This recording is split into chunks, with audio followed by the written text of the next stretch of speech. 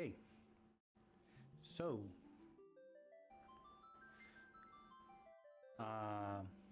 we're live, yeah.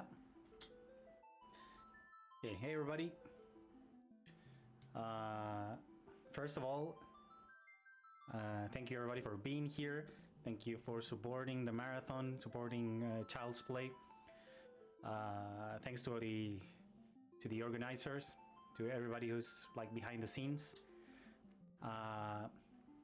Well, my name is JohnRossums, and we are here to finish the marathon big time with Final Fantasy VII, any percent, no slots. Okay, so it's gonna be around 7 hours, hopefully around 7 hours. Can be either lower or higher. So let's hope we can be in that range. So I guess let me check my timer. I guess it's just time to go. Okay, I'm getting everything's ready here.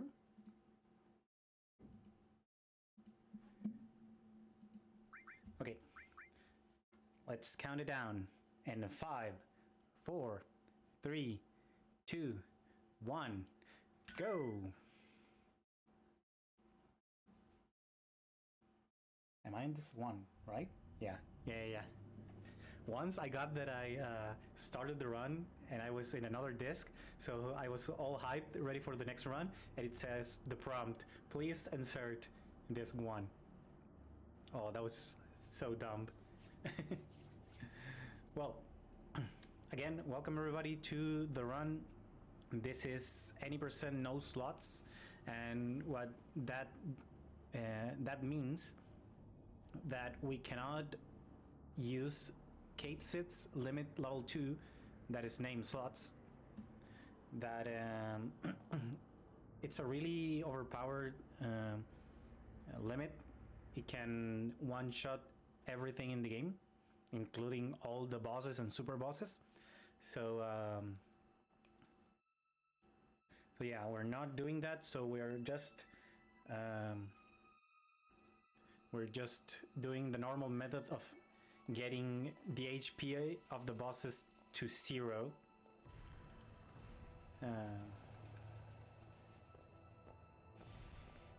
So we have this lovely cinematic here.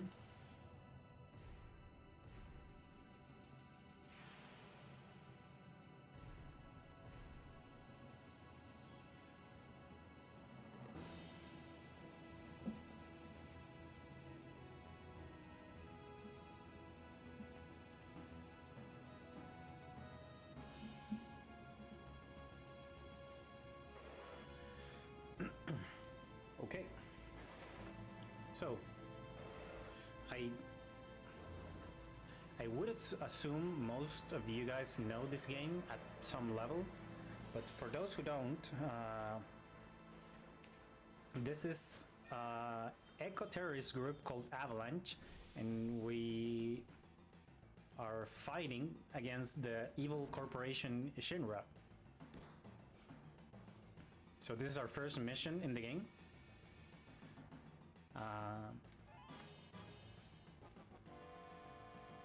So first, we're gonna do a quick menu. We're gonna be putting our cursor in memory. We're gonna be in ADB active, and we're gonna speed up every text that we can.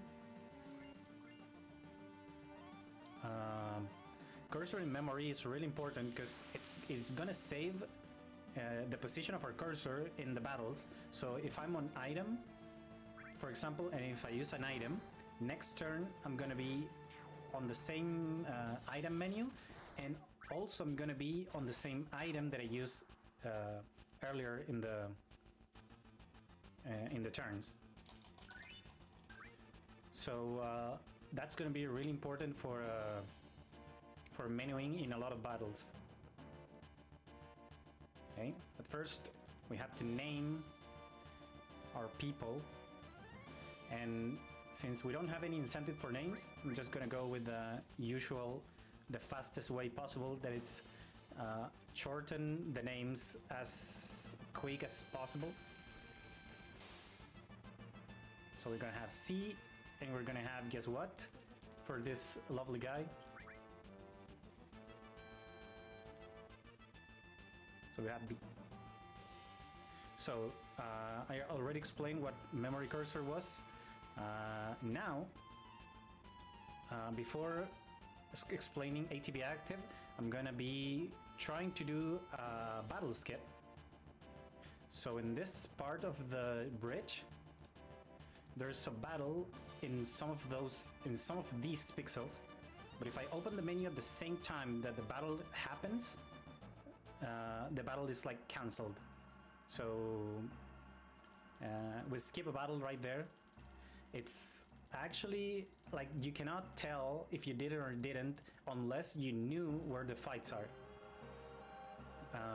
But this game, the whole random battles system from this game, it's actually not as random, and it's defined by the movement that you do. So we can actually manip the fights that we want to get during the game. It's this thing called step count. When after certain battles we walk certain steps, and that can allow us to manipulate some battles, skip some others, avoid unpleasant battles like pincers or back attacks.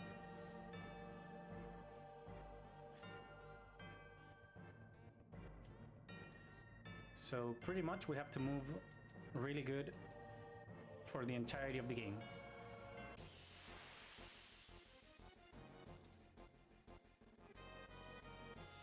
So hopefully I can keep my step count alive for the whole run, so you guys can see. Step count is really big. It also works to be able to get certain battles on certain points and learn some enemy skills.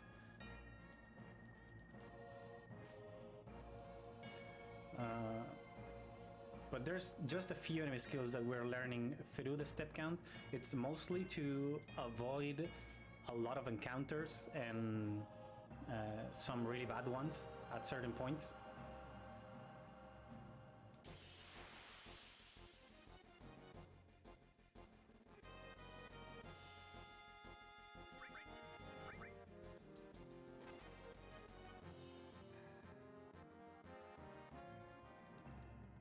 Okay, so story-wise, Cloud here, Mr. C. Oh, by the way, here's our first set of steps. We'll be walking 8 steps. And how we count them is the right foot of Cloud, it's the odd numbers, so 1 and 3 and 5, and the left foot is the even numbers. I think I said it right. Odd and even, yeah. So left foot counts the second step, the third, the fourth. So that's how we count steps. So we walked like 8 or 9 steps there. It's not much. And now here comes our first boss fight of the run. It's Guard Scorpion. We cannot do much, so we attack with Barret and we bolt with Cloud.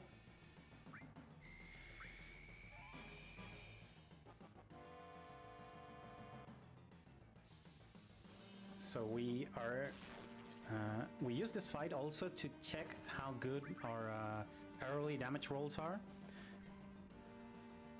So Cloud rolled an 88 and Barret a 33. It's not that bad, but it could be better.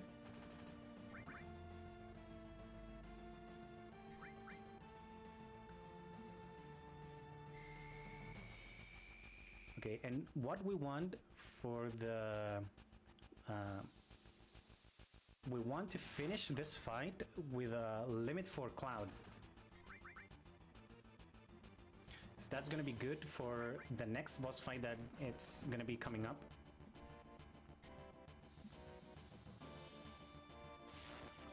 90 and 34. Okay, we managed to sneak there a little braver. So now the game tells us that we're gonna be counterattacked by this tail laser. We actually want that to get Cloud's limit back up again. So with 2 tail lasers, we should have our limit back up, and we will be just with the right amount of damage, so the next bolt kills God Scorpion right away. God Scorpion has 800 HP, so if we can sneak like one attack early and maybe a limit mid-fight, this fight it's a really fast one. So we had good RNG right there. So now we have to escape. 10 whole minutes. I wonder if we can make it in 10 minutes.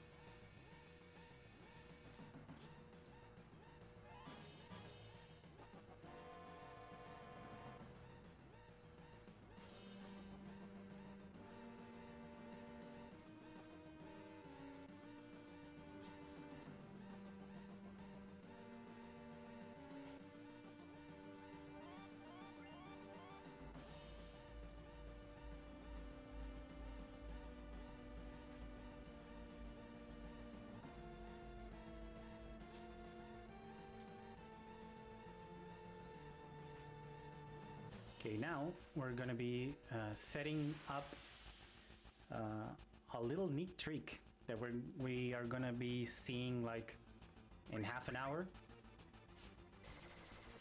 We're going to be setting up the preemptive boss fight for the next boss. So yeah, it's kind of crazy because you can have preemptive boss fights. It's really tight to get, but with the setups that I call them the scientist of the games. There's a lot of people that actually they don't run the game, but they have helped the community a lot with all the discoveries that they have done. It's really crazy. So actually, shoutouts to the whole FF7 community because it's a really big community. I mean, it's not the biggest, of course, but it's a really like tight community, and they usually, for what I've seen, they work along to get things done. And to when you discover something, it's immediately like on the Discord. It's everybody's like helping, trying to find new stuff or getting stuff that are already found, like getting them better. So again, shout outs to the FF7 community. I've met a lot of people there. They're great.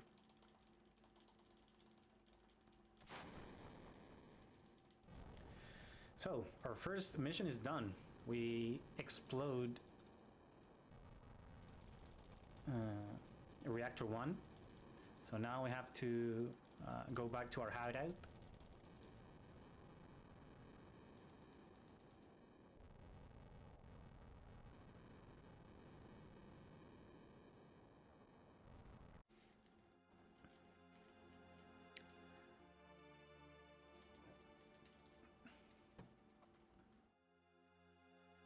Now we meet this lovely girl that's selling flowers.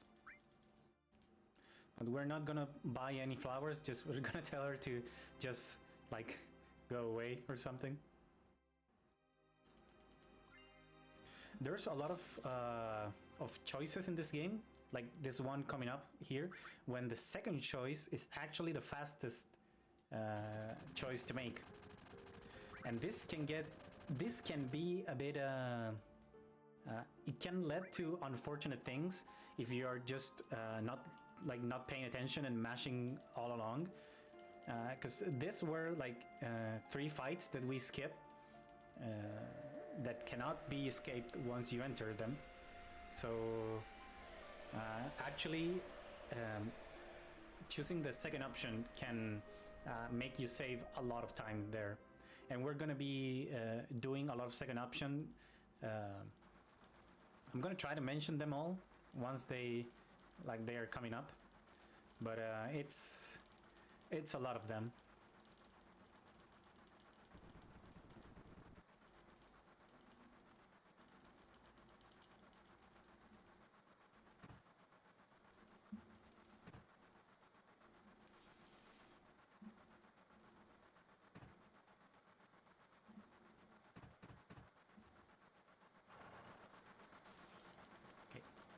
Cloud seemed a bit late there to the train.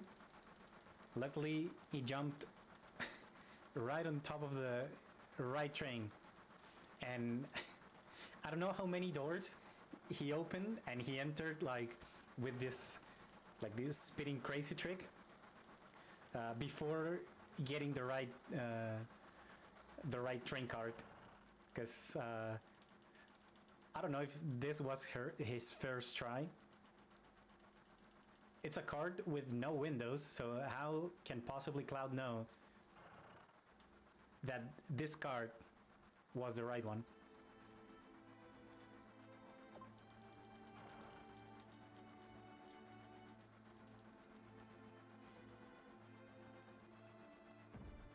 Okay, now coming up, it's a small trick that saves us a bit of time. I'm gonna do it and I'm gonna explain it later.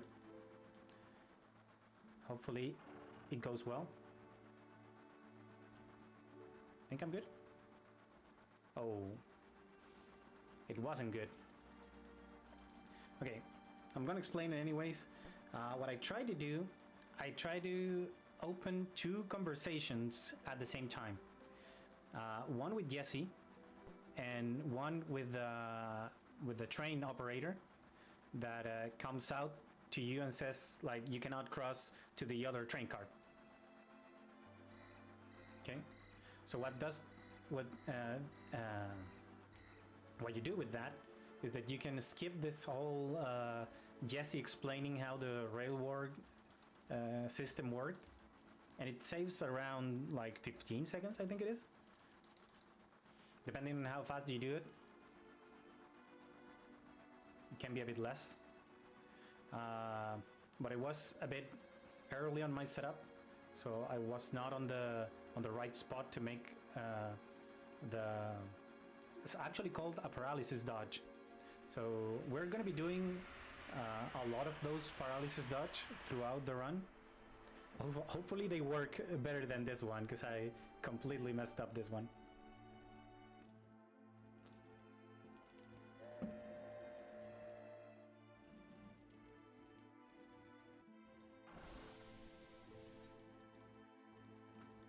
Oh yeah, maybe he can hear them. I mean, Cloud can hear them from above. Barret seems someone that's pretty loud, so maybe Cloud can hear him like on the top of the moving rail cart.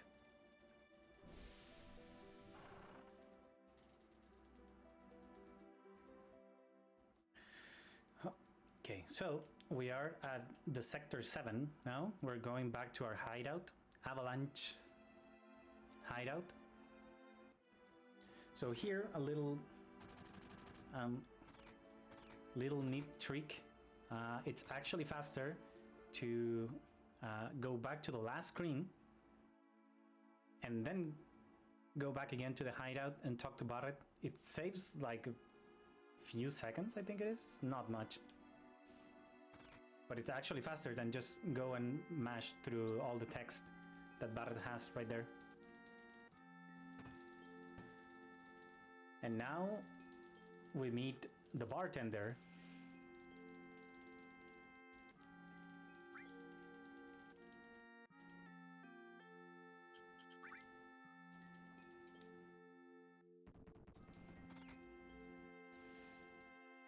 Also, this game has, like, just like what happened there, this game has some non-intuitive kind of continuing like with the flow of the game, like with the game progress.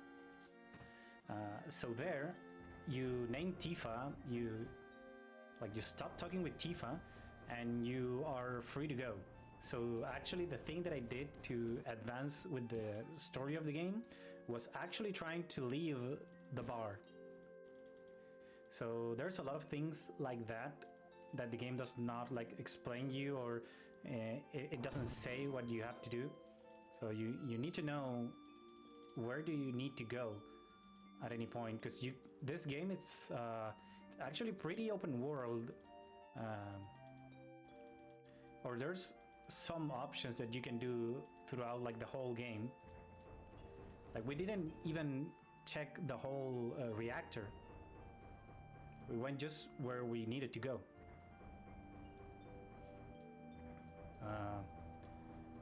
And that knowledge can save you like a lot of time if you don't know where to go.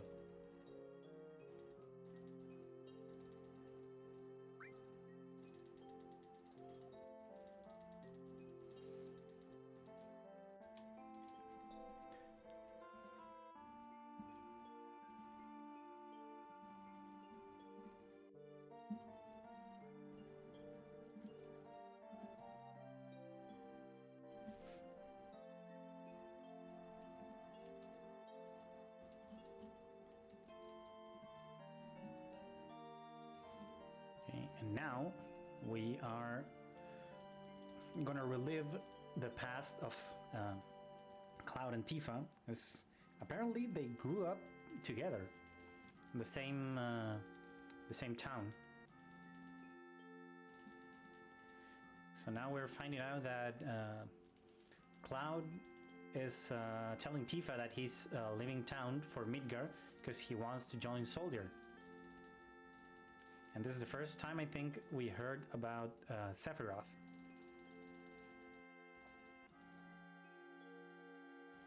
And here Tifa makes a promise, or Tifa make Cloud promise that if she is in trouble or if she's in need, he's gonna like rescue her.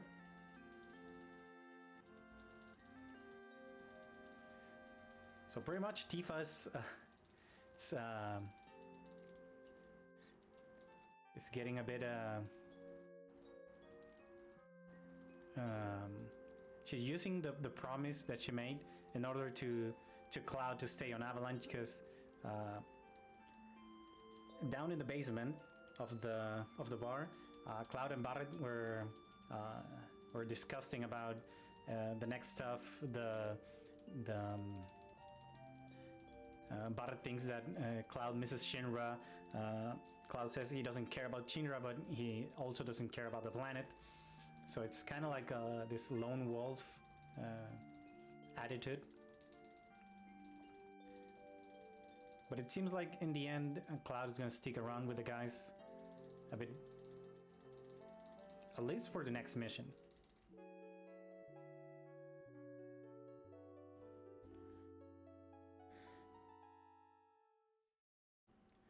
Okay, this second option that we're gonna be facing right now, it's one of the biggest, because this skips the materia tutorial. That it's actually, I don't know how much time it is, but it's so long, because you cannot mash through. You need to wait for the text to automatically go away, and it's really long. So we make sure that we hit the second option here. And now we're going to be doing a bit of shopping.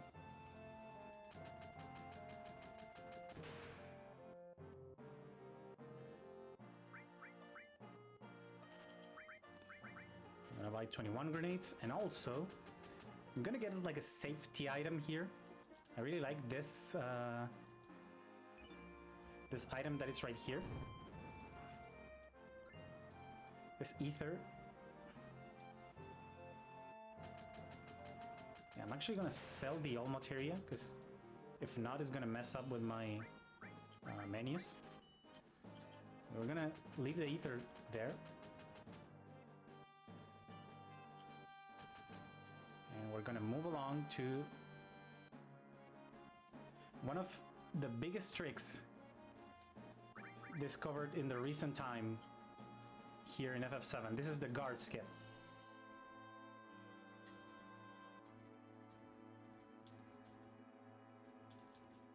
And with a series of movement, we will be skipping the whole Reactor 5, the whole meeting areas, and the whole getting to Sector 6 and Sector 6 and 5 to get to the wall market.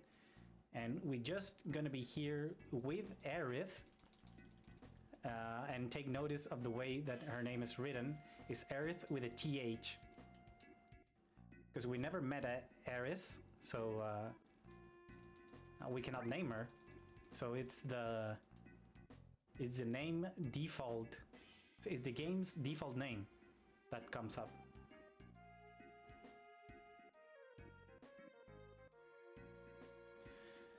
So we skip around like 20 minutes of speedrun gameplay, because it can be more during casual gameplay. But we skip around 20 minutes of the speedrun. We skip, actually, we skip the whole Reactor 5, we skip Airbuster, meeting Ares, meeting Reno. We skip some headaches of Cloud. So it's a lot of... this skip was really big.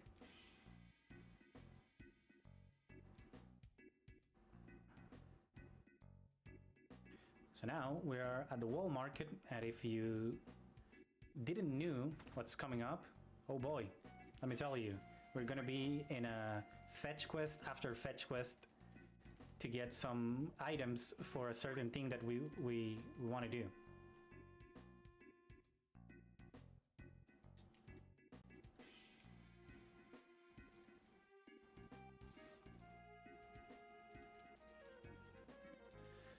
So we find out that Tifa is in this this guy's like Don Corneo's mansion. Like actually Tifa's gonna be applying to be her bride, to be his bride.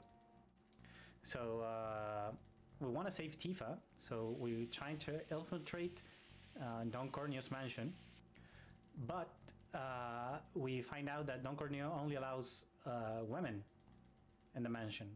So we need to be dressed as one so we can enter there. So we're gathering all the elements and accessories that we can to make Cloud a lovely lady.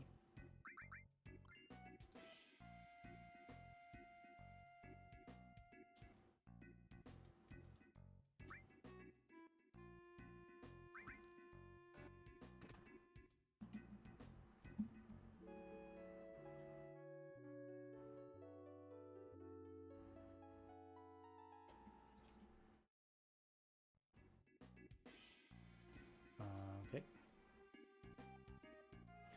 Now I'm gonna be saving here. This is the first safety save of the game, because coming up next, it's we have a trick that can actually soft lock the game if I perform it poorly. So hopefully it doesn't happen, but if it happens, we have the save right there. This is another paralysis dodge. That means that we're gonna be getting along two conversations at the same time. And this is to trigger the shop owner to go back to the shop, the dress shop owner. And also we're gonna be getting the item, the sexy cologne. So we're gonna talk to the lady there in the bathroom, and we're gonna be talking to the dress shop owner. And after some text boxes that we need to clear right here,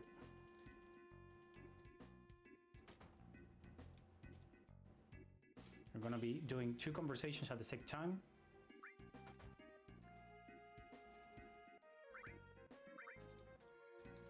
And we're good to go. If we are carelessly mashing through all those text boxes, the game wants Cloud to be close to the bathroom, to the toilet. So if we are right there, like down with Aerith, and we close the text box for the sexy clone, the game is gonna try to put Cloud on the next to the toilet, but since there's a lot of tables there, Cloud is gonna get stuck in one of the tables and the game cannot progress. So that's the soft lock that we want to avoid. So you need to be really careful with your mashing during that skip that we called bottle skip. And now, well, we have pretty much everything for Cloud's costume except for a wig. So, you know, we're coming to the wig store to get the wig. Well, not quite. We're actually at the gym and we need to do squats for the wig.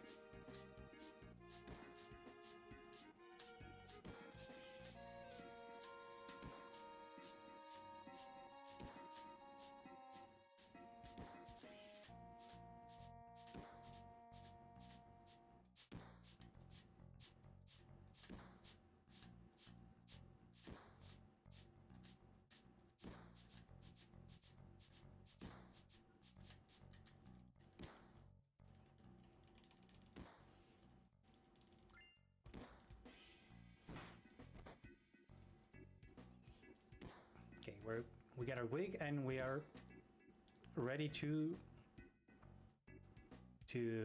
change our clothes.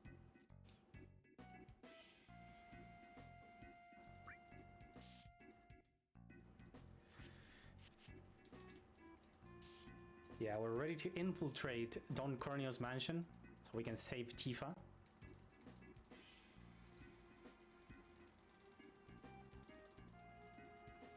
Yeah, I guess Wall Market lacks of a wig shop, so they put in charge the guys at the gym for that task.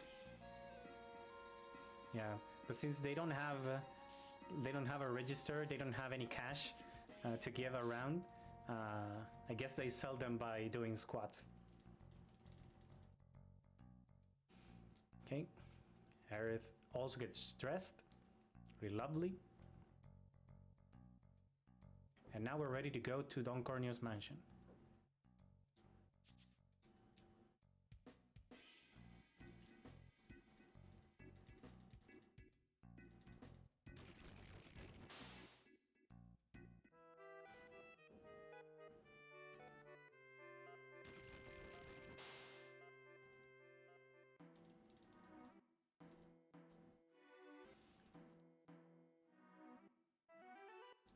I guess it's easy to know that we are getting into something like really quirky and really weird, because first the music, then this place that it looks nothing like a bedroom of a mansion.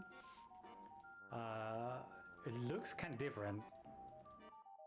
There's a lot of tools down there in that table. But yeah, we find Tifa's here. Tifa and Aerith meet for the first time. And now Tifa knows that we are cross-dressed, and it was all for her, to save her.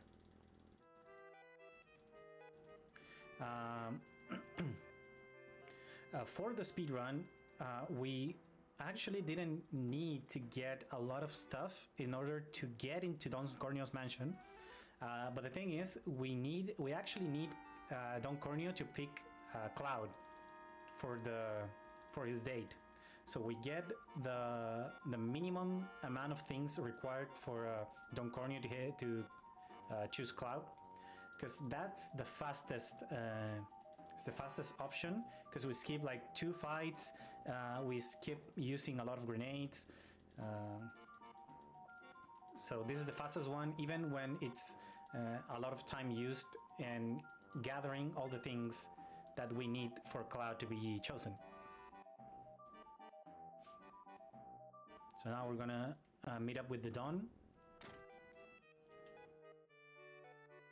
and if everything goes well, Dawn is gonna pick the healthiest looking lady in the room.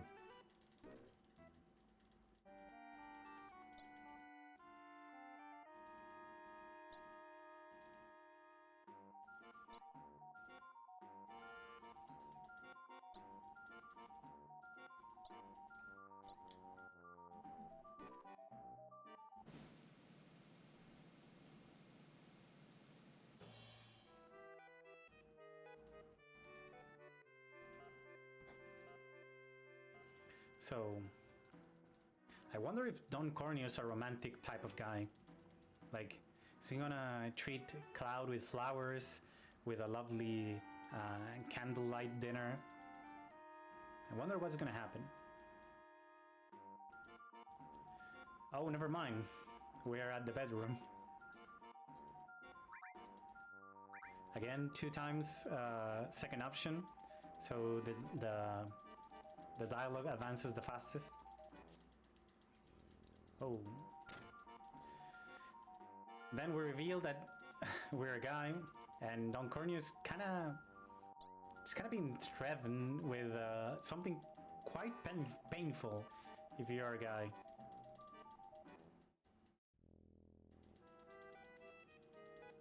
Yeah, chop him, rip him, and what does Tifa say? Smash him. Oh boy.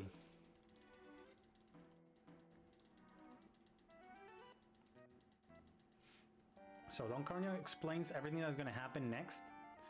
He explains that Shinra's trying to destroy Avalanche by actually detach the plate above the Sector 7 slums to smash the whole Sector 7. And that, well, I think it's in this cutscene with Heidegger, Reeve, and the President Shinra. It's in this cutscene that they say that they want to blame that on Avalanche for being like the terrorist group they are. So that's their argument. So we learn this, and Don Corneo says that to us because he sets up a trap, and he takes us down to the sewers. So here we're gonna finish the preemptive boss fight setup. We're gonna be doing some movement, and then we're gonna talk to Tifa, and then we're gonna talk to Aerith, and if everything goes well, we will have a preemptive fight against the next boss, that is Apps.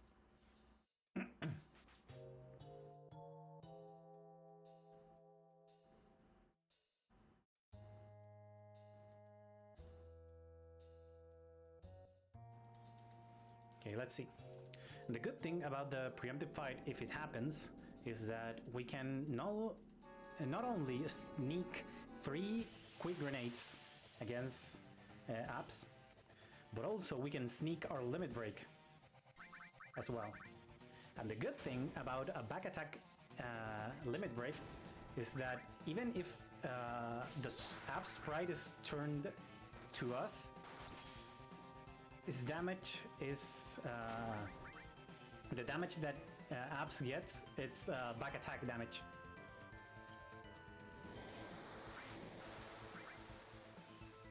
So that's pretty good for us.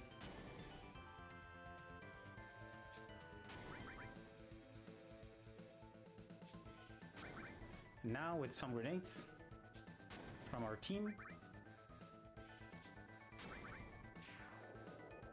Apps is done. With only being the receiver of just 1 sewer tsunami. That's pretty good.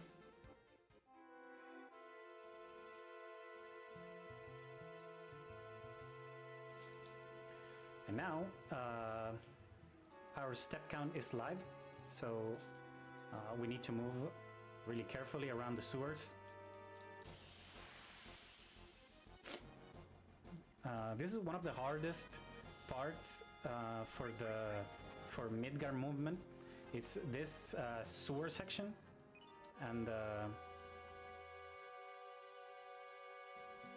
the sewer section, and the next one that is the train graveyard.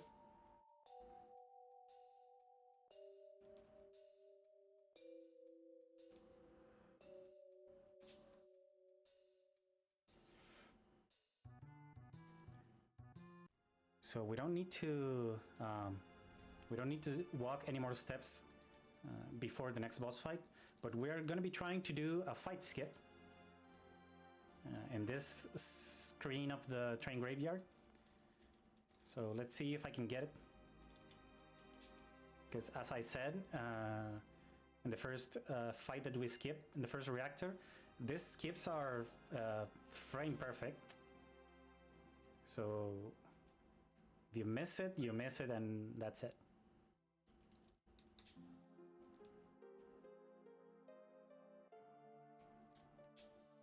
Okay, here he comes.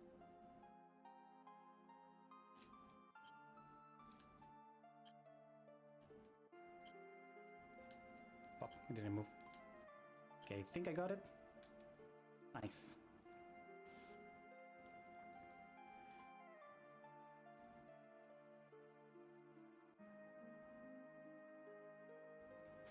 It actually, it kind of doesn't matter if you take a lot of menu buffers to get this fight skip. It usually is better to get the skip. Even if it's like 5 tries, 6 tries of the menu buffer.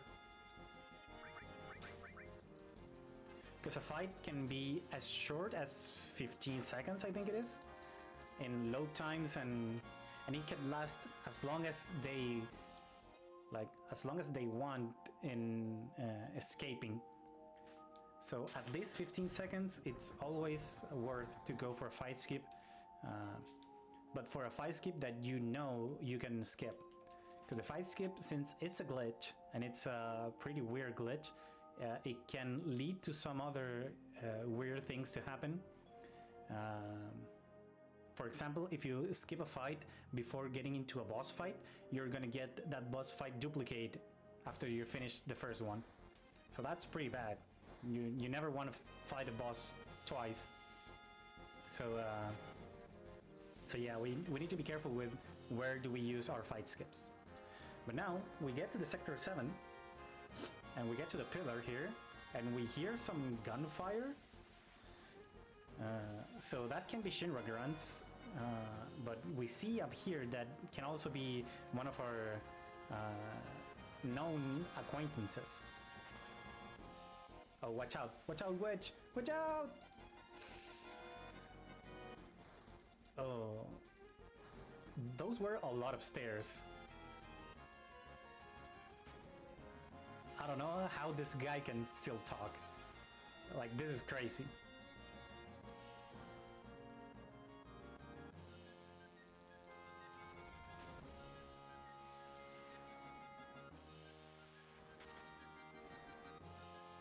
Okay, time to climb more stairs.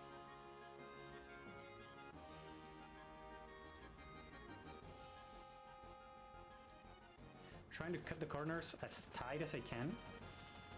So that's gonna save me a few steps. I mean, a few fractions. The fraction is the lowest unit of movement that we go, and every 8 fractions we advance 1 step. So we are trying to save every fraction that we can by cutting these corners as tight as we can.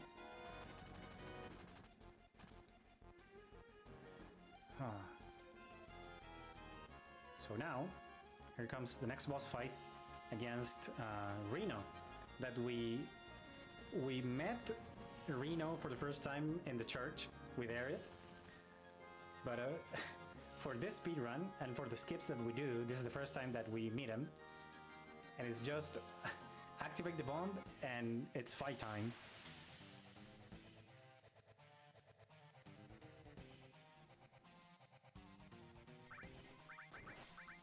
Okay, we got an attack. That's nice. So we save a grenade by doing that attack with Cloud. Now, hopefully, Reno attacks Barret and only Barret. But it seems like it's not gonna be a good fight.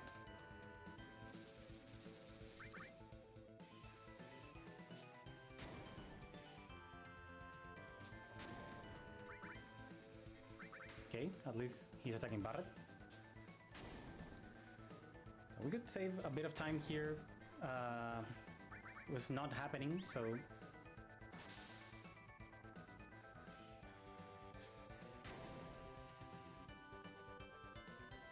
It is what it is.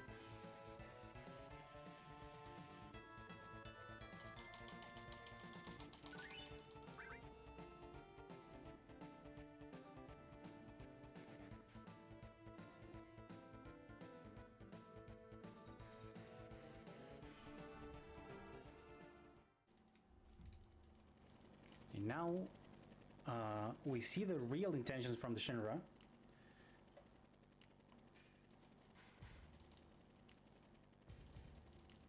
They have a guest there in the helicopter. That's Ares. So somehow the Turks got Ares and they have set the bomb up. Oh, it kind of looks bad for Avalanche.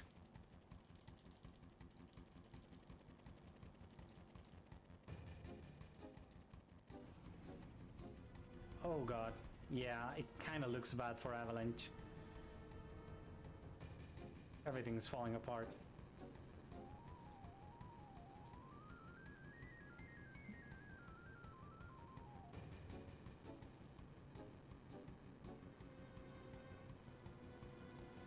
I'm gonna be using this conveniently placed wire to get the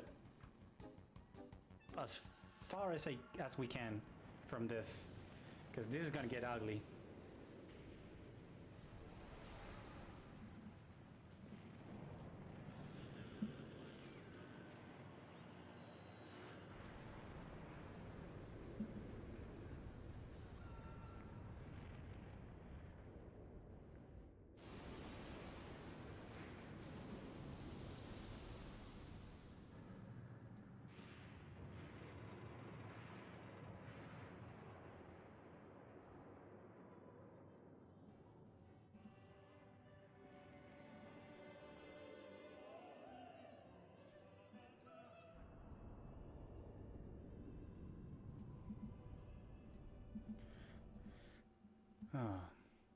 And that, my friends, is the power of money and the power of Shinra. Holy moly.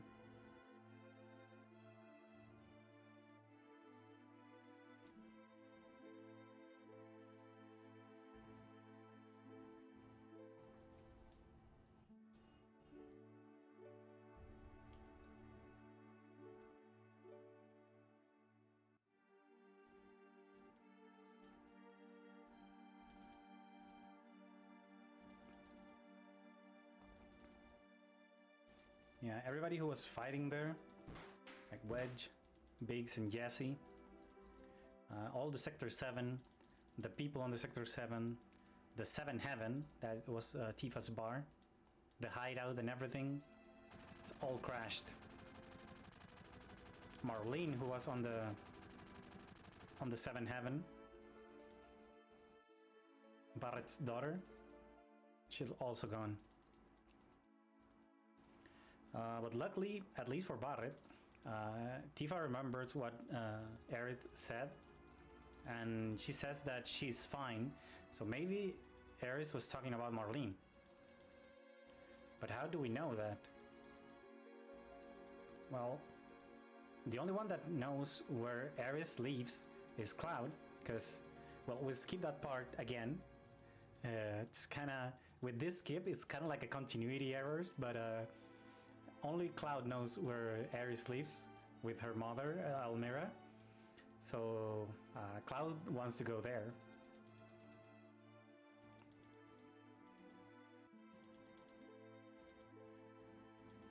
So we're gonna go and see Aerith's mom.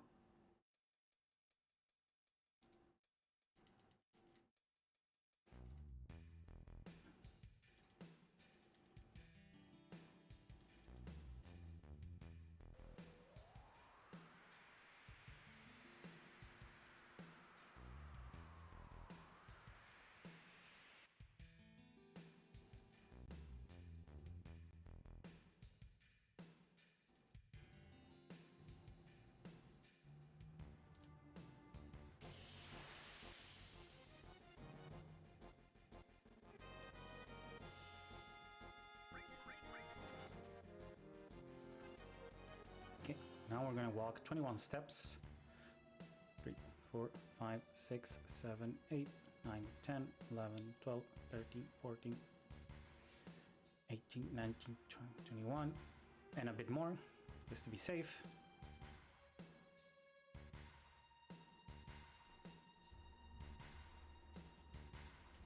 Now we're gonna be seeing some of the finest real estate that Midgard has, because have you seen that Midgard is all like metal and industry kind of things?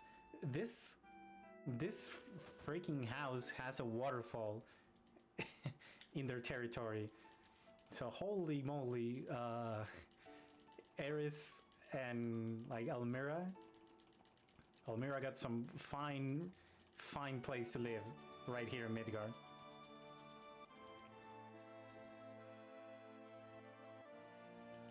Well, now Almira's gonna tell us like the background of what Iris is to her. So she's telling us that Almira's husband went to fight in the Great War of Wutai. So I think every day or anytime she could, she went to the train station to see if her husband returns. So there's a lot of people coming out from this train. Unfortunately for Almira, is her husband is not there, but it's okay, it's all right. She never, hope is the last thing that you can lose. So she went day in and day out, and one of those days she finds this little scene. By the way, that guard there, I mean, if you see a little girl crying, and I don't know if this lady's wounded or nearly dead, but if you see that scene right there and you do what Almira does, that guard up there is so worthless.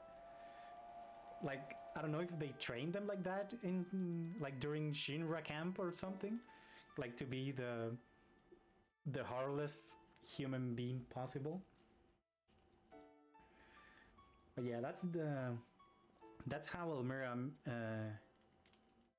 meets Iris. She meets Iris with her dying mother in the train station. But the thing is, Almira notices that Iris was talking about something dear for her returning to the planet, and like a week later, Almira gets like a notice that her husband died in the war. So she knew that Iris was special, and of course, Shinra and the Turks knew that she was special. But of course, Iris denies everything. So actually, what got Iris kidnapped was she traded herself. Iris trades herself for the well-being of Marlene. So Marlene is upstairs in Almira's house. So now we actually are going to save Iris from Shinra.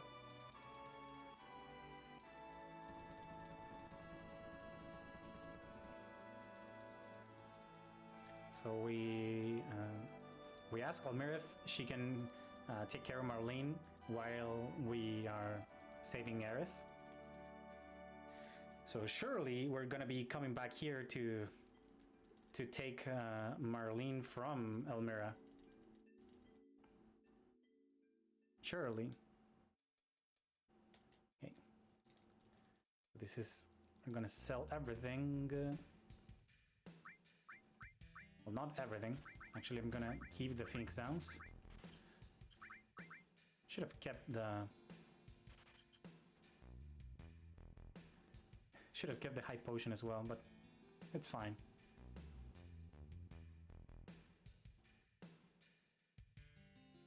We're gonna be buying a lot of grenades because we're gonna be using a lot of them in the Shinra building.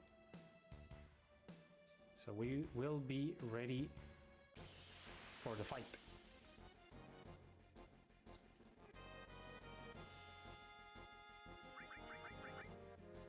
A bomber to Cloud. Thank you.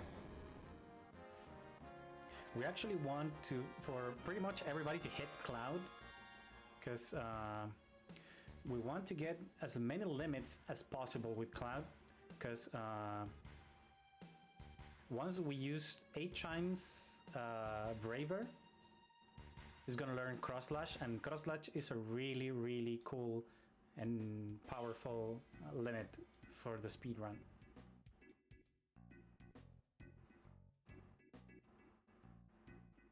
You don't need to forget the batteries.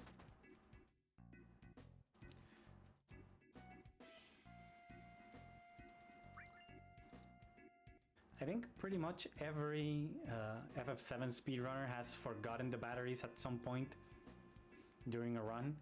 So they have gotten to the climb and had to go back down for batteries. It's kind of unfortunate. Most runners that are going for PV, they're gonna be resetting that because it's a lot of time. But it doesn't happen really often. Most likely you're gonna remember buying the batteries. Some people even put the reminder of the batteries on their splits so they never forget. But now we need to climb this destroyed Sector 7 things that are here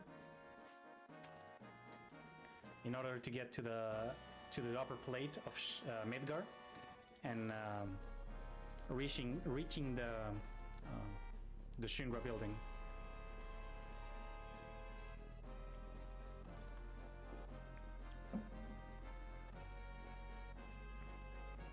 Okay, I need to actually pay attention to how much money do I have.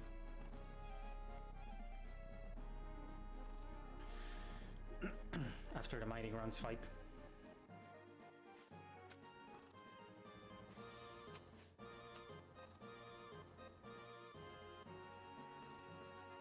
Okay, we need to listen to the audio cue there of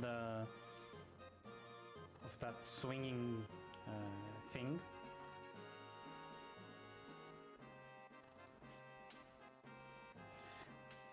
I actually have missed that jump more times than I would like to admit. It's I don't know, I choke it from time to time.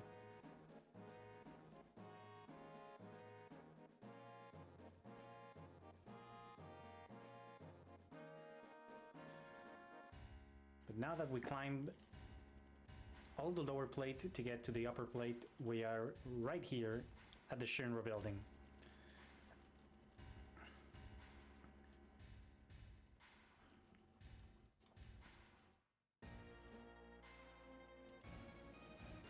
So I guess this is our final mission, because we're entering Shinra building, we're rescuing Aerith, we are gonna be wiping out the whole Shinra from inside out. So I guess this is our final mission.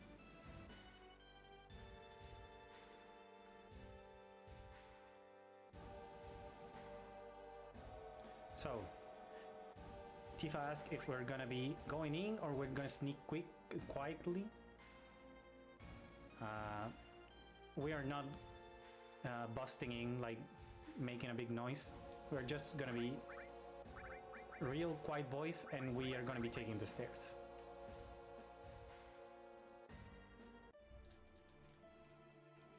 For those who know FF7 speedruns, you know that there's the elevator route that I think most of the speedrunners do. I think me and other, like, just one other speedrunner are the only ones that we still do stairs. Most of them do elevator, some of them even do elevator manip, that it's some of the craziest thing in the world. Because for stairs, it's just like climbing upstairs and getting the elixir midway. But for elevator you need to fight some enemies. Depending on what the enemies are, you need to do different strats, like throwing a grenade and attacking, like a normal attack, throwing a grenade and then a bolt, throwing only grenades. And the elevator can be really punishing for you, because it can go from, like, I think a good elevator is like 4 fights, and maybe a Shinra employee. 5 fights is, I think it's 5 fights. I think it's even with stairs. I think. Not sure. Elevator is usually faster than stairs. If you get bad RNG, elevator is going to be slower. It's going to be even or slower, depending on the fights. But manipulating the elevator, you do like a series of crazy stuff to get only one, like the first encounter of the elevator that is pretty much mandatory. You cannot skip it, and then you get like three or four, depending on the manip, Shinra employees, and then you get to the floor 59. So it's crazy. It's pretty good. That's like around 2 minutes faster than. It's 2 minutes faster than stairs, and I think it's 1 minute faster than a good elevator with RNG.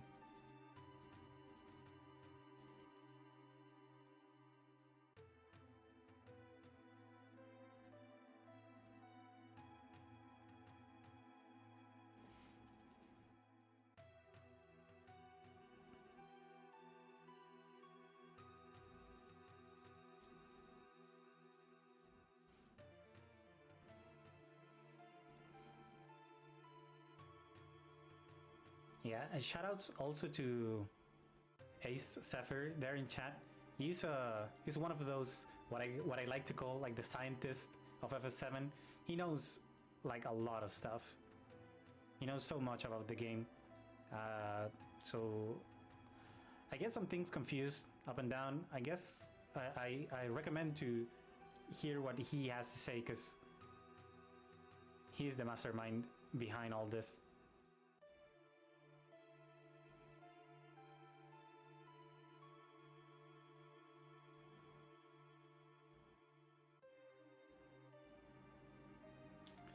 Okay, I think stairs, this is the last screen of stairs, so we go here. Yeah, I like to take the stairs because it's safe. I mean, not necessarily safe, like you cannot die on the stairs, but you can have like an extra elixir, that it's a good thing to have.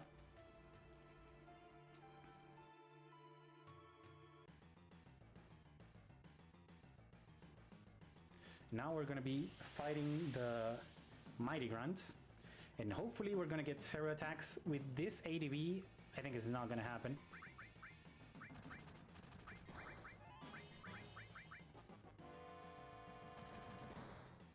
Oh, come on. Attack Cloud. Be a homie and attack Cloud.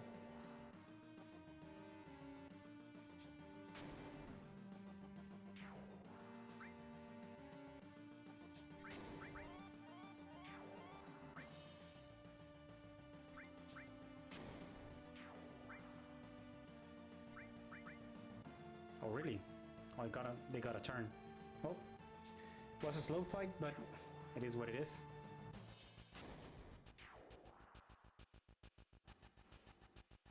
Okay, let's see how much money do we have.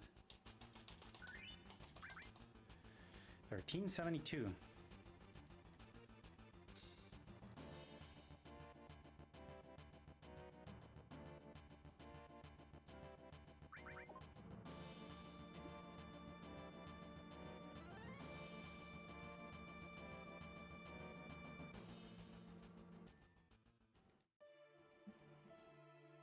Oh yeah, Corinne. Well, I think, yeah, that the incentive for all bosses had to be made before the run started, because stat count is different, and now I already skip a boss for the run, so it it's actually impossible. So maybe if we meet the incentive, I can show some of the fights in all bosses. But I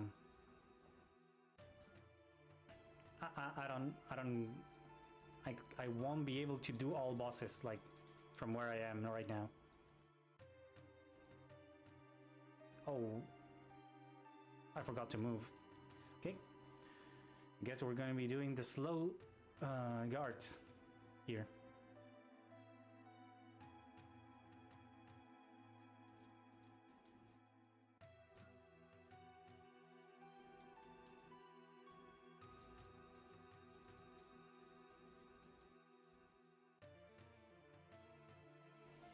Okay. Now,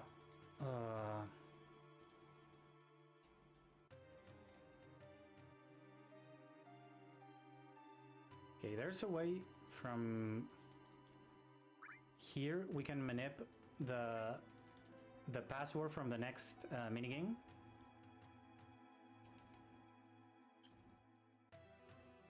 So it's gonna be Mako. I want a confirmation here. I'm gonna be checking the books.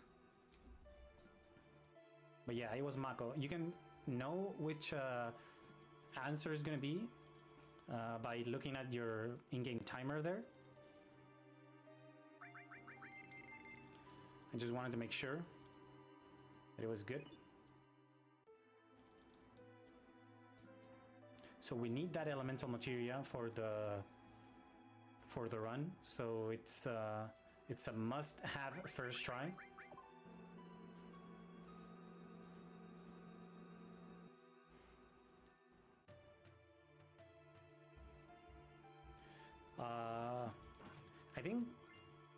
I think we can do, yeah, like Emerald and Ruby, but I think it would be better to do it like after I finish the game. Like I think I cannot do it from the save that I have, because I will have to do like a lot of stuff.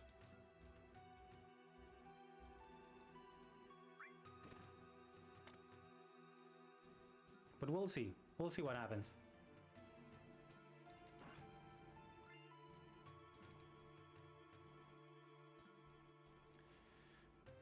But in the meantime, we have this lovely puzzle minigame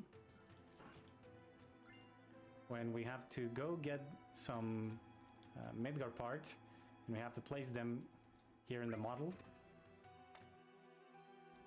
And every time you put one of the pieces in the model, some other unlocks, and so on and so on. So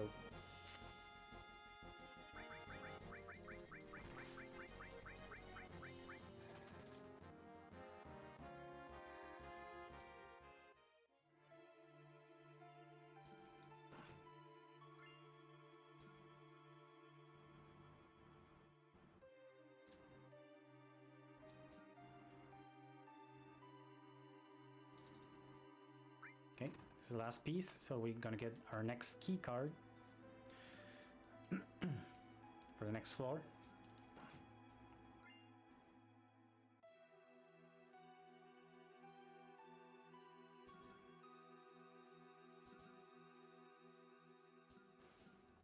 Now we're gonna be sneaking into like a Shinra, like managers, like the CEOs or the head of the departments meeting.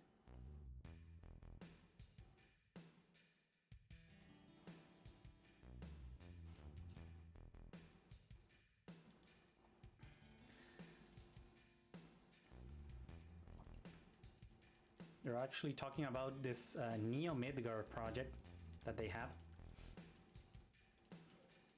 And they want to do it by finding the Promised Land.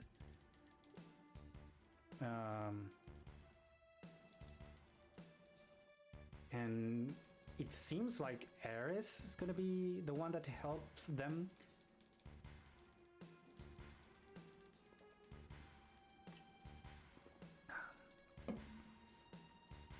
I don't know exactly what they want to do, but it's a really, really, like, it seems like a really weird plan. But hey, they're talking about the Ares, and we want to rescue Ares, so I guess we might as well follow them.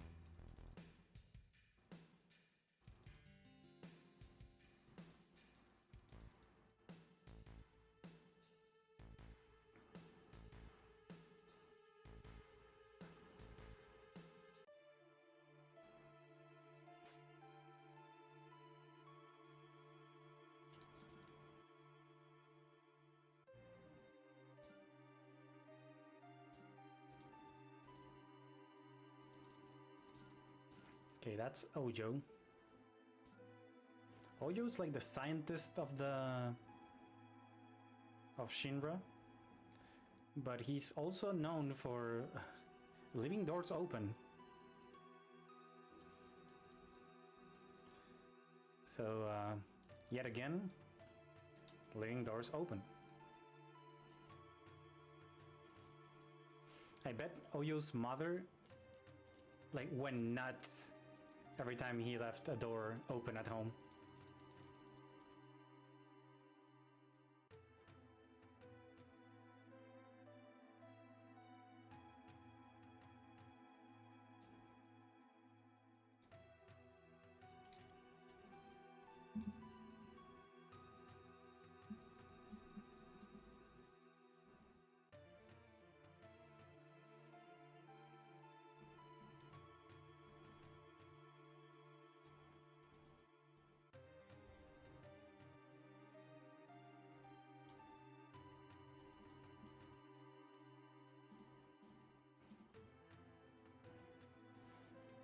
Okay, now we see some research specimen that Ojo has there.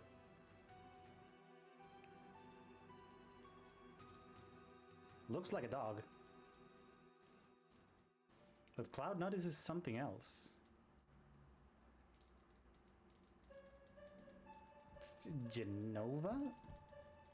What is Genova? Whoa. It's missing a full head. It seems like. But how does Cloud notice that?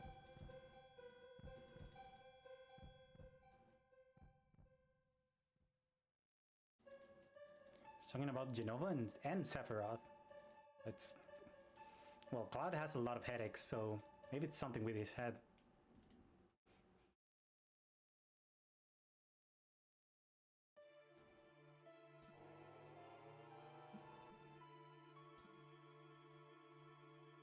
Okay, never mind. We found Ares. She's right in that, like, container. And Ojo wants to do some weird shit here. It's kind of crazy.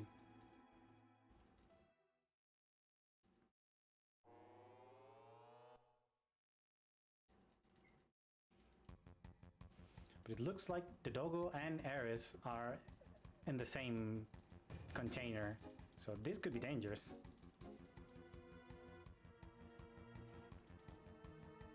Thing is, Ojo wants to breed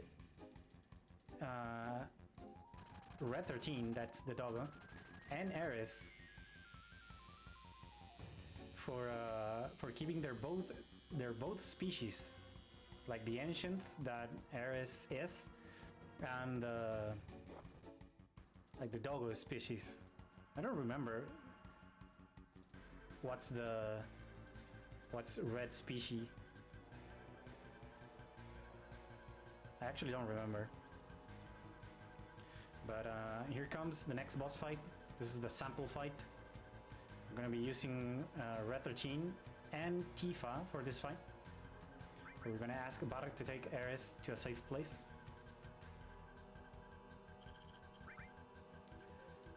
We're gonna bring Red 13 and Tifa for this fight. So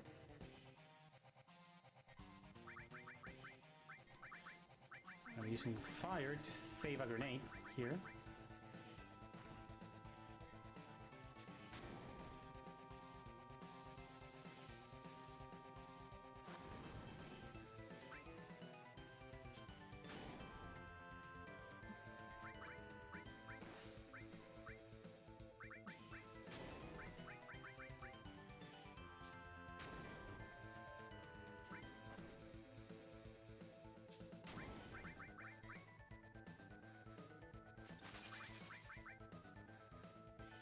Oh, I got another shady breath. It's gonna be a slow fight.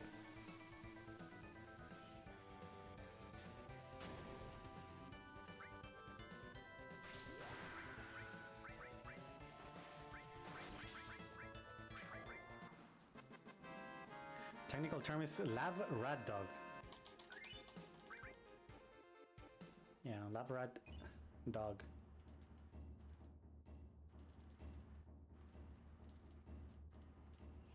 Yeah, but we finally have, we rescue Ares.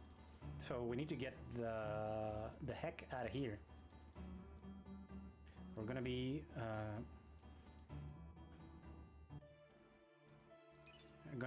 getting together in the floor 66th elevator. We're going there.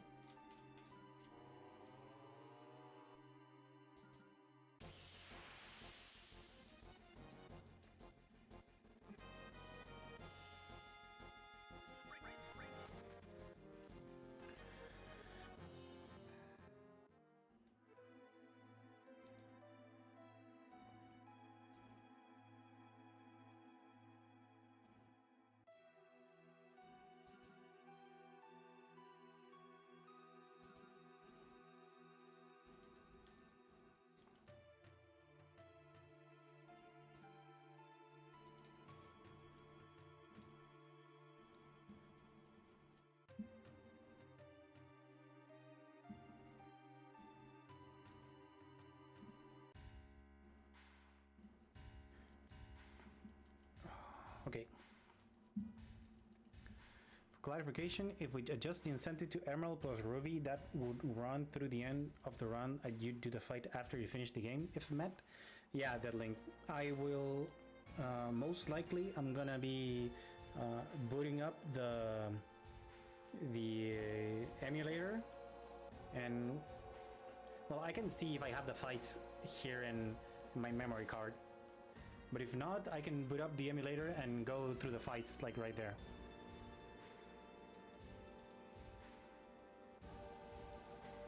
Yeah. It can be a bit... So what do I need? The thing is, I need dacers. I need... I would need the dacers. I would need TS bombs. I won't be able to do it from this file because I need Mega Elixir and I need Hero Drink, and I'm going to be using them. So it would have to be from the emulator, or if I have the files here. I cannot set up the Emerald fight on like after an any percent run.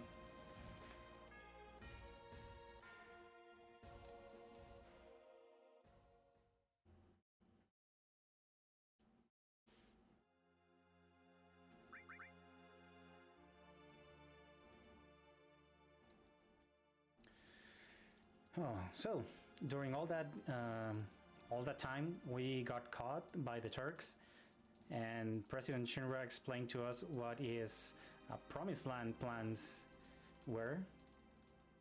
So, yeah, it seems kind of crazy, but I guess it's their plan, so they think it can be possible. Yeah, we heard that Ares is a member of the Ancients, or the Cetra, as they're known before. And it says that the Cetra will help us find the Promised Land. And it seems like really weird, like from this point of view, but I guess it is what it is. So we just have the information, and that's what the books said. There's a lot of books with a lot of information. I guess we're gonna skip the part where all those books are, but they are in some place around. But in the meantime, we were prisoners, but Cloud's prison door was open, so and the guard is fainted. The guard has fainted, so we can just take the keys from his body and just rescue everybody and get out.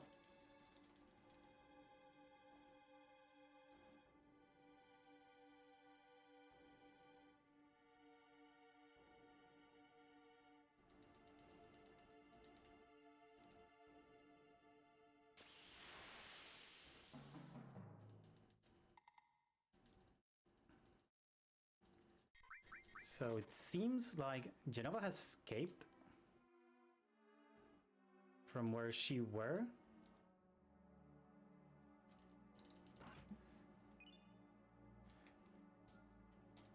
But she's like she let us a nice trail of blood that we can follow.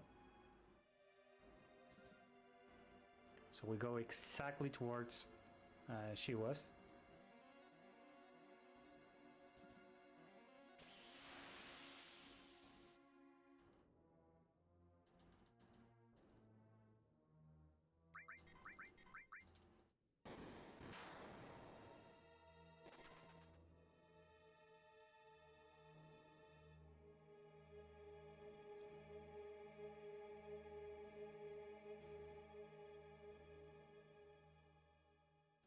Okay, what do we have here on floor 70th? Oh baby, that's a long sword. And it seems like President is dead. But this is the sword of Sephiroth? And our cute guy Palmer here says that he saw Sephiroth. He was talking about the Promised Land and all, so maybe President Shinra plans were not that bad, but the president is dead, so what happens now? Did we beat Shinra? Because our mission was save Aerith and beating Shinra. So the president is dead. What happens now? Well, we found out that this guy named Rufus is the son of the president Shinra. So I guess he's gonna be the president right now. So Shinra's actually not doomed. So we still have to deal with that.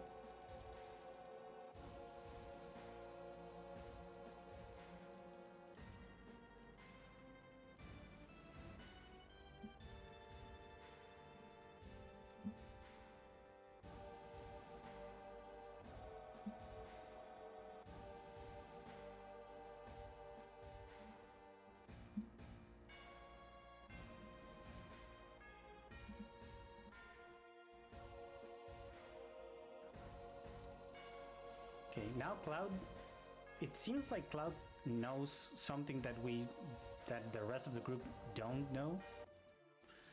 But he's gonna be fighting Rufus, it seems like. The rest, the group is getting out. I guess it's gonna work out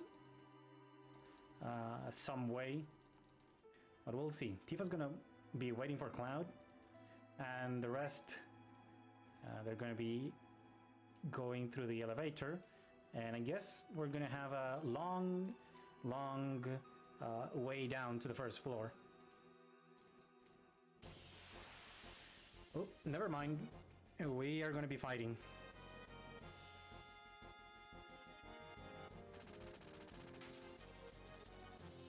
So this fight, Hunter Gunner and Ellie Gunner. It's another boss fight. We're gonna be trying to take advantage of the limit that Barret has. We're gonna be using it with some luck in the Ellie Gunner portion of the fight. In the meantime, we're gonna let 100 Gunner to attack us. We're gonna be throwing 12 grenades and he's gonna be done. So this is gonna be most likely at least for the 100 Gunner part, is going to be a whole circle fight. And this is possible thanks to our cursor on memory that we did. The first thing we did when we took control of Cloud was hitting the cursor on memory, so the game remembers our last action, so we just hold circle to buffer inputs to go into item, and since the first item that we selected is grenade, we can just throw grenades at Undead Gunner's face. So now, if we are lucky, Ellie Gunner won't be sleeping anyone, and we can go with this big shot grenade for the first turn. Okay, good miss.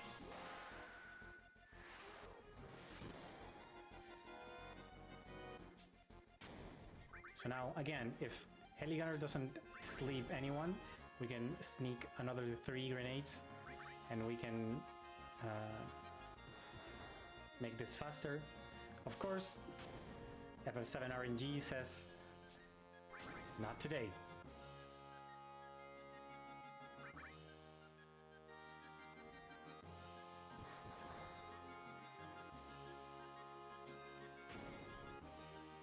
But I think the fight is over right now, because I'm gonna throw 1 grenade with Aerith, 1 grenade with Barret, and it's gonna be it.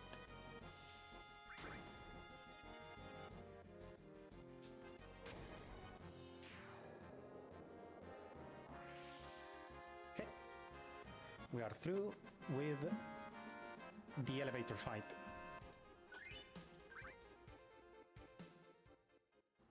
Now it's time for Rufus. And Rufus has a companion for this fight. It's the enemy called Dark Nation. We want to defeat Dark Nation before getting Rufus. So the fight is it's safer for us because Dark Nation can do bolt, and that hits like a truck. We got a really bad grenade roll there, so we have to throw another grenade for Dark Nation. Dark Nation has 140 HP, and we damage Dark Nation for 138, so he survived with 2 HP. That's really bad, but yes, it is what it is.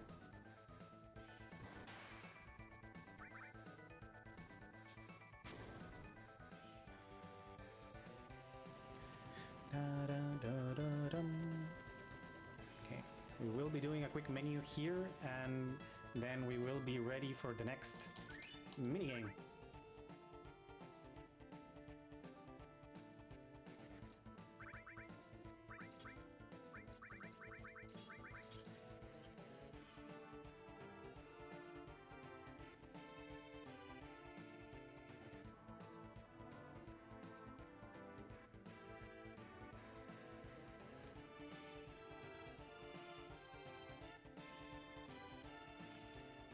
We are reunited with Tifa, and now, yes, it's time to escape.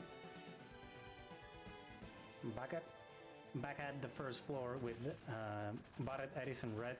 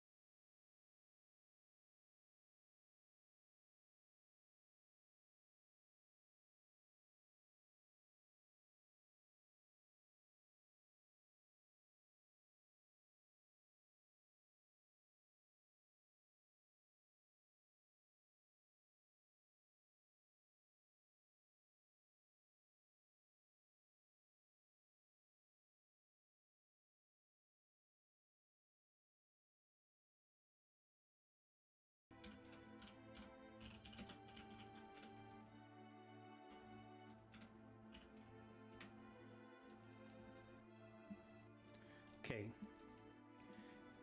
I guess now it's good. I restarted the stream, so it should be good. Well, welcome back everybody. Again, I'm sorry for the inconvenience. You missed a lot of good soundtrack actually with the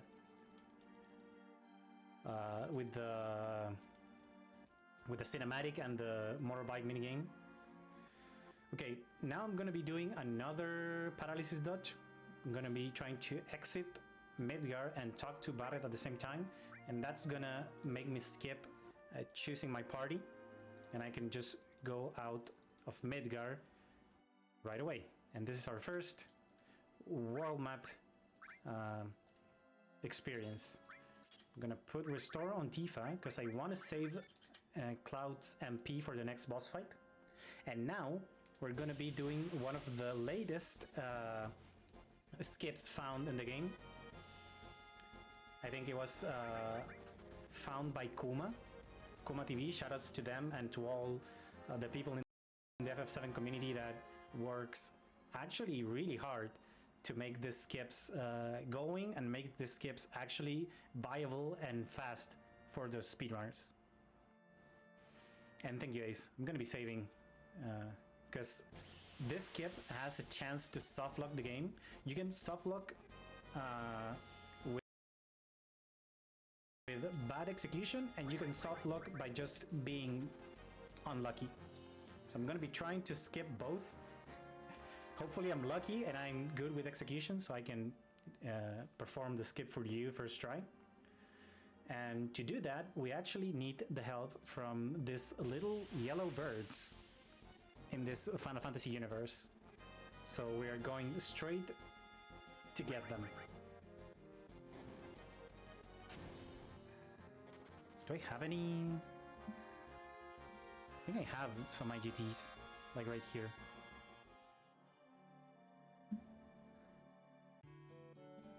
Oh. Okay, so I'm gonna be like at a 137 something. Yeah. Oh. Da-dum, bum, bum, bum. So we go here. We talk to our boy Chocobilly. We buy ourselves a Chocovolure, and I'm gonna buy one green just to be safe. The cheapest green that we have here. Wait, what? Okay, I guess I'm not doing IGTs because I didn't.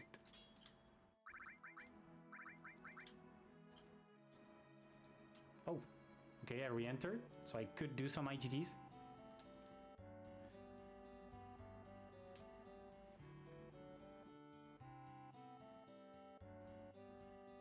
So this is going to be my attempt on calm skip.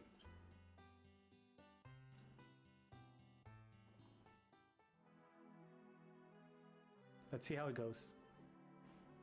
Hopefully it did it, because this is not my usual setup for the in-game timers. There's a thing here in the world map encounters. The world map encounters are defined by something else than the step count that we usually have. And there can be manip with the in-game timer of the game. Not sure how's the science behind that. Maybe Ace can explain better, but I did it just to have this fight, and I saved my green, didn't use it, so that's a bit extra of money that we have. So now we're gonna be setting up for I'm gonna be getting long range. That's a really good materia that you can have to be more safe. And also I'm gonna be setting another preemptive boss fight. This time it's gonna be with Genova Birth, the cargo ship.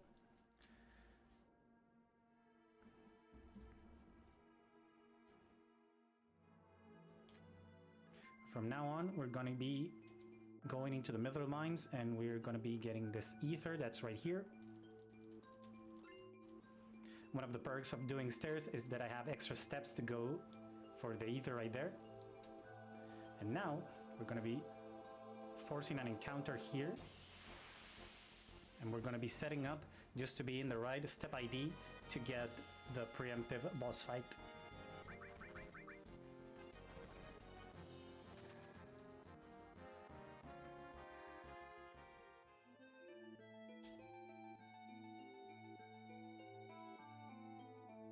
So we're getting the long range.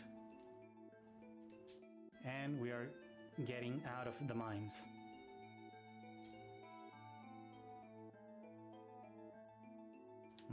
Okay, and now we're going to be saving for the calm skip. So this is going to be a series of movements that even I don't understand well, but it is what it is.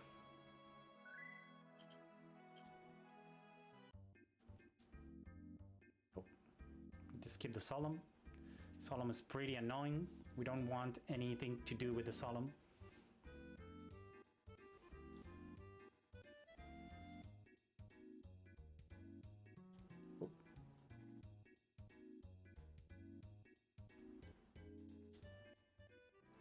Oh. Okay, guess I didn't got it. So let's see. Let's do it again. You're gonna see the difference where I got the. It's like a weird glitch. Cloud like dismounts the chocobo, like jumping way higher. So that's like the first part that I need to get.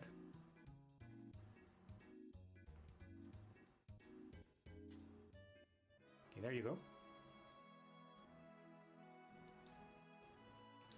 You just touch a bit of the mountain. Then I need to keep going with my chocobo around here.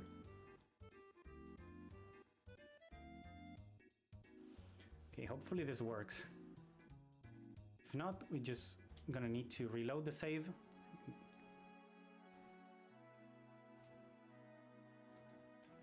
Yeah. I think I needed to reload the overworld. Yeah, because I messed up the first time. So we will be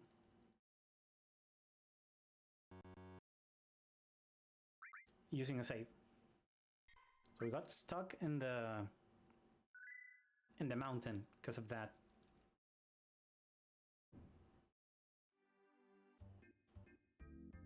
So let's go again.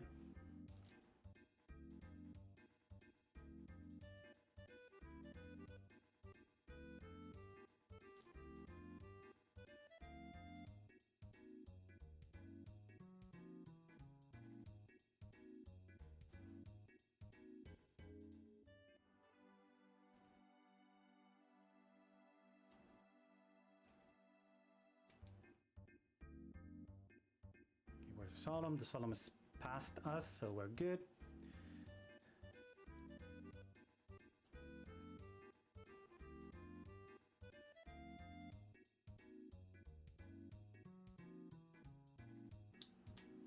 Okay, now let's pray for it to work.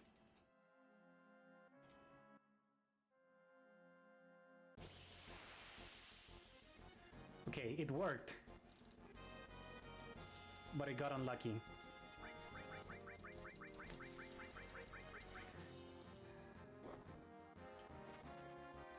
This is what happens when you get a fight while you're trying to go through the mountain. You get stuck under the mountain. So we need to try one more time. Hopefully this time the mountains are actually nice.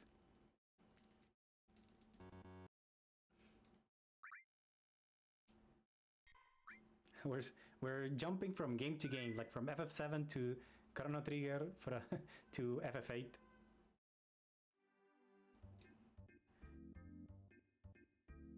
With the references.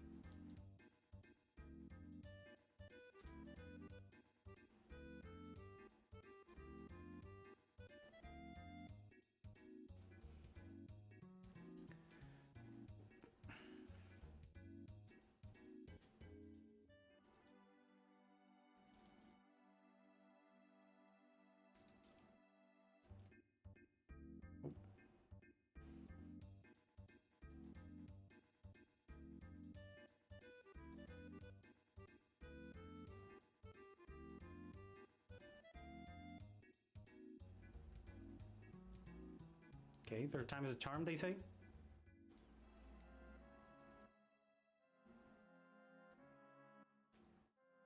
Okay. I'm gonna reset it. I'm not gonna reload the overworld. Okay, yeah.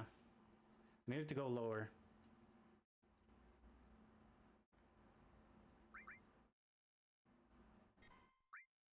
Okay, we're actually gonna hit the all bosses hours if we keep doing this. So let's see.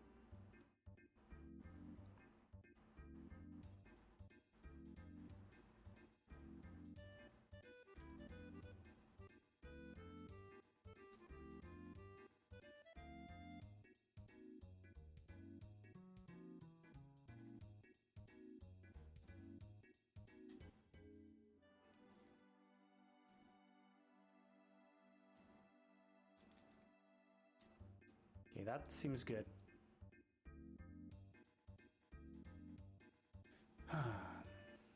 Okay, just don't get stuck. That's the motto here. Don't get stuck.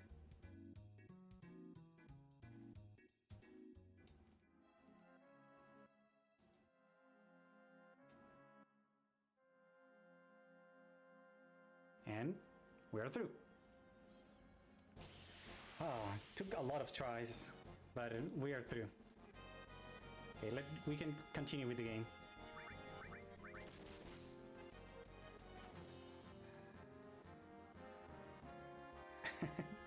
Yeah, just don't get stuck the forehead.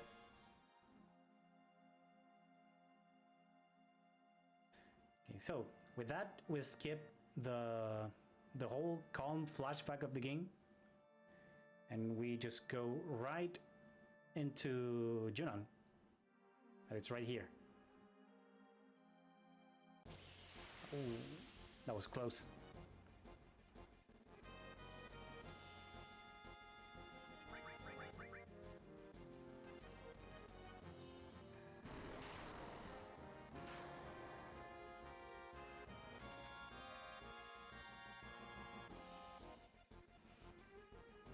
Thank you for the explanation, Ace.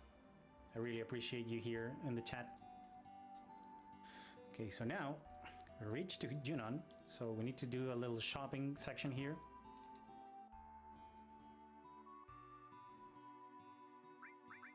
So we sell this, and I'm gonna sell the green just cause.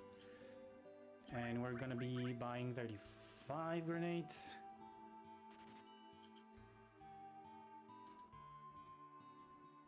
Maybe could have bought a couple more, but whatever. Now we're gonna use here with Tifa, and we're gonna be taking Restore back to Cloud.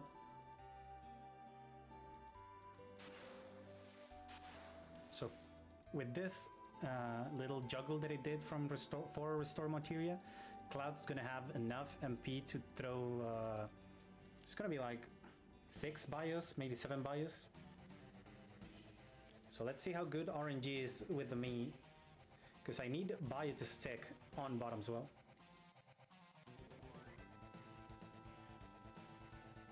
So let's see.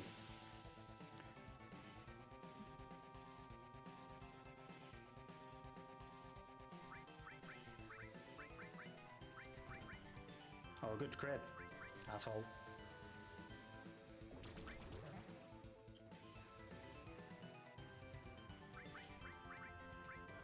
Oh, again to Tifa.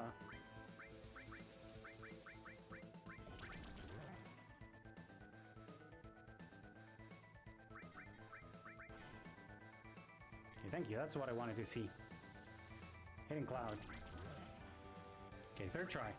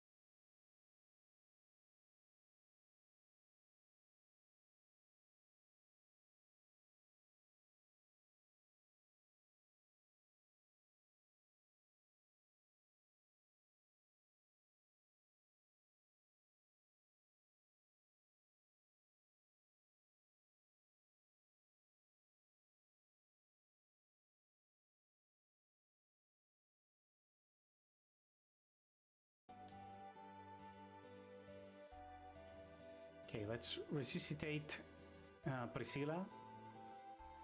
You have to do CPR. That's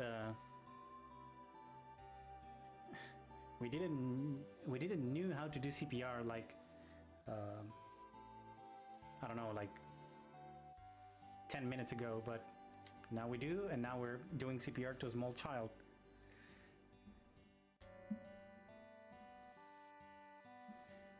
Okay. Again, I'm sorry for all the, like, my OBS problems. I don't know exactly what it is. I changed servers, so maybe it was an unstable Twitch server from my end. So we'll see how it goes. In the meantime, we just killed Bottomswell, and now we're trying to revive Priscilla. That was a lot of time underwater, and her lungs filled with water.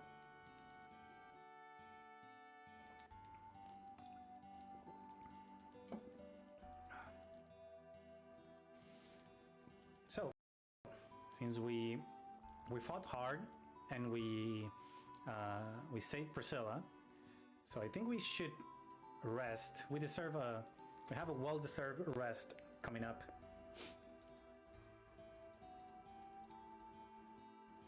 And this place looks cozy. Looks good. Okay, so another instance of the second option that we need to choose. Gonna be prompting to sleep or not sleep. So second option is sleep, and we can move on with the story.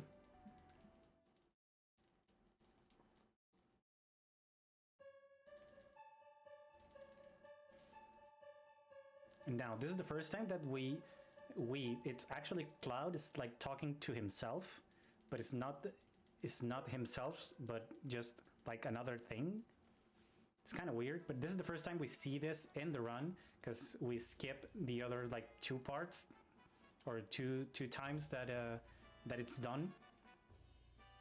We skip it with the guard skip, so we're not seeing that part of the story yet. Yeah, we woke up and we have some lively music going on.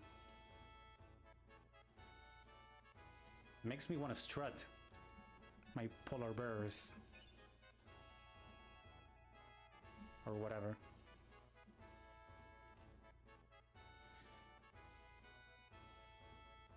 Okay, I think I can buy. Okay, I'm looking at my shop that I have to do right now. I think I can buy extra things. I'm gonna buy extra high potions for this. Maybe an extra Phoenix down.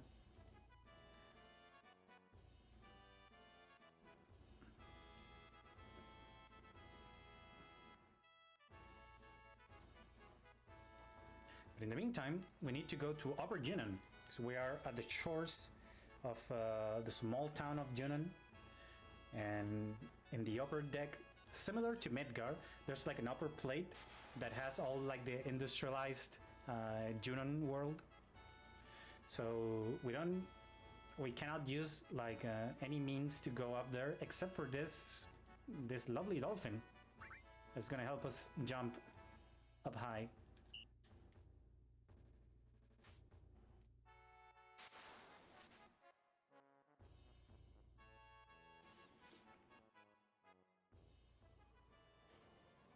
Now we go to the upper section of Junon.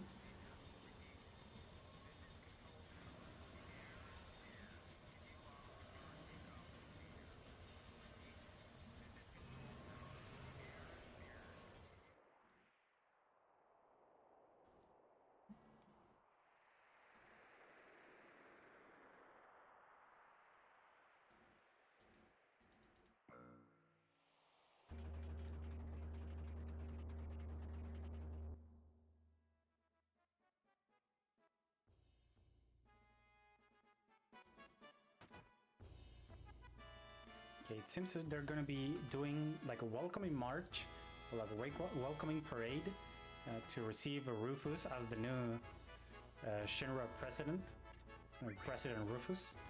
So they think we are part of the group, so they make us change clothes, and now we are a Shinra grunt.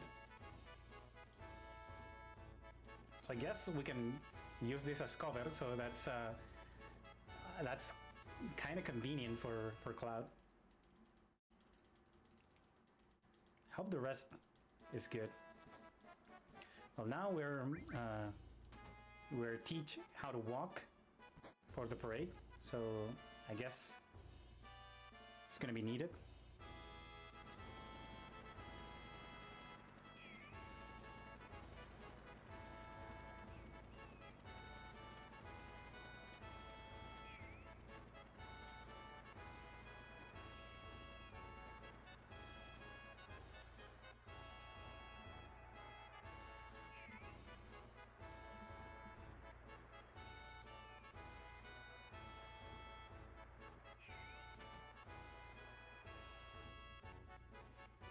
Okay. So everybody, it's time for you to meet Junon.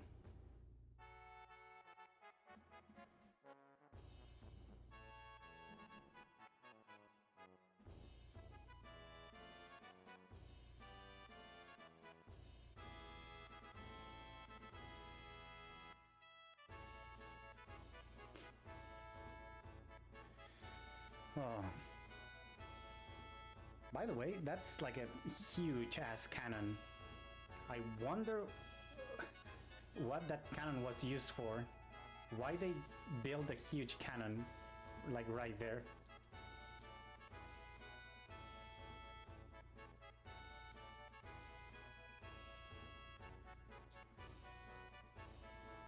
Okay.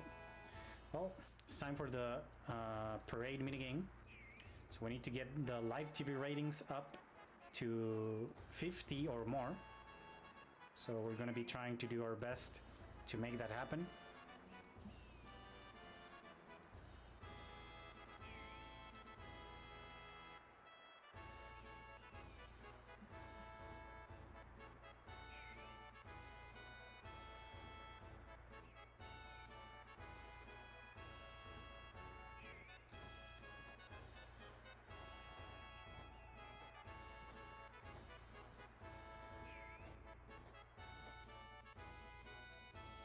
Okay, we got good points, so we're gonna be getting 5,000 gil. And we need that to keep going with our shops and buying everything that we need to buy. If we don't get 50 points or more, we are granted with the 6 ethers, and 6 ethers are not as bad as 5k. If we sell all the ethers, it's 4,500 gil, so it's just 500 less. But I'm taking a lot of safeties with the money in this run, so we should be good no matter what. We got the 5k gil, luckily, because we had a good starting point for the parade. Sometimes you can get like really bad RNG, because before we even are able to move, live TV ratings are moving, so they can also be moving like down a lot, like even lower to lower than 20 points. So that's a really tight one to get to 50, but usually you can get to 50 with almost every initial TV rating. It's clearly aimed to Wutai.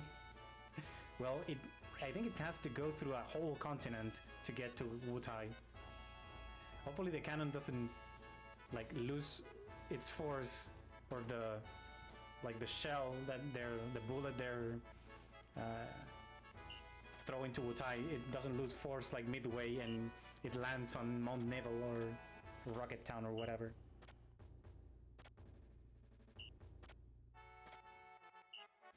And now we're learning how to move to say goodbye to President Shinra. And here we're coming across another big important second choice that we have to make, because if we choose the first choice we are going to be doing this tutorial again, and that's kind of annoying.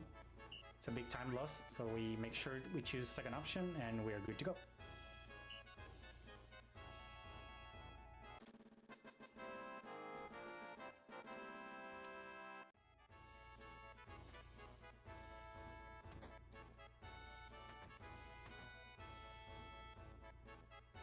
Okay, now we have to do a shop here.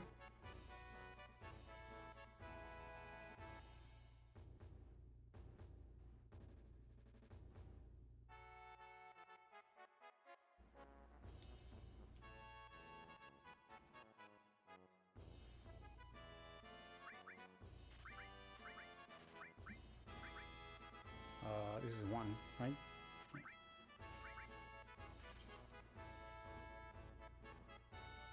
Okay, we got a few items we're going to be using, and now we're getting another enemy skill materia. We haven't learned any enemy skill yet, but we're going to be using them soon. Say goodbye to Doggy, and we're moving on.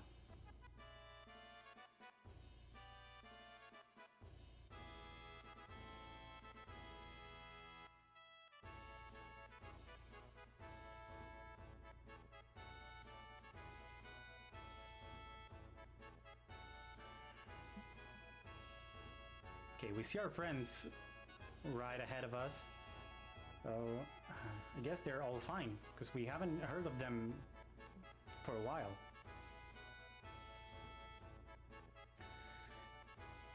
Okay, let's go for the send-off minigame.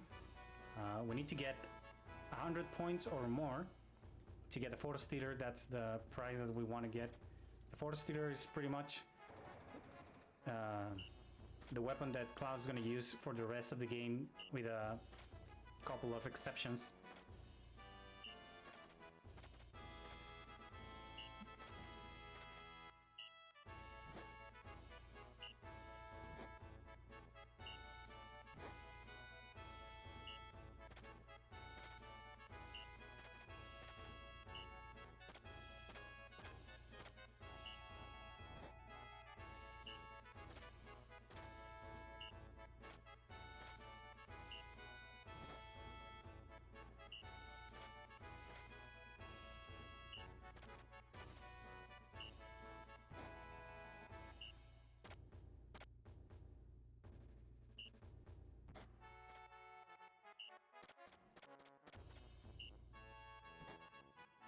We go do our special, and we are good to go. This game is another instance of RNG. The captain there can choose to give us an action, like hitting a face button or move left or right, and it can skip an action. But we need enough actions to get. The minimum is 70, because the special gives you 30, and that's like getting 100 like right on it. But if you want to be safe, you can go up to 100, 110, and then just do nothing.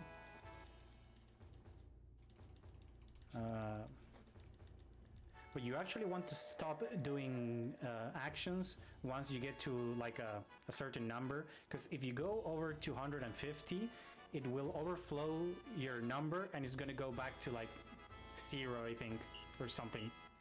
So that can give you like the worst possible option of an item, and that's really bad, because you want the Force Stealer, because the Force Stealer it's like one of the key items, the key weapons for Cloud. But now that the send-off is over, we are going into the boat to cross the ocean. Hopefully they don't shoot at us, so the cannon is pointing right at where we are. But I think we're gonna be good. I think we are gonna be good.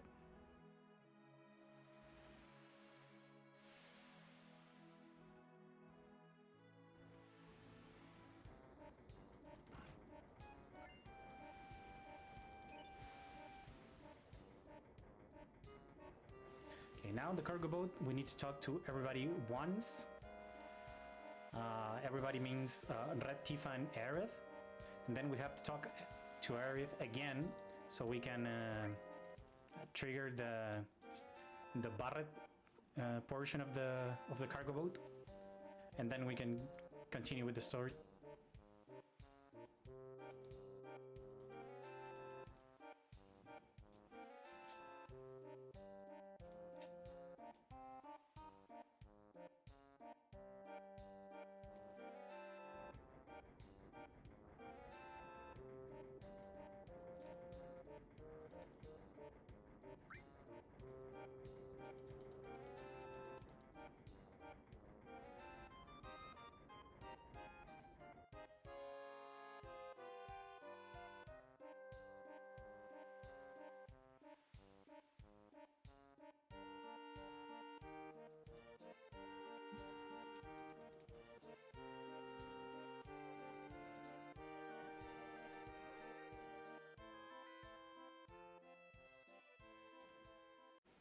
Okay, so the alarms go off.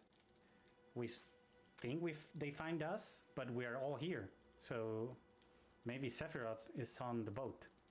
So let's see.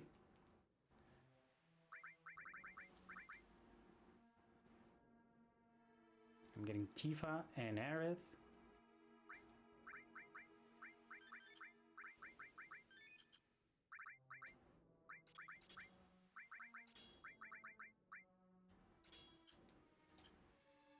Okay, and we're going to be doing the preemptive setup for Genova Birth.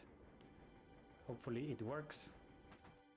Need to bonk there and just go up. It's pretty simple. The setup is really nice. And if everything went well and we didn't mess up by reloading our save for a calm skip all the time, we should be good to get the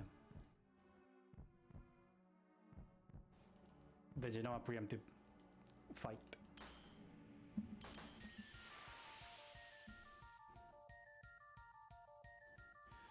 Oh, okay, I guess I messed up with my movement, so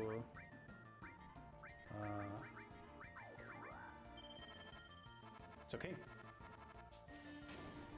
Yeah, it should have been my exit for the mines. I think my exit was kind of wonky, like I walked like a few fractions extra. But it's fine. It's fine. It's not a big deal. It costs like 15-20 seconds, I think. The fight keeps being like really nice. Yeah, it's not like this setup. This doesn't rely on the danger value, so I guess it's fine. Oh, okay.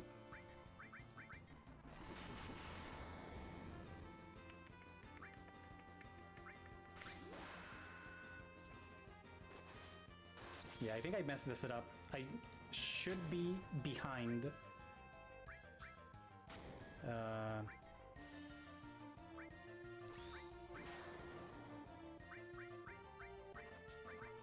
I should be behind in steps, like a few fractions behind. I think I have enough grenades.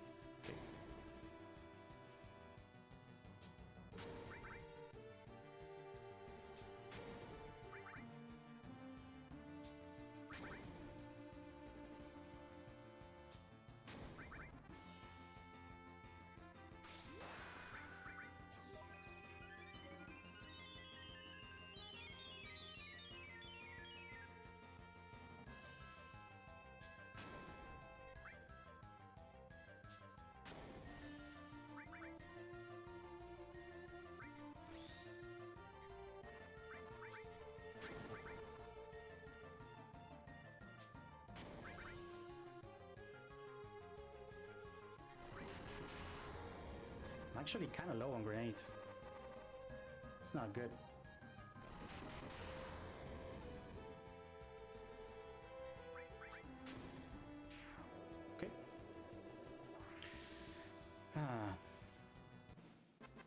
So, how many bravers do I need? Because I was not counting. So, I said that I need 8 bravers to get Crosslatch. I need Crosslatch before getting into the Temple of the Ancients. I think I'm on 6 bravers. Maybe. But I'm not sure. Okay, so I got 1 on God Scorpion. I got 1 on God Scorpion. I got 1 on Apps.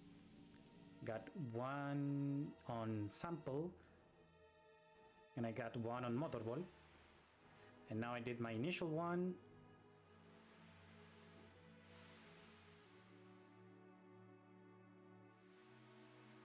And I did 1 extra.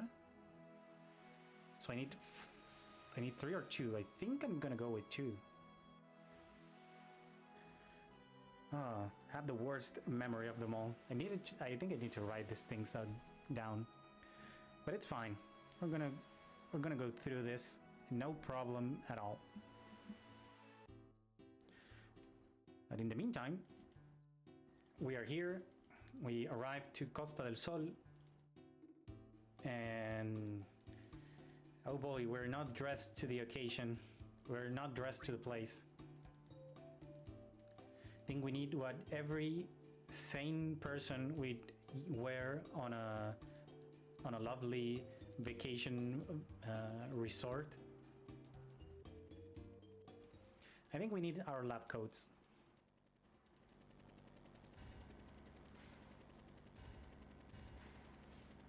Okay, by the way, for those who don't know, for those who doesn't know this is a really dumb thing that it's on the game, but take a good look at the guy in the back, like next to the helicopter, the red guy. I think he needs to eat something more, because the helicopter goes and makes him flew away.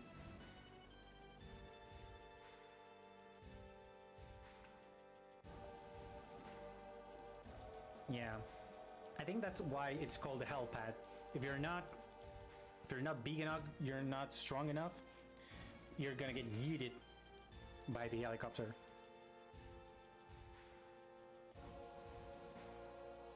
Yeah, I guess only helicopters land on the helipads.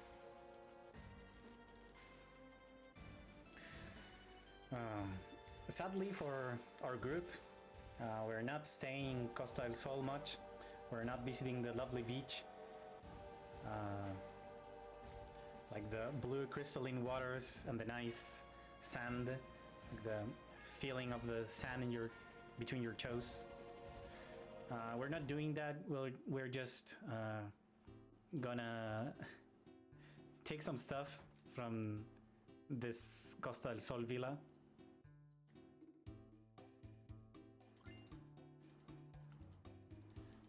Luckily for us, this guy lets us take everything, so it's not robbery. We're not stealing from anyone. We're just taking it with permission, with consent. And now on to another wall map.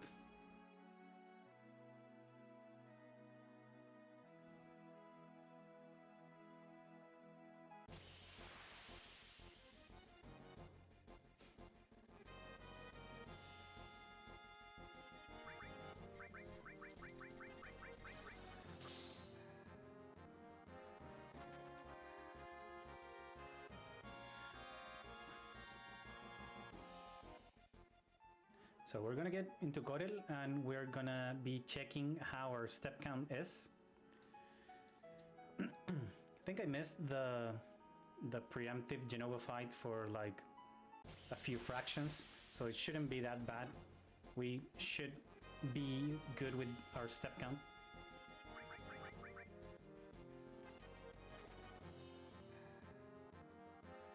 Okay, we're getting the eggs. It's a well-known enemy for this game.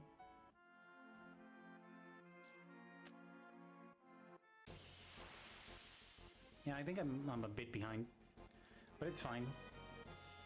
Nothing big.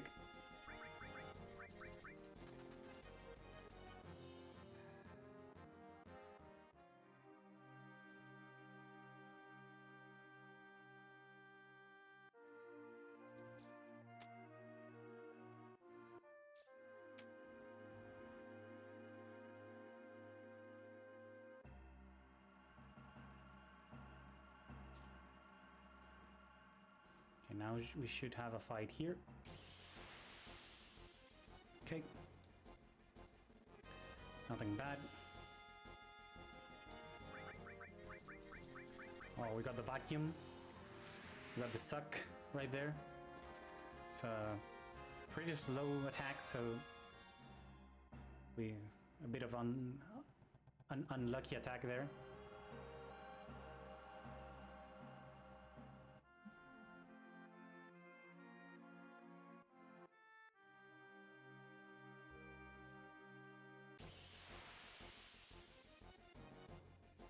Okay, after this fight and jumping the tracks, we will be walking 12 steps.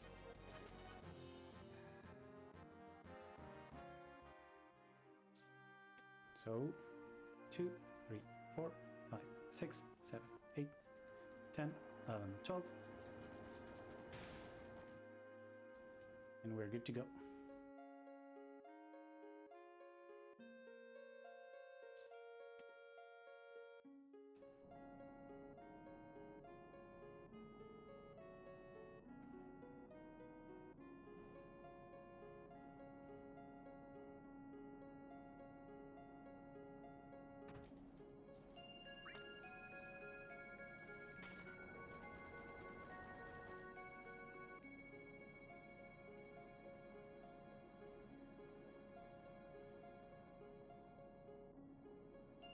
So we're crossing everything that is here in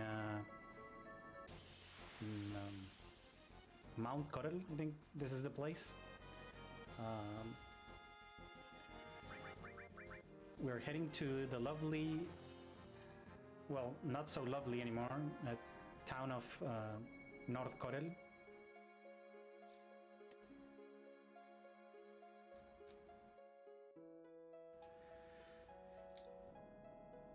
And that it's home of one of our friends.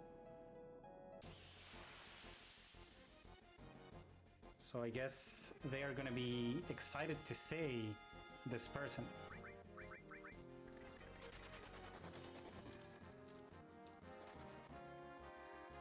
Okay, now I have to walk 10 steps and a half. So it's gonna be 10 steps and a bit more. 2, 3, 4, 5, 6, 7, 8, 10 and a bit. And now for the next enemy. This next enemy coming up is the bomb. It's literally the bomb encounter.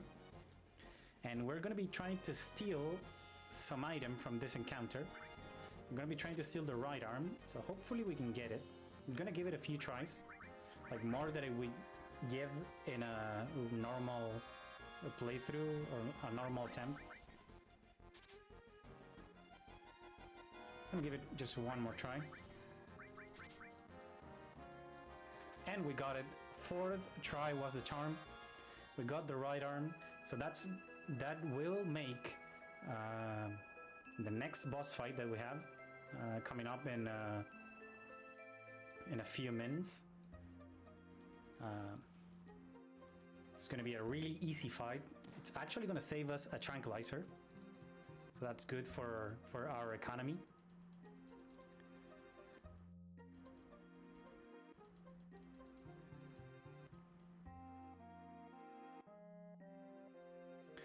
But in the meantime, we will be selling some items, we will be selling a materia, and we are going to be buying some Molotovs. This is going to be our next, the ethers, the motor drive, and the old materia, this one. I'm going to be buying 26.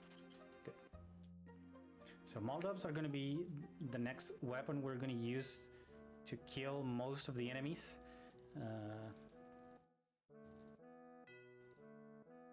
For the next few hours of the run. But now, yeah, we noticed that Barret was known here, but he was not well received. So he's gonna start to tell us the story about how Corel was like a coal mining town, and how Shinra wanted to build a reactor in here. And how everybody but one person was in favor of doing the reactor. And this person that was against the reactor was Barret's best friend, and his name is Dine. So here we see everybody, and even Scarlet from Shinra was here to convince Dine that the Mako reactors are the future. Oh boy, little did they know.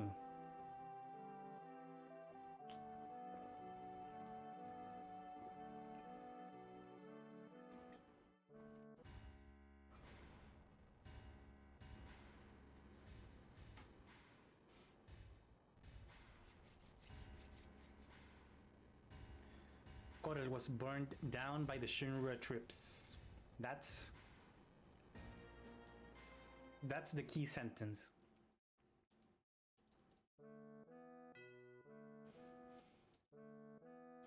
And of course, Shinra being Shinra, they're gonna blame it on the reactor or some accident or some stupid stuff. So, yeah. They have that thing that they go away with it.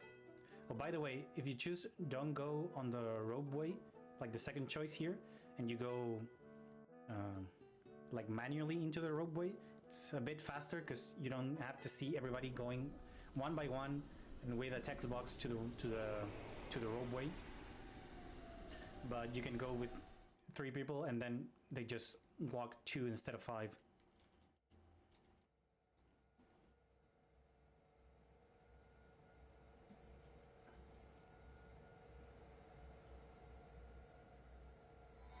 Hey, so we got to $2,000 for a child's play. Oh my god, everybody, thank you. Thank you so much for this to be happen. It's thank you for everybody who has donated so far. We hit our incentive. Sadly, we didn't hit it before the run started, so we cannot do the all bosses run. But after we finish the game and we see like the final cinematic, I can like boot up some save files from. I want to see if I have it here or in the emulator, and we can do some extra bosses for you to see, at least like the super bosses on the all bosses run. So you can see some fun things and some cool glitches as well.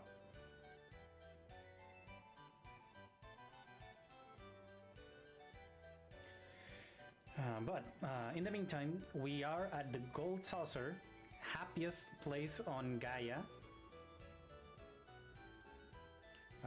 But it seems like Barret is not that happy. Well, with that welcoming that the Cuddle people got to him, I think it's fair that Barret's a bit grumpy.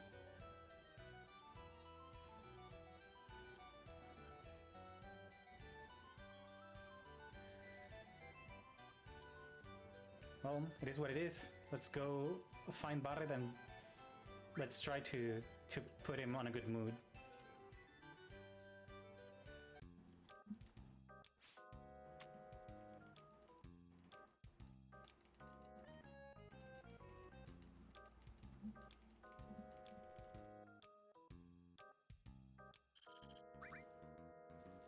Okay. Now we're meeting the fortune-telling machine known as Kite Sith.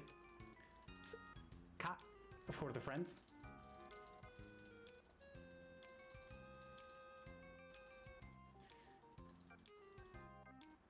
So this fortune telling machine is giving us our fortune, but it's kind of generic. It's like it's trying to make fun of us or something.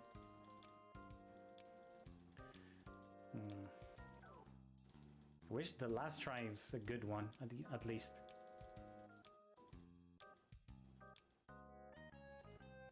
Wait.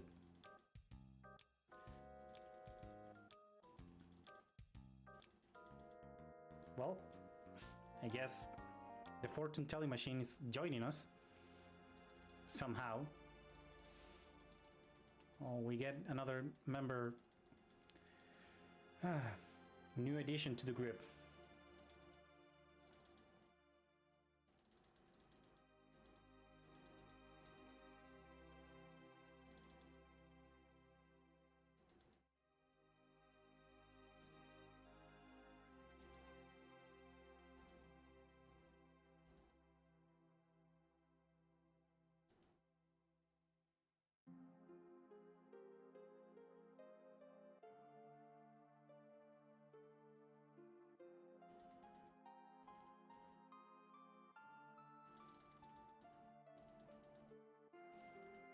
So everybody here is pretty dead, or wounded at least.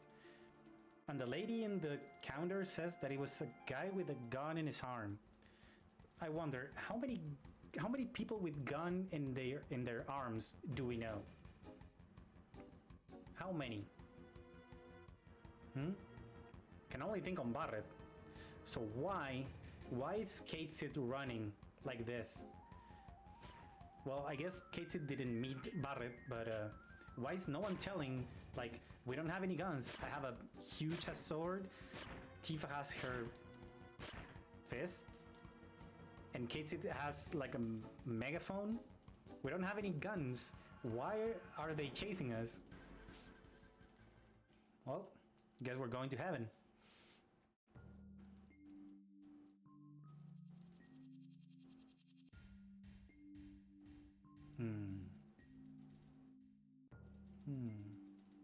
Seems like a bit dry to be heaven. Not sure. But hey, there's Barret. Let's go talk to him.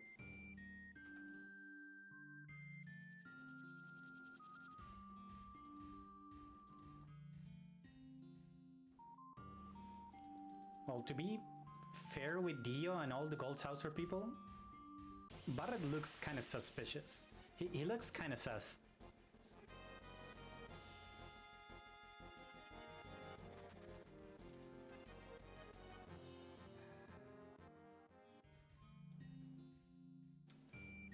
Okay, let's see what really happens to Barret.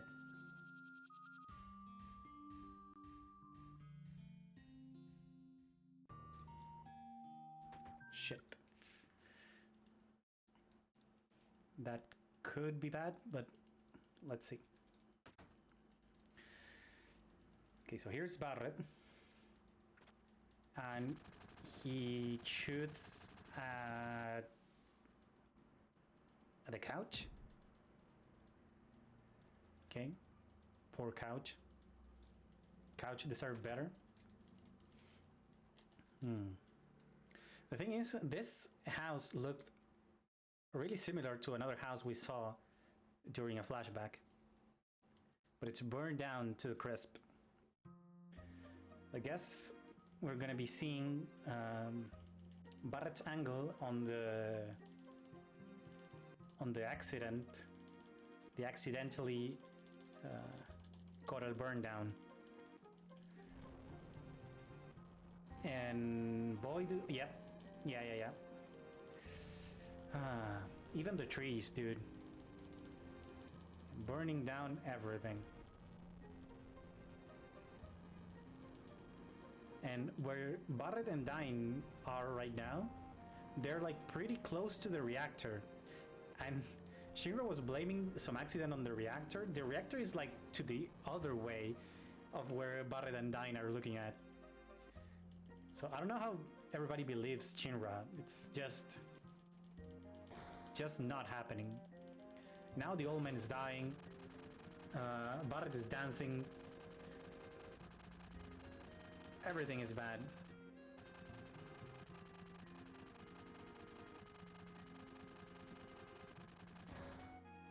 Scarling is knocking out people.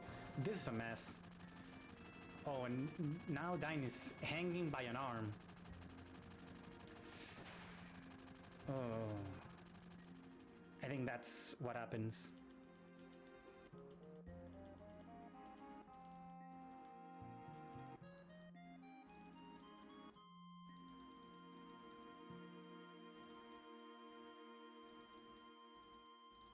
So now we know that Barret is not the only one that has a gun for an arm. We also know that Dine has one. So maybe it's Dine the one that's killing everybody. We'll see. But first, I'll be doing this and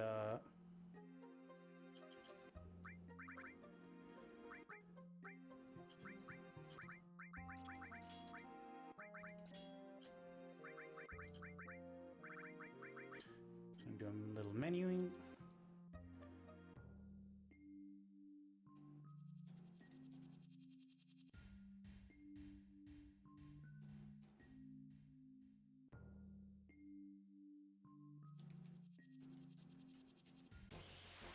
Oh, kind of far away from where it should be.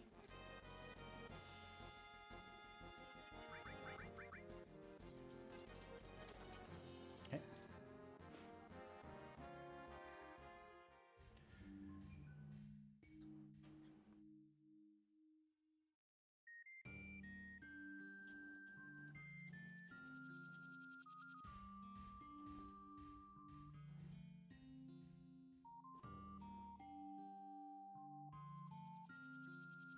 Now we need to farm a fight right here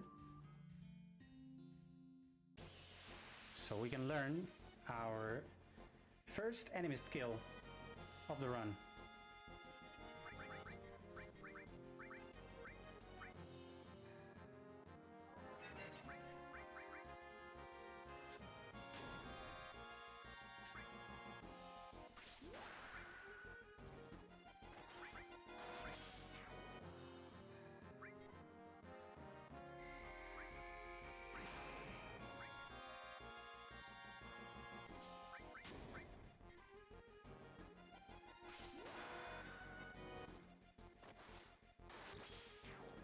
Okay.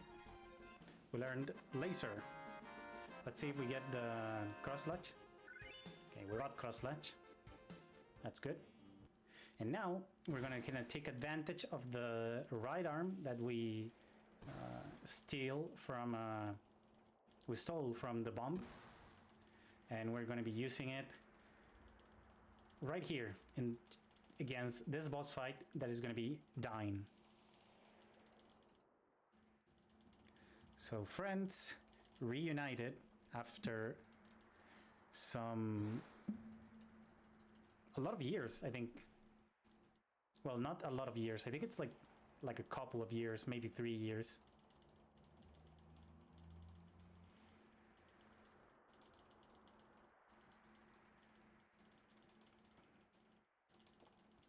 And Dine's giving his speech as how he's marked for life. He wants to destroy everything, even himself. How is everything bad? How he wants to get revenge for everything, including his wife and his daughter. And now we find that Marlene, the little girl we knew on Seven Heaven, is actually not Barret's daughter, but it's Dine's daughter. And Barret found her after everything burned down.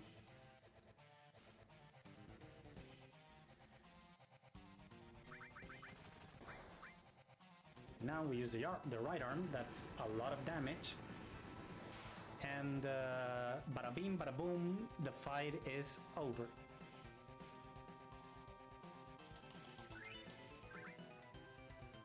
Yeah, that was a quick fight, after all.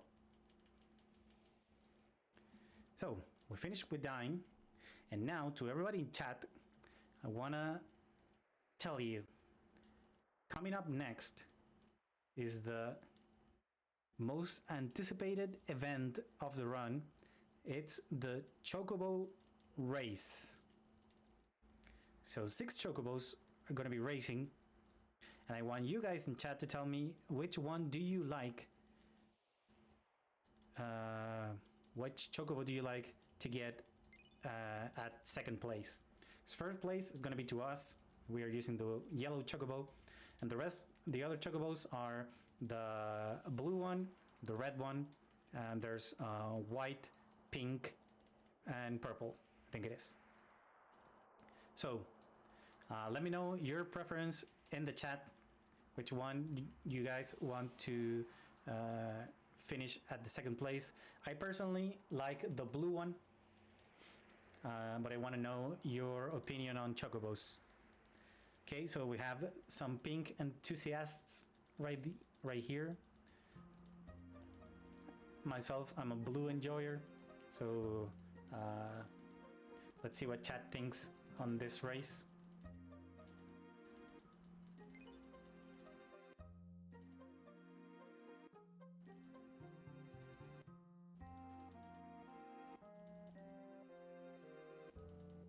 And after the Chocobo race, we will be setting up for one of the it's one of the big skips that were found like in the past, I don't know, like 4 years. We will be doing the, I think so famous Cosmo Canyon skip, or CC skip for short. So we will be saving before that, so we also get a safety save in case of messing up the setup.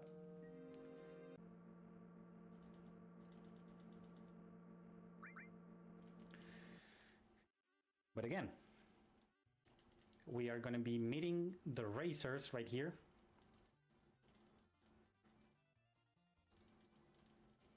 And we're also going to meet Joe.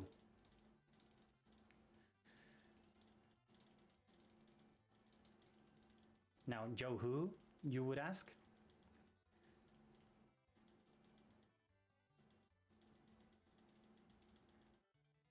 Well, it's only Joe. It's not, doesn't have a last name, so I think it's just Joe. Yeah, we have Joe, we have other 4 runners that are like playing cards while waiting. Yes, this is the life of a Chocobo jockey. Gonna be getting into position here to talk to Esther as fast as we can. Okay, I see now some purple enthusiast and another blue enjoyer, so I think on overall blue is the chat favorite. But let's see how it goes.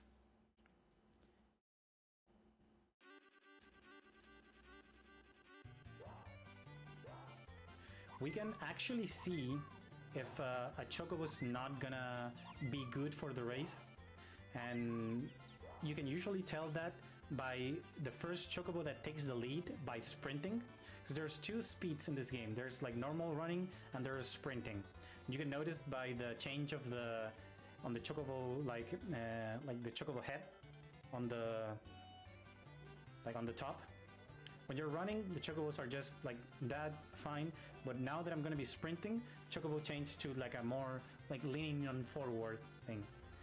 And pink took the first sprint, and usually the Chocobos that took the first sprint, they are most likely to not finish second.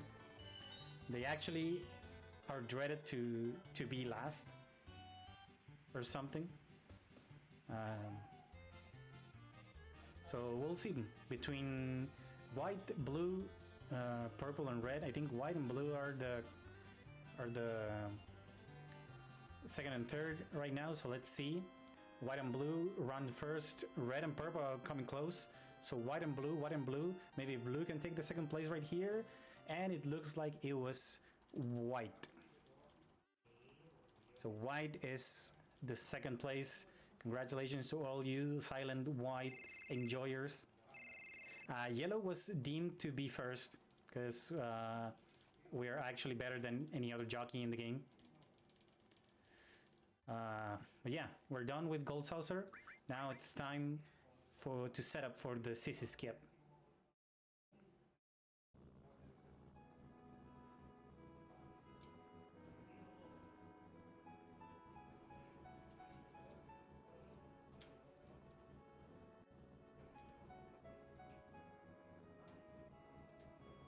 So now we only need to move in cardinal directions, like left, right, up and down.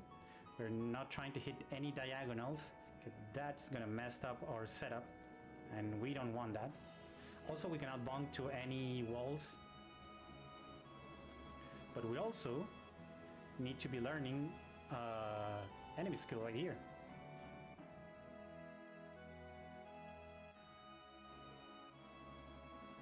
And since this is a warm-up encounter, we cannot manipulate the fight that we're gonna get. So we wish, we pray for the right fight and not the egg.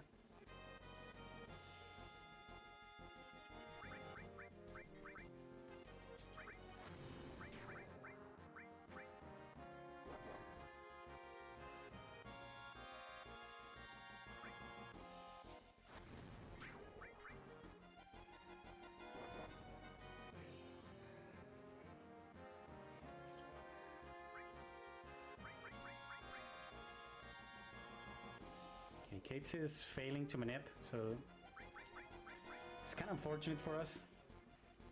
We need the manip because if not, we cannot learn the enemy skill Big Guard right here. But it's one of the most overpowered enemy skills, and we're going to be using it throughout the whole rest of the run.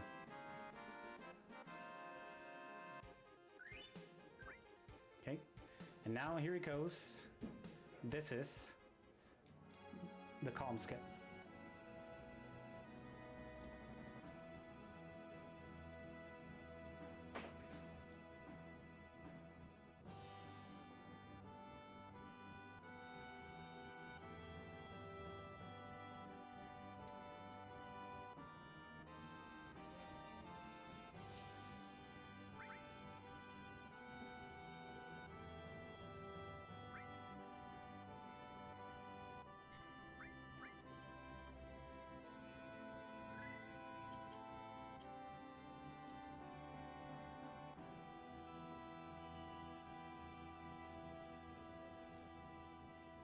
And right there, with that exact movement, we skip the breaking the buggy trigger, and we can go through the planes without the buggy to be broken.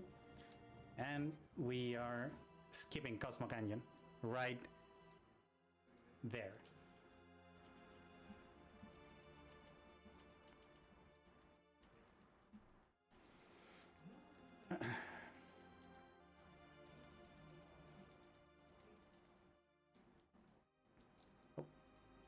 Was not holding my run button. Luckily for me, this is not an hostile field map, so I'm good with that. I need to do this and heal everybody. And we can go. So, I'm gonna be also saving here. Because coming up next is a boss fight that could be kind of tricky, could be kind of difficult. I'm gonna be trying to save my steps. Even if I don't save my formations, I'm gonna be trying to save the step count. So let's see what we can do.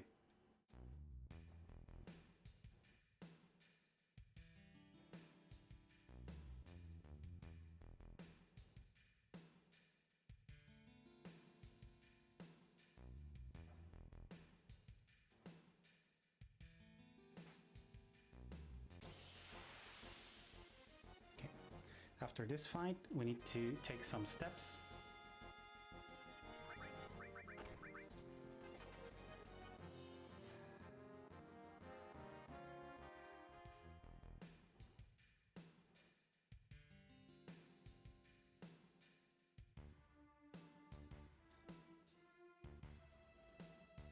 now we are going to be setting up for the next fight, that is the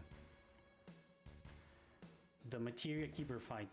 Now, if you don't know what this fight is all about, you haven't seen any speedruns of this game, I'm gonna let the fight happen and then I can explain what happens. But let's see. Let's set it up for it first.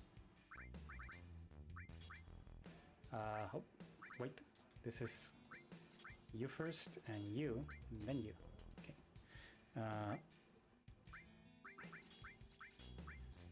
All store sense and enemy skill. You also get enemy skill. Oh. Okay, so level 12.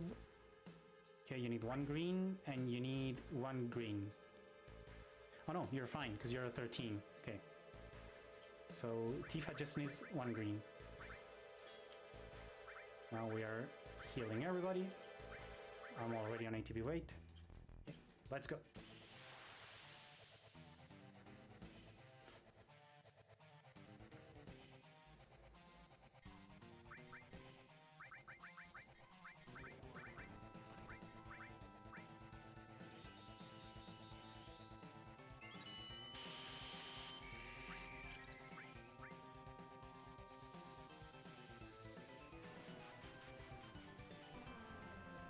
Okay, unlucky. We need Mimi to stay on Cloud.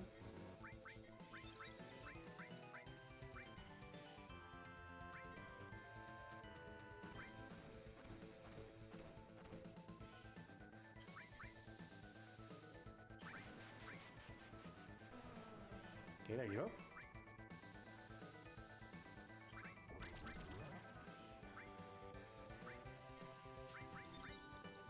Okay, we need Bio to stick and for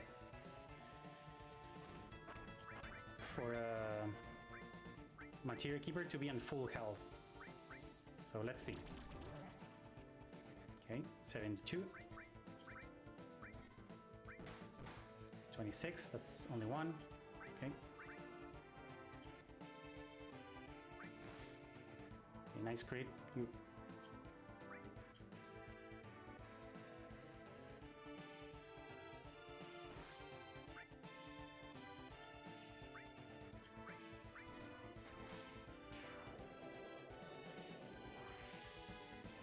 And there you go.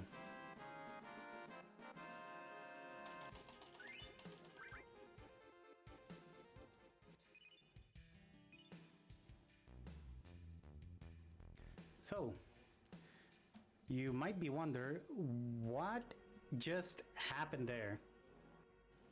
Like, actually what just happened there.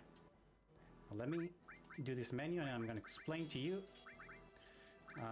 Get poison and restore, elemental, Ifrit, long range counterattack, and you get another enemy skill. Yeah. Where's my tent? And there you go. So what happened there is there's a mechanic in this game called the Lucky Sevens, in which any oh shit, I got a pincer. Okay, let me just go through this first.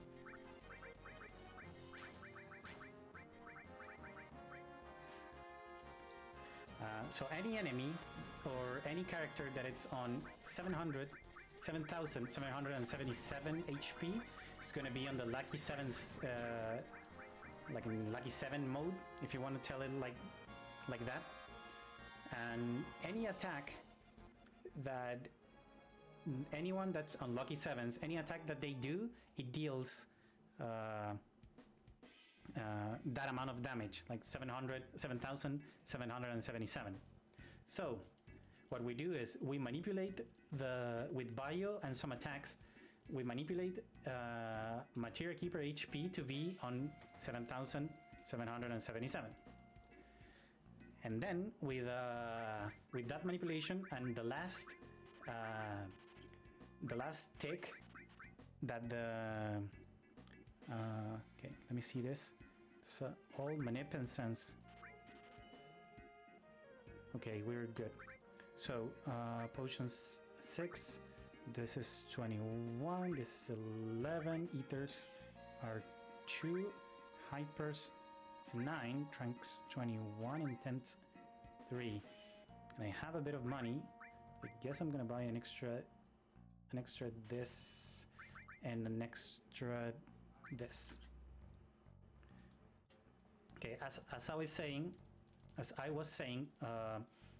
we used that manipulation of HP to get Materia Keeper into lucky 7s, and the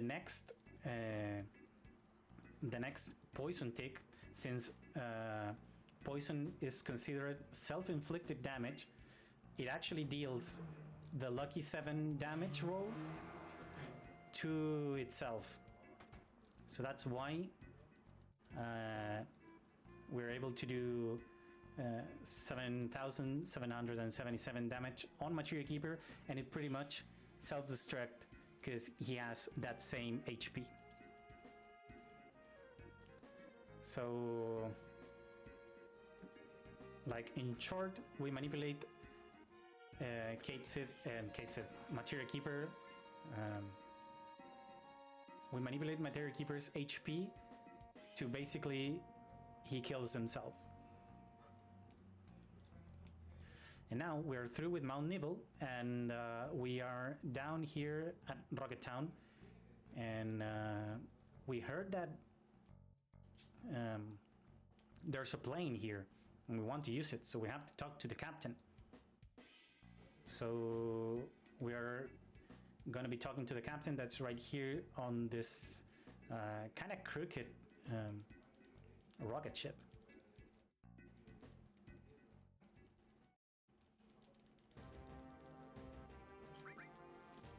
We're gonna name the captain C, and we're gonna listen to what he has to say.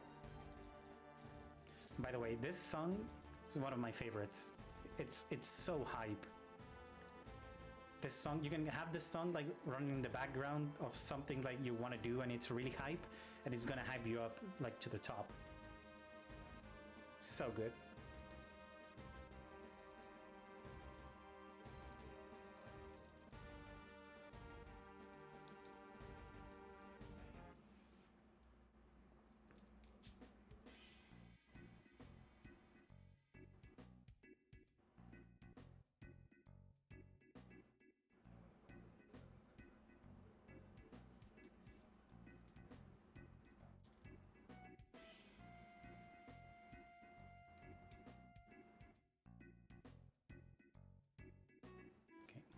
So we're back to the town, and we're gonna be talking again with this lovely lady that has the plane, the tiny Bronco.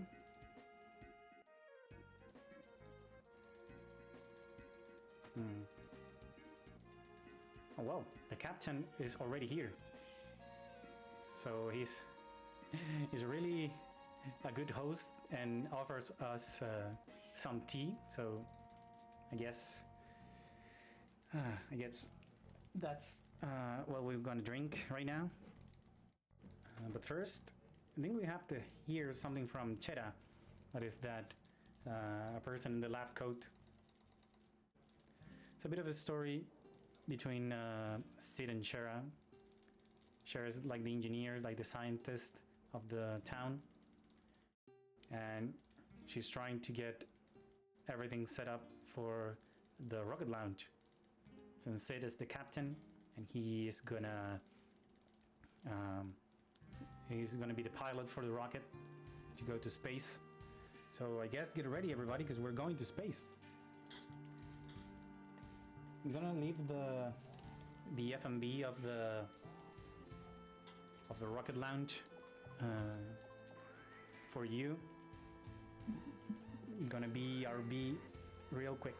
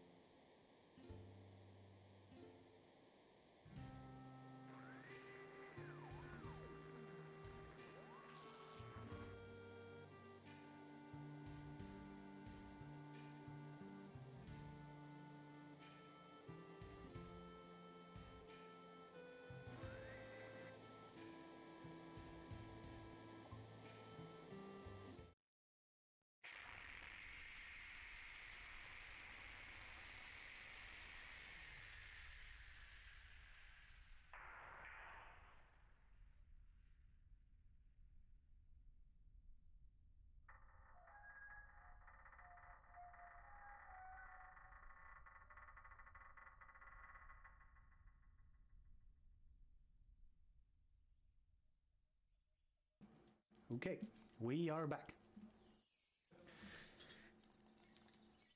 So, we saw that actually we never went to space.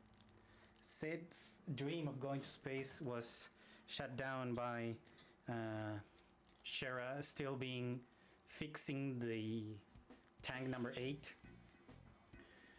I wonder why they had to rush the start if Shera needed like a few minutes to fix the tank.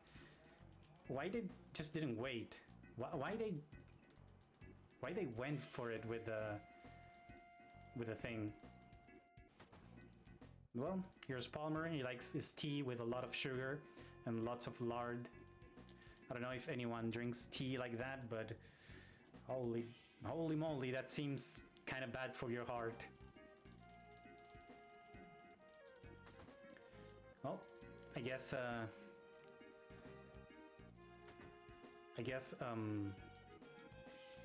tea was a decoy because Mr. Lardy Boy is here and he wants to take the tiny Bronco, so we also won that. I guess we're gonna have to beat him up for it.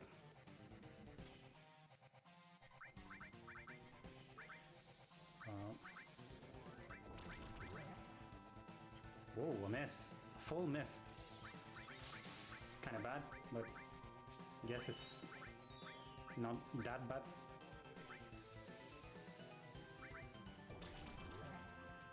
Okay. That was not first try, but it was like kinda... It was the first bio that went through, but it was not the first try of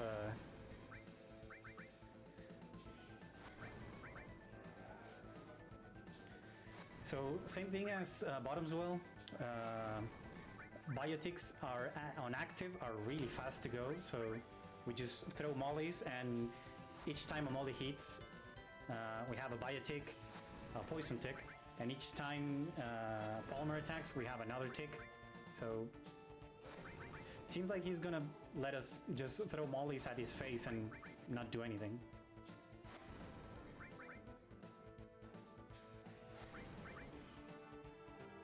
Yeah, pretty much. This was a, like, with the exception of the biomiss at the start and a few potions, this was like a really fast fight. It was really good.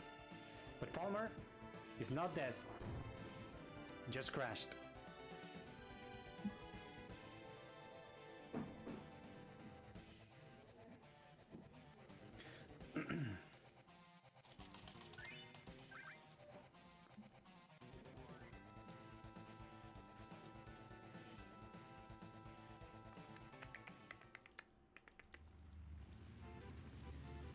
Now we are going away.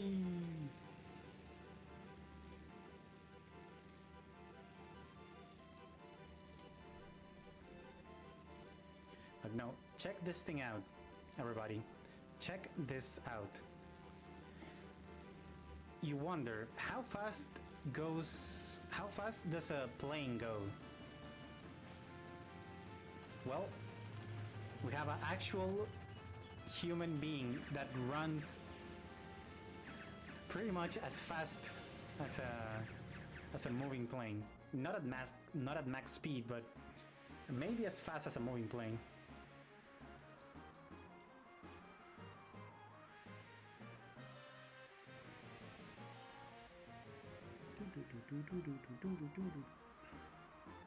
So everybody hold on to your drawers and don't piss in them.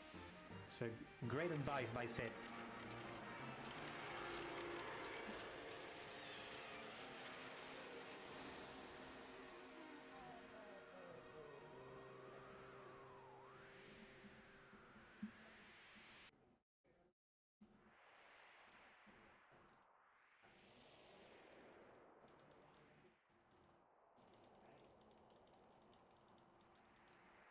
Shinra plane speed. Yeah, with the planes going at running speed. Yeah, they can't have Shira to fix everything. So Yeah, Shinra Engineering, it doesn't seem like really good. Maybe they specialize more in like cannons and destructive things instead of just planes and technology overall.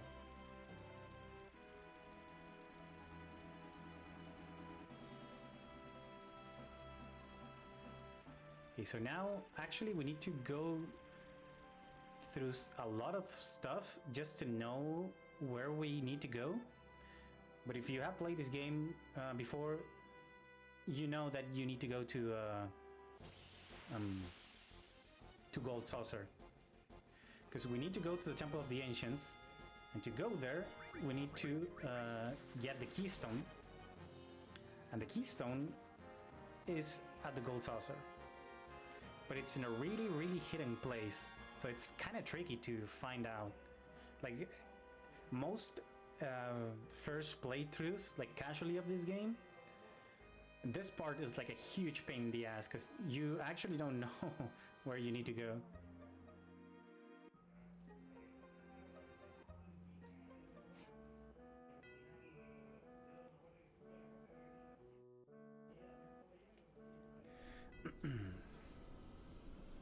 By the way, if you hear some like some voices through the mic, it's my roommate. Just in case, so you don't think it's somewhere around your place or whatever. It's just from the stream, so no worries.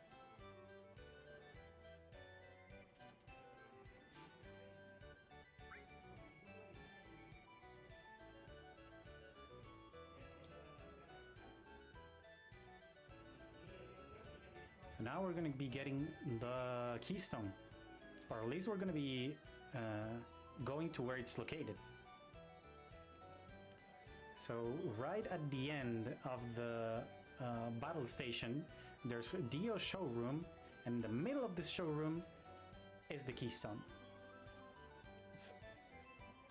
Dio has it for his collection. We just need to borrow it, but Dio accepts only on one condition, that is entertain him. And he wants for us to go to the battle arena to fight some enemies. So let's give Dio the best show that we can.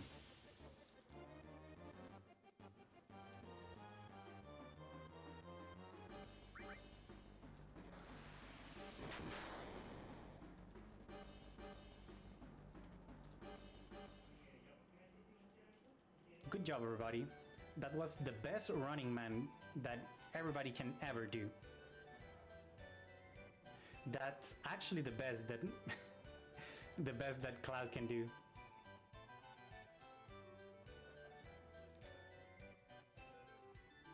So we have the Keystone. So I guess we're just leaving, right?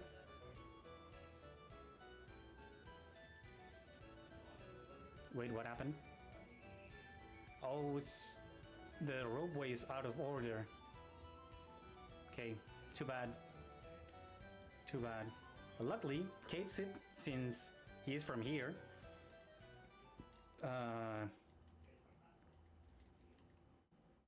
Katesip knows some people around, and he can get us a room at the hotel. So now Cloud is gonna explain, like really quickly, what is going on, especially to the new ones and to the old ones that haven't like Barret says that he hasn't understand, and he has been here from the beginning. So like Sephiroth is looking for the promised land, and also Shinra's looking for the promised land, and it seems like the black materia that's on the Temple of the Ancients, it has something to do with the promised land.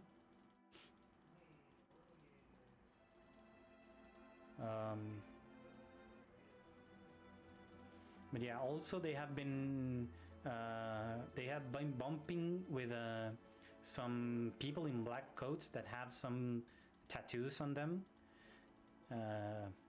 Maybe they were put them by Ojo, and Red 13 is kind of scared because he also has a tattoo, so he might go crazy.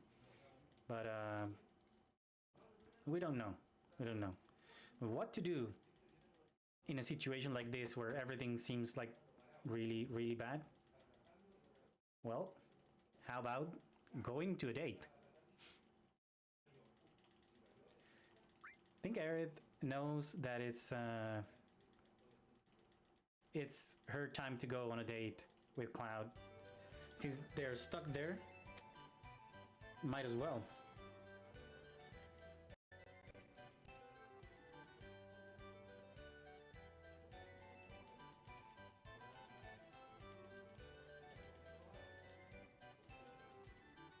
Okay, I don't know if my capture card is getting crazy or if it's my cables. But I think we're fine.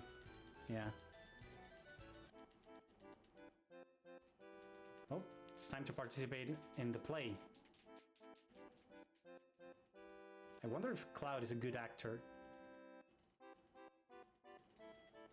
He looks kind of edgy, but he also seems to be kind of shy. So let's see.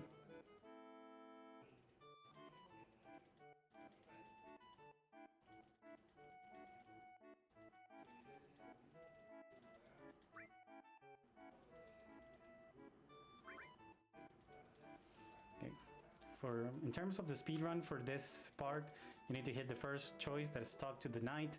Then we need to know how to defeat the king, and that's second option twice. So that's the fastest way of finishing this play.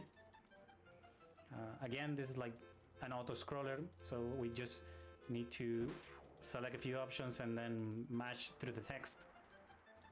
Nothing much to do here.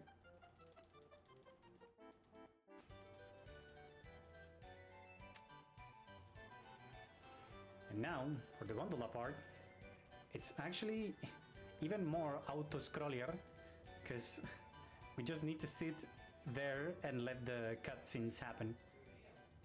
And then we have to mash a bit, but it's nothing much. We just need to wait for this thing to be done. There's actually I remember watching the tasks for this run not long ago, and there's actually RNG involved in this for how long this section of the gondola lasts. I think it's defined by the internal RNG of the game, but I don't know further detail. I only know that the RNG of the game affects how long it takes to get to this cinematic. But I think it's like maybe a difference of frames, maybe a few, like a couple of seconds. It shouldn't be much, shouldn't be that different, but it's a little thing that it's there.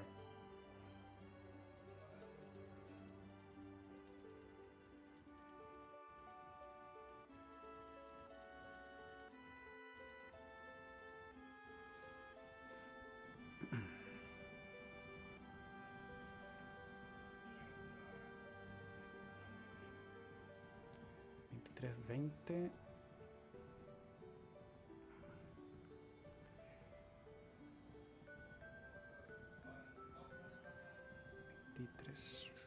23.20. Thinking on a shop right now that I need to do. So 23.20, it's 22.75. So 22.75, it's 26.75. That's okay. Between 22 and 26.75. So 23 or 24 is good in money. Okay, Kate's it. Just chilling. Little do you know, Katesit has the keystone, so he goes to the battle square. Okay, let's go to the Chocobo square. In this part, you're supposed to chase Katesit around the whole gold saucer. But if you go just right to this part, this is the last part where Katesit should go. If you go straight to here, you can trigger the rest of the story right away, with you not going like everywhere around the gold saucer. So now we find out that Katesid is actually a spy from Shinra. And he can tell us his name, his actual name, who's controlling the stuffed animal. And the only thing he can do to go through this is Shinra has kidnapped Marlene. So I guess we have to go with it for the sake of Marlene. But a spy is a spy, I guess. Okay, grab this elixir that it's right here, kind of free. And we are gonna be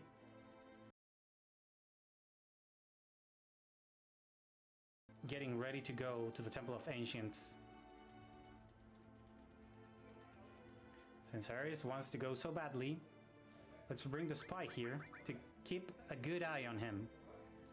We don't want this spy to be doing some shady things around, so we better take him with us.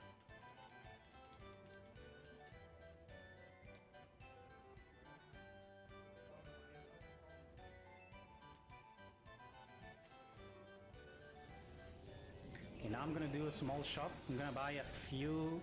I'm gonna sell a weapon that I got on Rocket Town. I'm gonna buy a few more mollies to be safe, and I'm gonna buy some other safety items. And I need to be around like 2300, 2400 with the money that's because the money in this game is routed like completely until a big shop that we need to do on disc 2 actually. So it's a long thing that it comes.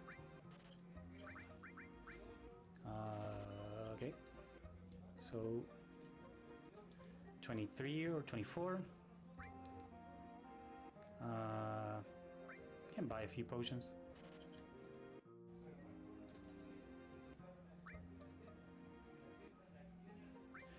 Now I need to buy a soft. Okay, we're good.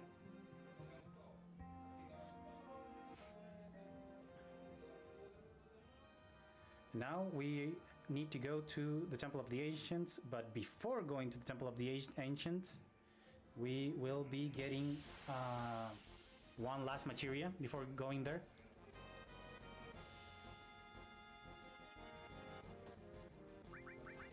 Flying sickle to Aerith. Thank you very much. Aerith being low health there, it's really good. It's really good.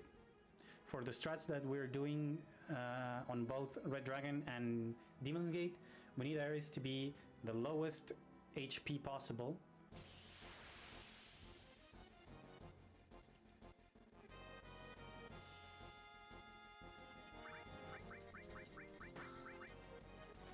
Okay, good.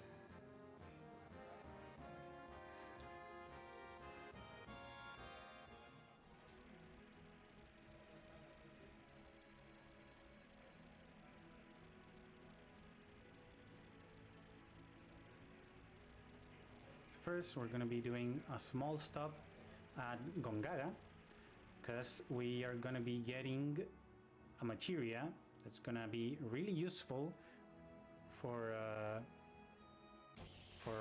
disc 2 and the rest of the game.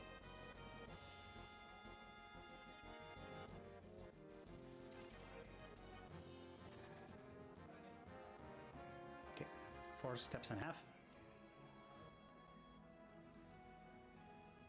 That was almost 5, but it's fine. We get the Death Blow materia. It's going to be really helpful.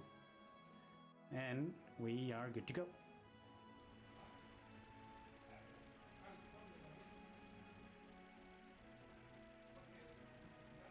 Now I'm going to be really careful. And I'm going to farm a fight before getting into this this forest, because this forest can be, this forest is home of one of the scariest fights for this route. It's a pincer that makes, it's a pincer with a bunch of bugs that makes you go into berserk and you cannot do anything, and you will most likely die for that fight. If you don't die, then you will be losing like between 2 or 3 minutes. So to be safe, we just farm a fight right there, and we use the safetiness of the danger value being really low for the forest to enter and not getting a fight. So we're here at the Temple of the Ancients.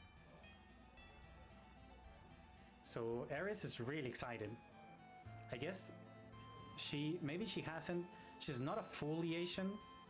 I mean, she seems to be an ancient, but it's she can sense, she can feel things in this temple that no one else can feel. So like, she's really excited, but she's really confused as well. It's the first time that she's experiencing all of this stuff in like a larger scale, because once you meet her, she tells you that she can hear the planet, but only on the church where you meet her, the things that we skip as well. So I guess she's being like overloaded by things right now, so that's why she's like really excited. But we're gonna be using the keystone that Sang gave us. We don't know why Sang is like wounded like really badly there, but he gives us the keystone, and we can enter now this really big maze-like place that is the Temple of the Ancients.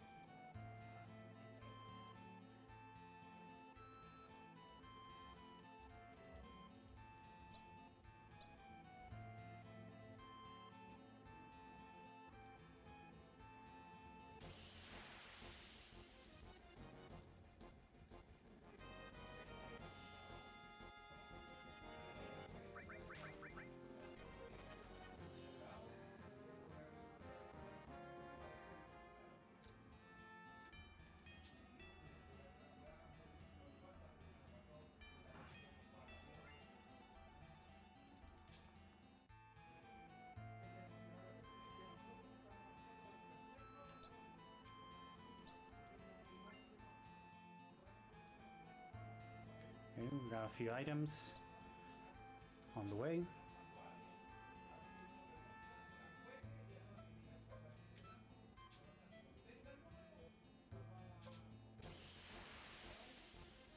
And now we need to walk 6 steps. The only bad thing about these steps is that we have to walk them pretty much without seeing Cloud. So it's gonna be kind of winged it.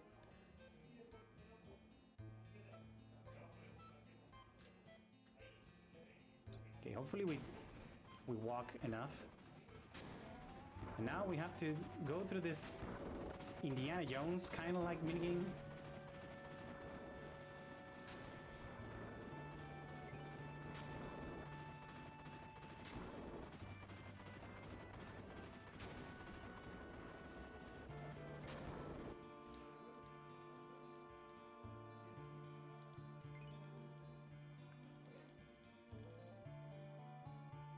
Now, Eris is sensing some crazy stuff over there, so I guess we have to follow her. And we need to be in this like pool of, I don't know what it is, energy, consciousness, not sure. But Eris seems like completely into it.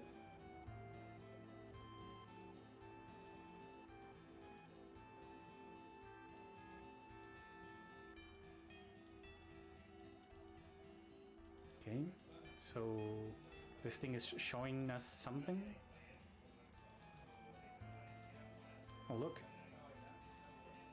that's Elena that we haven't met, but we should have met on the Mithril Mines, but we skip it because Calm skip. It's Elena and Seng. So Seng seems fine there. So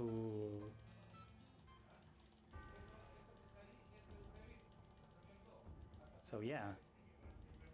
Oh, well, there's Sephiroth.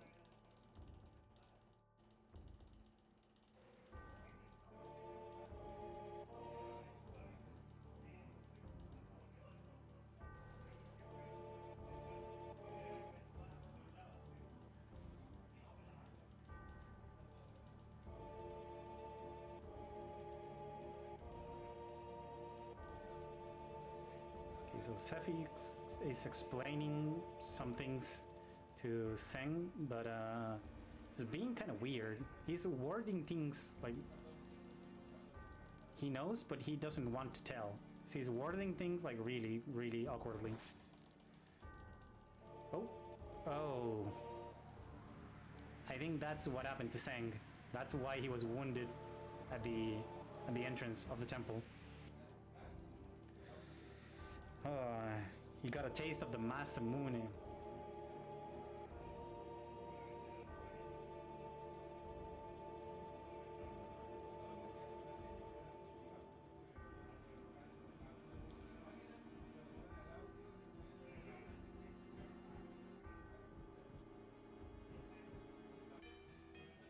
Okay, now we are at the clock room.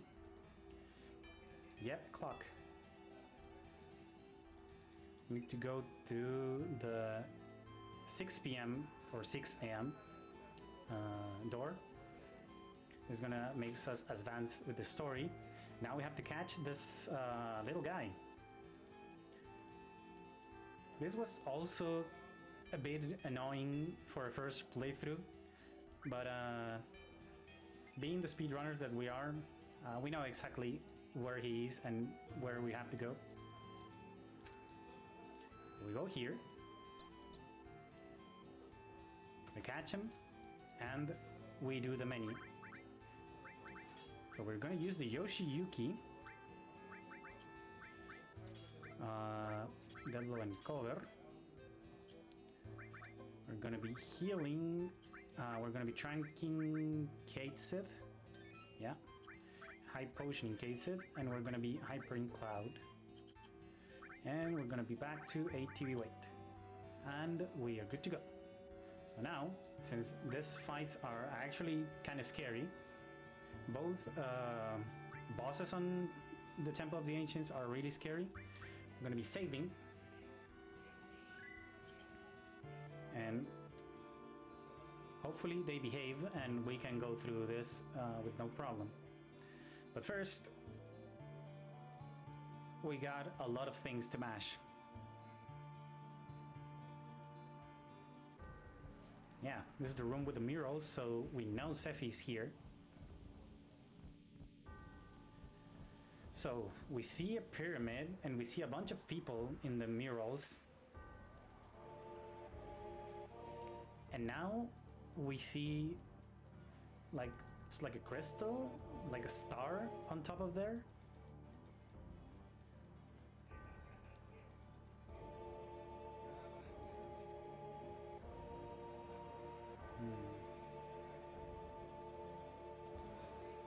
And now we see the crystal on the hand of someone and looks like a meteor or something. The murals are clearly telling a story for us, but it's a bunch of drawings. But now the murals, oh, everybody's on fire. You can see in the murals that everybody's like on fire. So the story that the mural was telling, it was the black materia was praised by the people. Then someone used the black materia and summoned meteor, and meteor came down from the sky and burned everything down. So it looks like Sephiroth wants to do that for the planet, but since he knows things, we skipped Cosmo Canyon, so we actually haven't seen this thing, but People in Cosmo Canyon explain us that if there's an injury on the planet, like energy, like life energy from the planet will reunite there to heal itself. What Sephi wants is that he wants to create a massive injury for the planet, so a massive amount of life energy will gather there where the wound will be, and Sephi wants to be there when that happens, so he can like absorb or get all the life energy of the planet, and with that he can become like God or something like that. So he wants the black materia for that. He wants to summon Meteor and then like get all the life energy for it himself and became God. At least that's what he was explaining.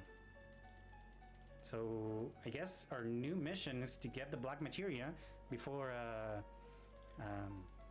Sephiroth does. The thing is, we haven't found the black materia, so I wonder, where is it?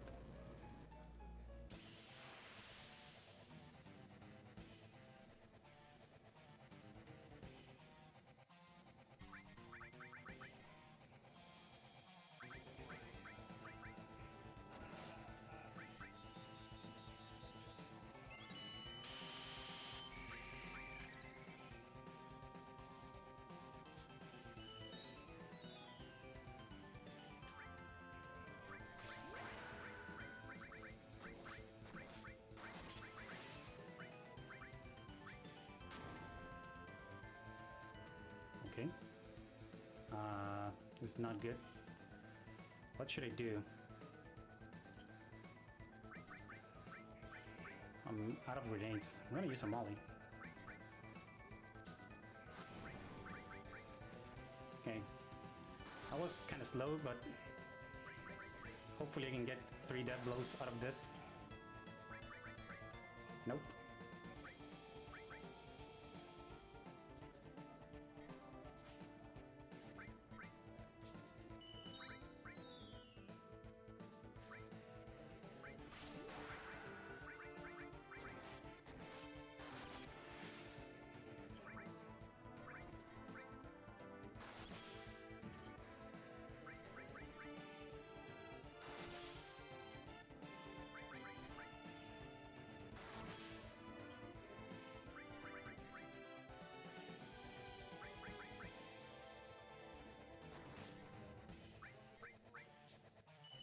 I think he's gonna be dead in this death blow. Maybe in this cross latch even.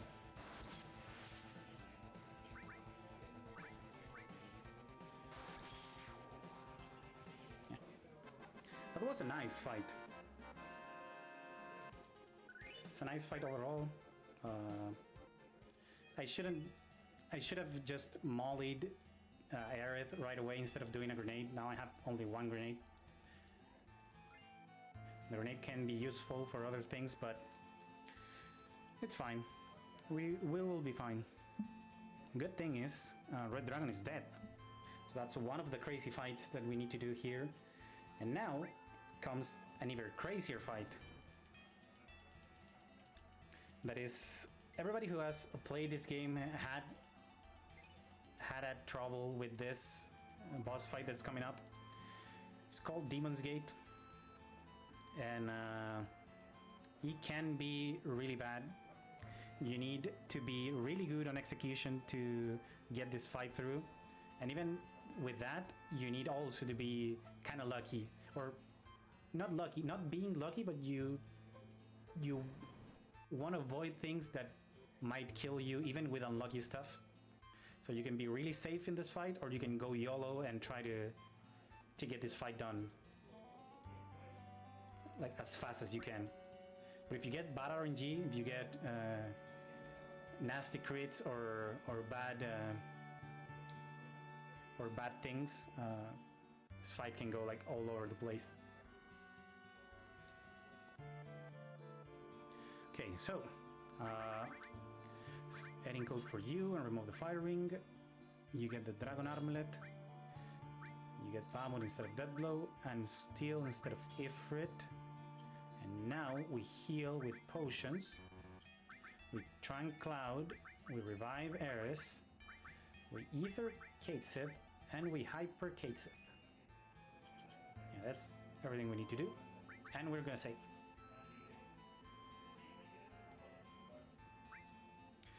So, actually, why we killed Eris for the Red Dragon fight and why we're gonna kill Eris for Demon's Gate, it's actually because the weapon we're using for Cloud, it's called the Yoshiyuki. It gets a boost of damage whenever one of your party members is dead. It gets the biggest buff of power when both your party members are dead. We're going to use that only to boost it once with Aerith, because we need Katesith to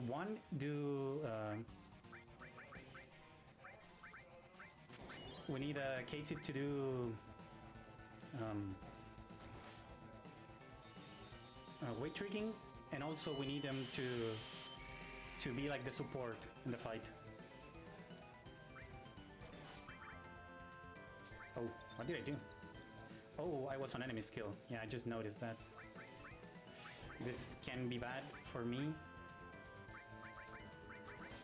Okay, didn't get punished for that. It's good. I'm actually not counting damage, so this can be bad.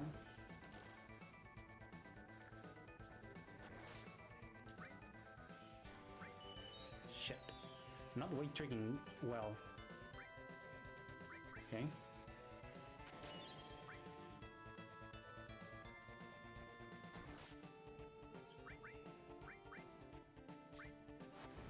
I think that's good.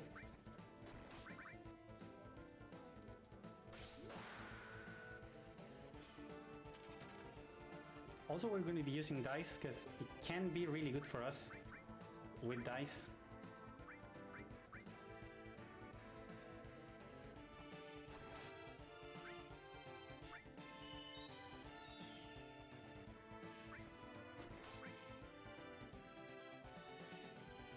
You gonna do it? You gonna do it? No? Fuck.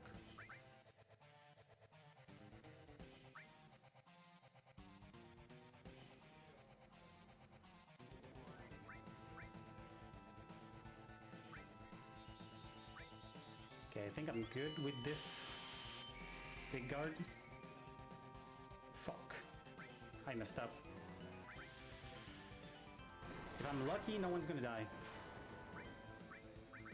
But I need to elixir Katesith right away because I need big guard.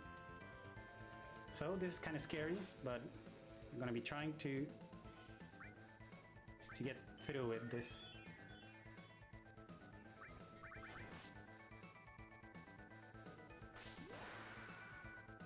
If I'm unlucky, I'm gonna get punished for that. If I'm lucky, I might save this. Okay, we're good.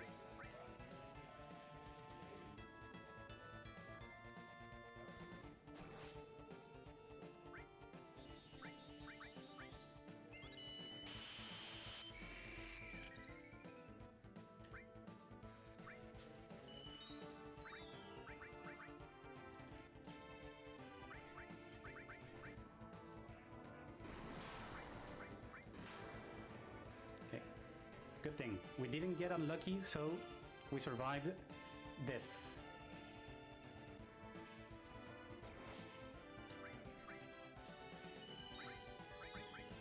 I'm gonna try to save this limit for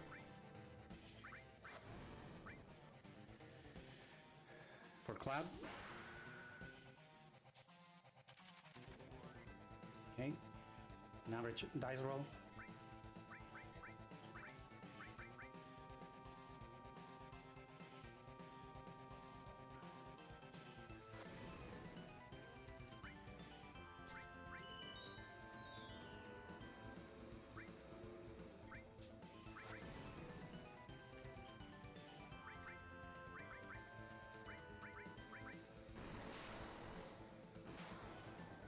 Oh, nice crit. I'm gonna be wasting some time and I'm gonna be wasting mollies, but I think I'm good with the fight.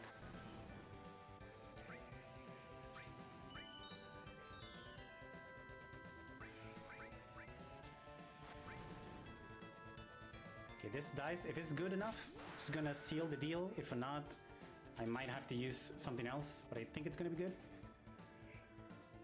Okay, it's not good enough.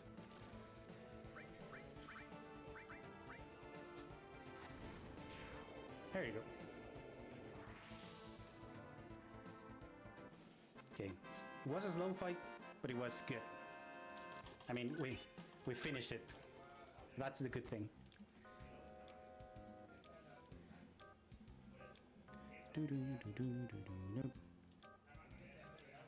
Okay, so we are through the Temple of the Ancients. Before, like after the Red Dragon fight, we discovered that the whole Temple of the Ancients, it's the black materia itself, and that we need to solve a series of puzzles in order to make the temple like smaller and smaller and smaller until it becomes the black materia. The thing is, since you only can solve the puzzles from the inside of the temple, I guess the ancients thought that you will need a sacrifice in order to get the black materia out. But the thing is, Katesith thinks, hey, I'm a stuffed animal, so I can do it from the inside, and we don't have to be worrying about the problem of someone getting killed or whatever. So I'm gonna solve all the puzzles, and I'm gonna turn this temple into the black materia, so we can have it, and Sephi doesn't.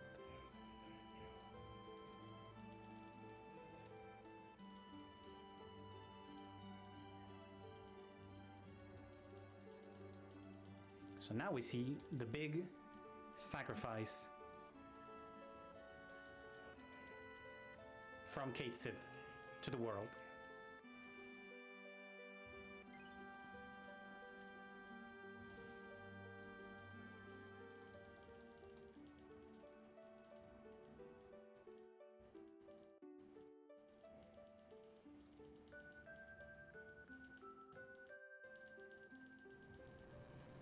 Well, to be honest,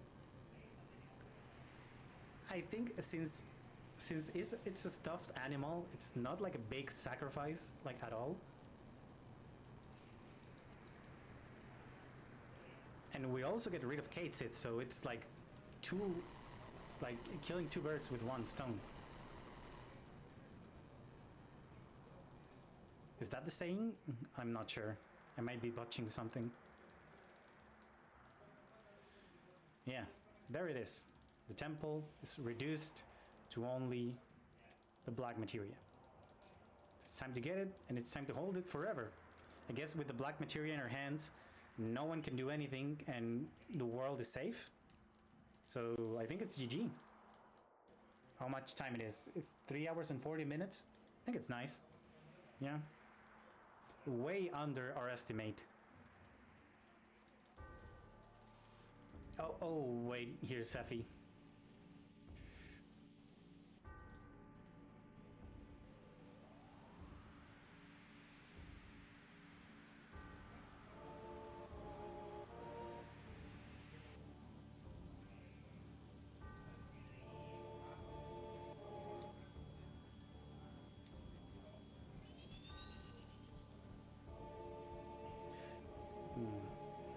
Well, the child Cloud does not know what he's doing. Cloud is going to Sephi. I don't think he's gonna give the black materia, doesn't he? Is it going to give? Oh, he gave the black materia to Sephi. Well, I guess it isn't GG. We could have gotten the world record with 3 hours and 40 something minutes. But I guess we're gonna have to keep playing. So good job, Cloud. You gave the black materia to Sephi. Oh, and it's Katesith number 2, just at the perfect moment. Well, this is crumbling. Like, this is going down. Everything is going down. And where's Aerith?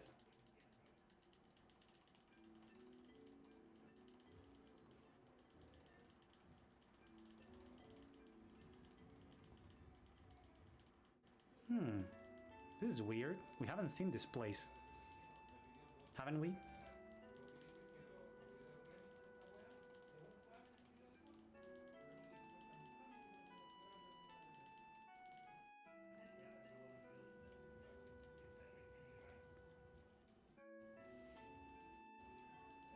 Well, here, this little dream, Eris is telling us that she's going to the City of the Ancients to do something about Sephi having the black materia. So it's actually Eris is, she's the one that's gonna do something about this, since Cloud obviously is working for Sephiroth. Because why is the other explanation for Cloud to give Sephiroth the black materia? Like, why? How can this be even possible? So Eris, since she is the ancient, she knows how to stop Sephiroth. And the thing is, she didn't even tell us. She just said, I'm gonna stop Sephiroth, and I'm going to the City of the Ancients. Nothing else.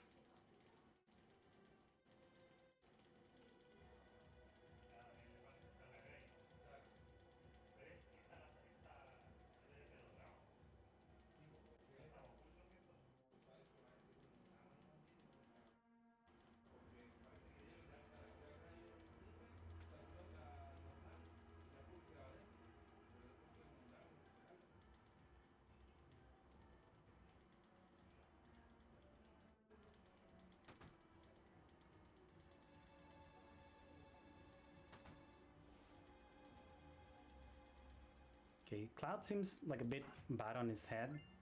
Hopefully he feels fine after, because we need to get together with Aerith, and we need to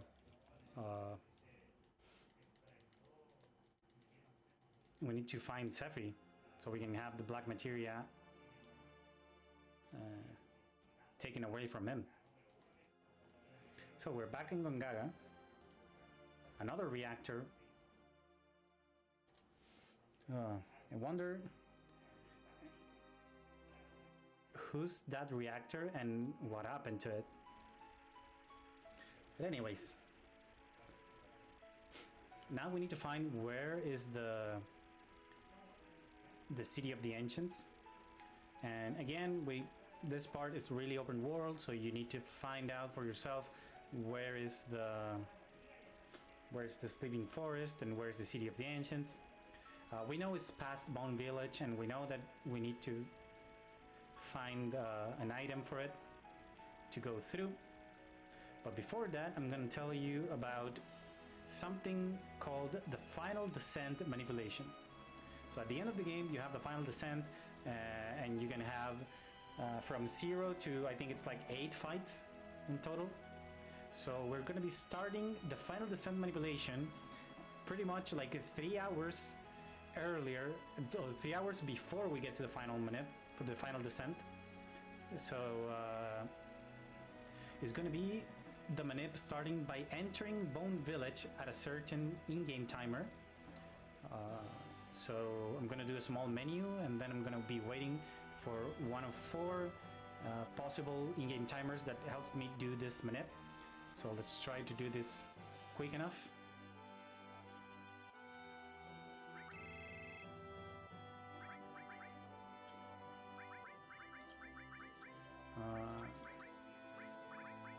Skill.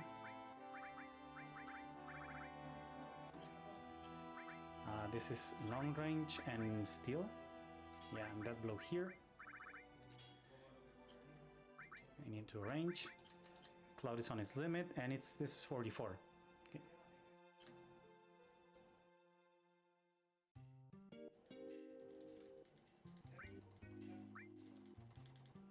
Okay,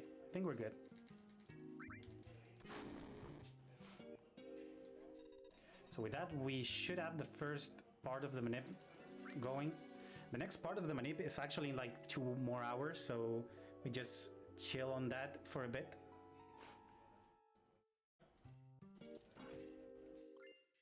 Okay, we get the Lunar Harp. Cloud has his limit, so we don't need to farm any limits. Hopefully we can steal a Dacer from the next fight. Let's see. We go through the Sleeping Forest. Since we have the Lunar Harp, Sleeping Forest is awake. So it's a wokage. So we just walk 3 steps here. Holy shit, that was not good. Get the water ring, pretty important. And let's see where we get the fight, because I messed up some movement there.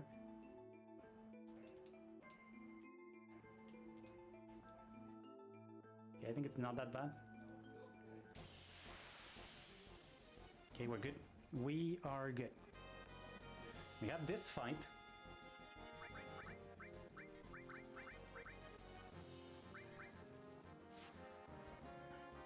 I'll be trying to steal a Dacer first. Didn't work out, so just we're gonna be doing Bahamut. Why are we doing Bahamut? It's a summon, and summons are slow. This is actually to get an enemy skill from the Bound Vats, the little chubby balls that are there, because if they die from a summon or from magic, they're gonna be countering, like his last attack, like counter attack, it's gonna be that sentence. This is our way to get that sentence, since we skip Cosmo Canyon, so that was the other way to get that sentence. And especially we need that sentence to get through the next fight. The next boss fight is gonna be Genova Life. So it's a bit slow, but it's gonna be good in the end. And we got a Dacer. That's actually nice. So we can use that Dacer for other fights or for other stuff. That's pretty good. Okay, time to get to the City of the Ancients. Now we're gonna be doing another paralysis dodge. It's called the Shell Hut Skip. I'm gonna be doing it. I'm gonna be doing a menu, and then I'm gonna be skipping like a whole sleeping section and cutscene with this. And I'm gonna be activating two conversations at the same time, with the bed and with the chest with the elixir. And now, sort by most, trunk everybody, power source of Tifa. You go with the Force Stealer and the Water Ring. You get the Power Wrist and the Gigas Armlet. You get Restore. Seed, get this enemy skill. You get Cover. Wait. Oh, yeah, Elemental enemy skill here. Is that good, right? I think I'm looking at my notes. You have the enemy skill, yeah. Okay.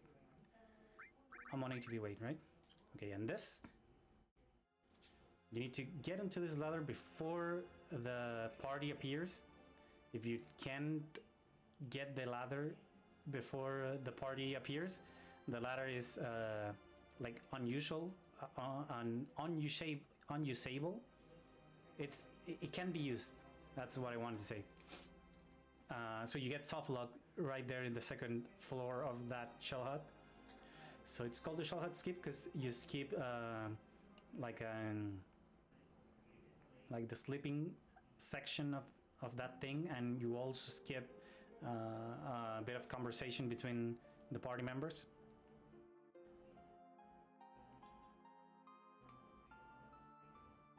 So now we're going to be getting another materia from under the floor, It's pretty convenient for there, so we don't have to scroll all the way. We don't have to run all the way through the snail-shaped stairs. We get comet materia, and we go for Genova Life. Actually, we go for Eris. Eris is there by herself, so we might as well go help her or whatever. We haven't seen her in a while.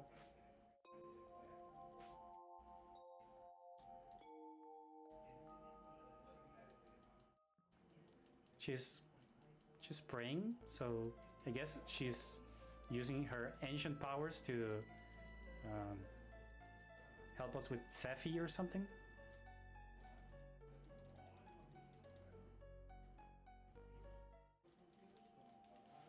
I bet she's doing like a great job, like helping us with Sephi and all.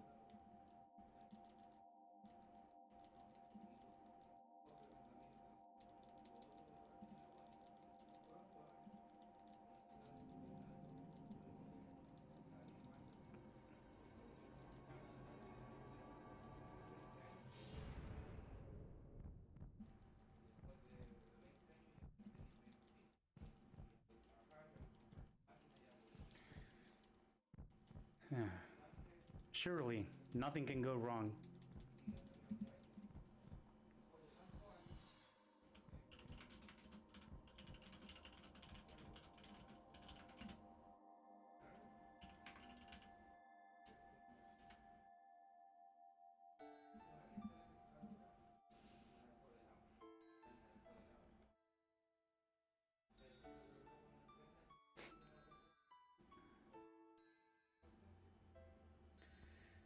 Well, that happens. So now, are we getting Aqualung or not? Let's see.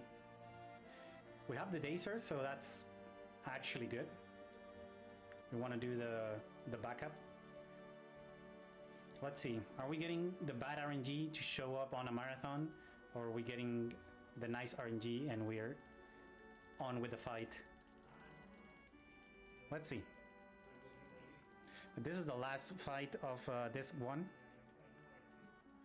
So if we go through this, we are going to be getting into this too. Let's see.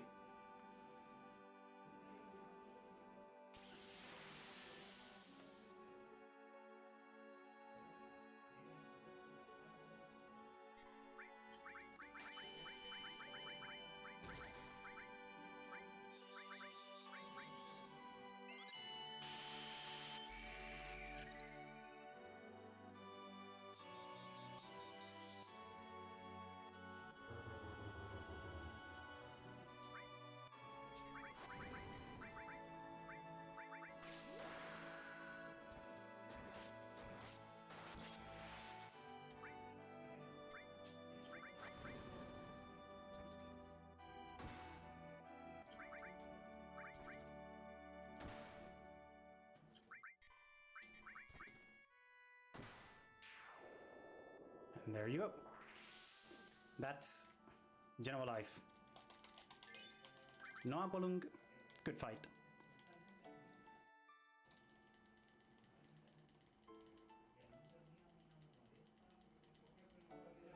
Okay, gonna BRB. I'm gonna let you guys with this cinematic.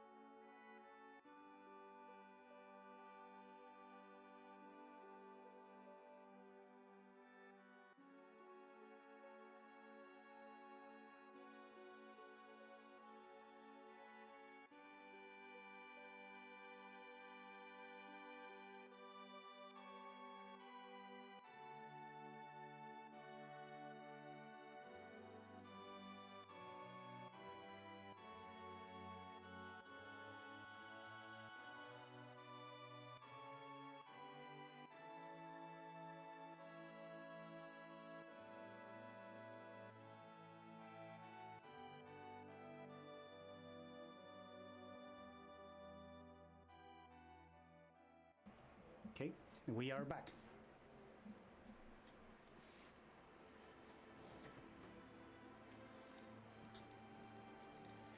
So this is the moment we change discs. This is the first disc swap of the game. Cloud he was devastated after giving Sephi the black materia. Now with Ares, what happened to Ares, he's more determined than ever into go defeat Sephiroth and finally bring something good to the world, because there's a lot of bad things that had happened, and Cloud is pretty much blaming himself. That's kind of bad, I think. So it was Sephiroth, the bad guy, not him. Well, here we go, disc 2.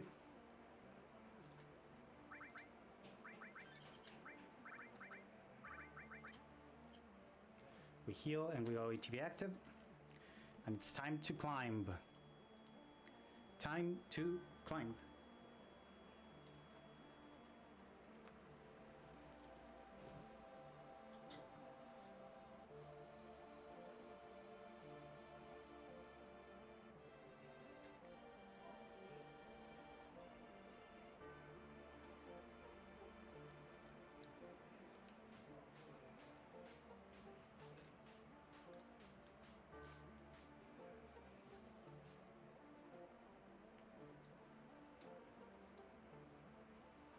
The good thing about disc 2 is that it starts like complete action, like right away. By the way, I was tapping L1 there and Cloud was not moving.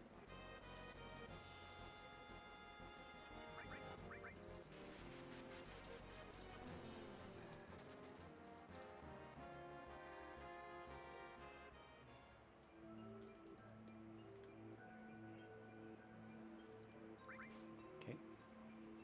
Left.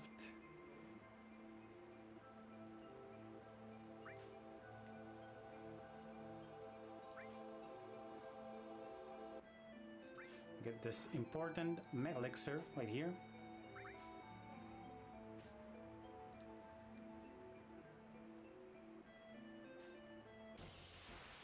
And now we have to walk 11 steps.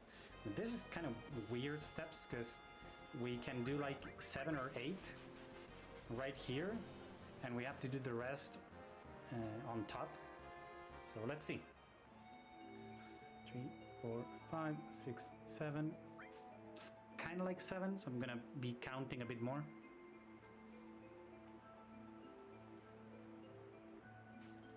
8, 9, 10, 11, and it's actually kind of like 12.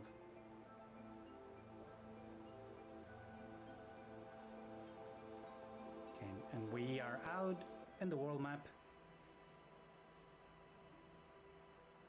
once again.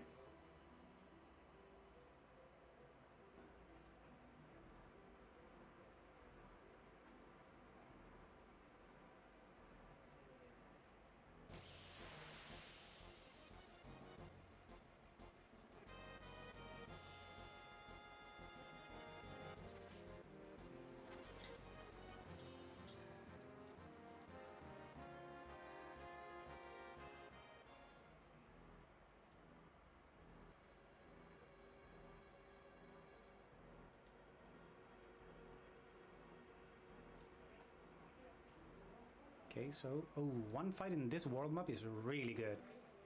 So this world map averages like 2 fights, and you can be in a bad wall and have like 3 fights.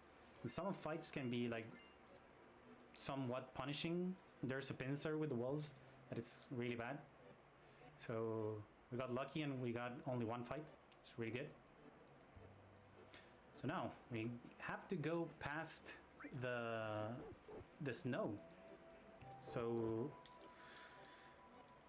but it's kind of dangerous to go alone. Maybe someone can give us something to make it easier. Okay, right here there's a really small skip. It saves like 1.5 seconds, maybe 2 seconds. You have to skip Elena's attack to the right, and then you have to close this text box at a particular moment. And this guard is going to be standing right here, and you can talk early to this guard, and you can just run, and that makes you move like a half a second, 1.5 seconds faster. Let's see if we can get... Oh. Okay, get the snowboard. So we're actually going to use the snowboard to go through some part of the snow mountains. So let's see how we do.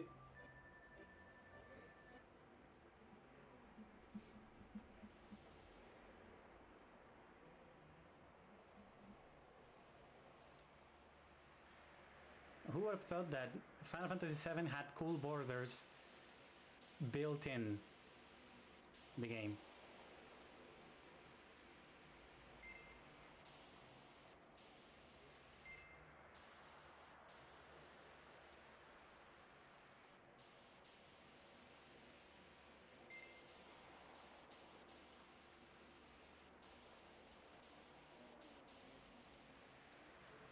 Let's see if we get a bonkless run with the snowboard.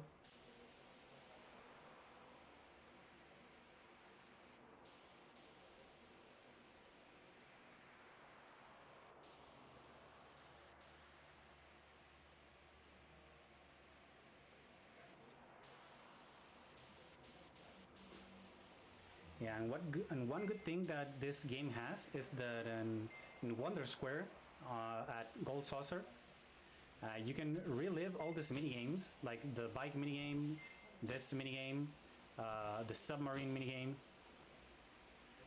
So you want to go like again from them, like on this 3, like after getting everything, when you're just like chilling your save file.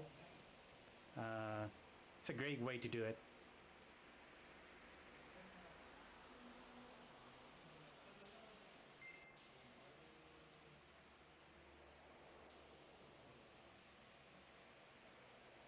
Okay, really important for the speed run. There's two like roads that you can choose. It's 2 times you have to choose between left and right. First time you need to go right, and next time, like for the second one, you have to go left. And that's gonna make us appear in the right spot that we need to go to continue with the speed run. So this is the left one, so we have to go through some caves here, and then we're finishing the snowboard run. This is the last chance that I have for a bonk, so let's see if I get a bonkless. Okay, looks like I got no bonks.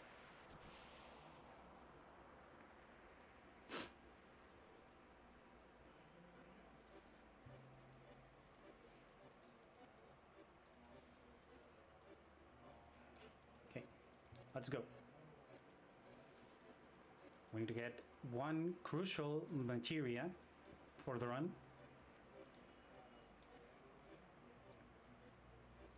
And then we can continue with climbing the mountain. Because mountains are nice, indeed.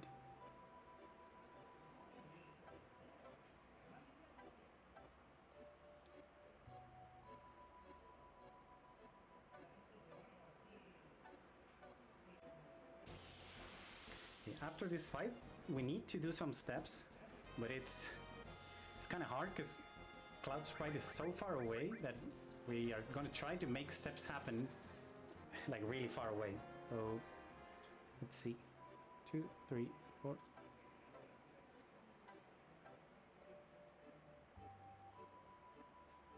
Okay, so the material that we need to get, it's right in this screen.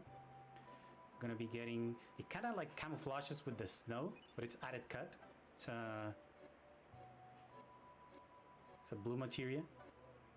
So we're gonna be pairing added cut with dead blow on Tifa, so Tifa can do like the most amount of damage possible in one turn. And that's pretty much going to be our main source of damage from now on.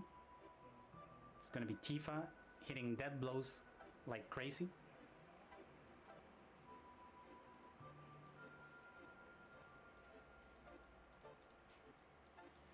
Now this snowfield section, it's kind of like a world map. It's not rigged by the usual step count as like a hostile field map. So we try to go from the side and then going up, so we can skip the world map quote-unquote encounter. It's faster to go north like right away, but it's safer to not get the fight if you do that. If you get a fight by just going north, it's actually slower than just doing this that I did. So it's like a good, nice middle ground. Okay, so now we're climbing and we have a degree, like a body temperature indicator. If this thing hits 26 degrees, we passed out and we go back down to the cavern that we just ran by. So it's really important to not pass out, because we are going to be losing all the progress that we have done so far.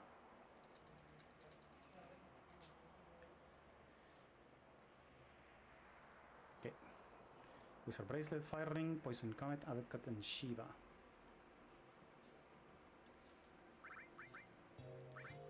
Wizard Bracelet, Fire Ring, Poison Comet, Advocat, and Shiva.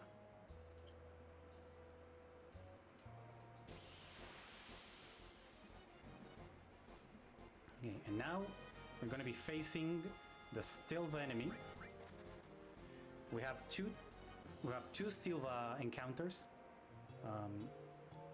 and from one of them we need to learn this lovely and pretty powerful enemy skill called Magic Breath.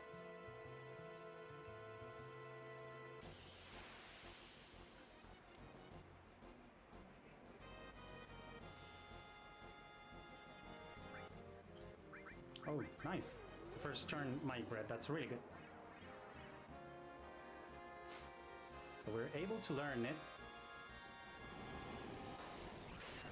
Oh. Okay.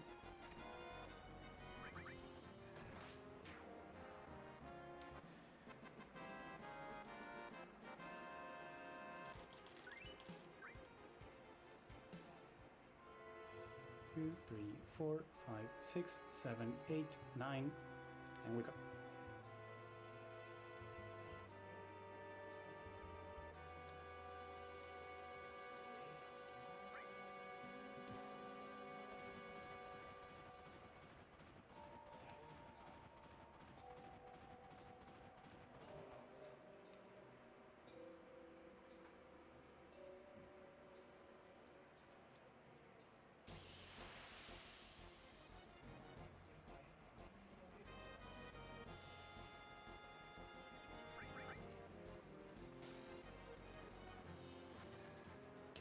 Now it's 6.5. 2, 3, 4, 5, 6.5.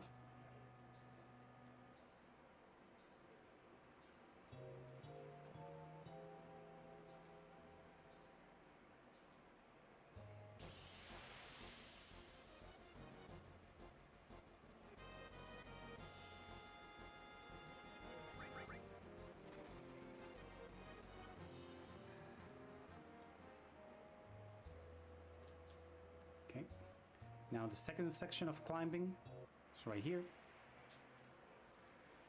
This is like the largest one, so we need a big warm-up moment in the last at the last little chunk of land that we can step on.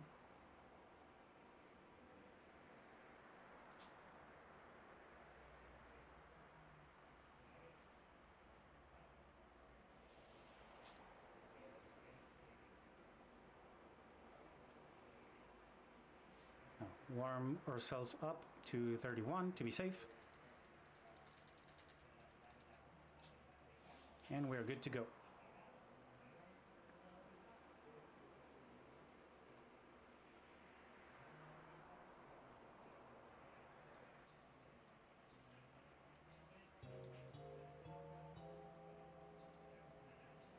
Okay, and after the next fight, that it should be a preemptive with penguins. Okay, it's a preemptive, and it's the penguins. Yeah. We need to walk 3 steps.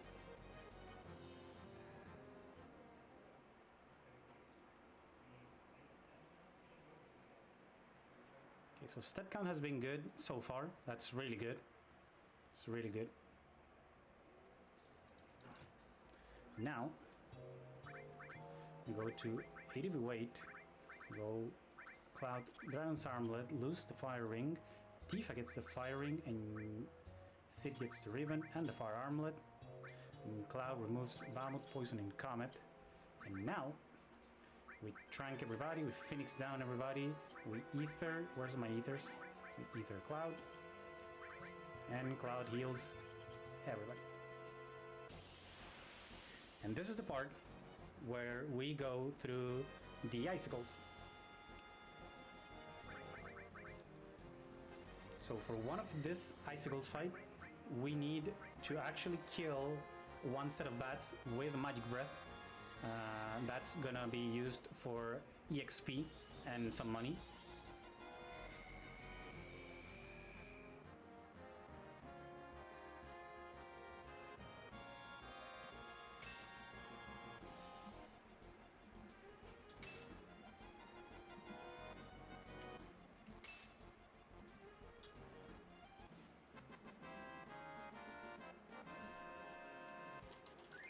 Tifa got a lot of damage there, so we need to heal to be safe. It's the thing that we need to be always careful of our heals.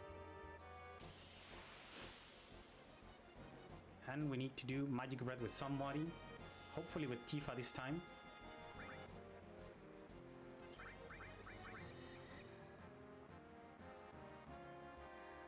Okay, good.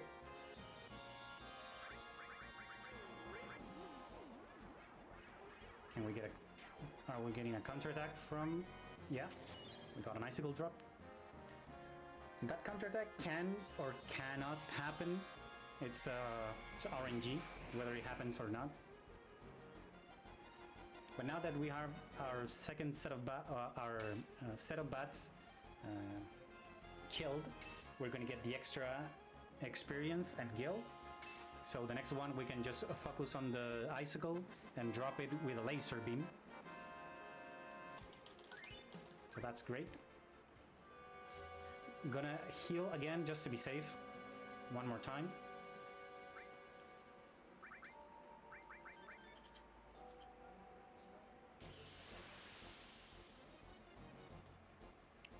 And the last fight is this one for the icicle section.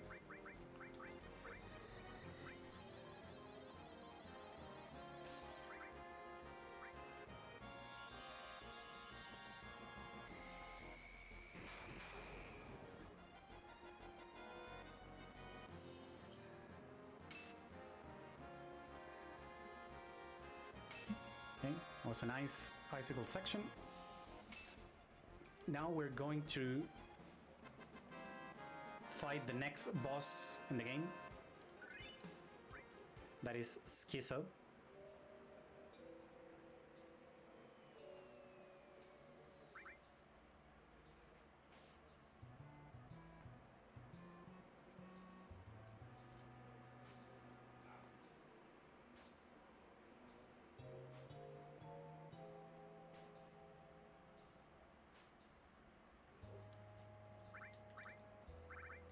I'm gonna be back to active for the next couple of fights to just escape quickly from them. One is actually pretty dangerous, so I'm gonna be trying to be safe all over the place. And we have to remember to go back to ATV weight before the boss fight.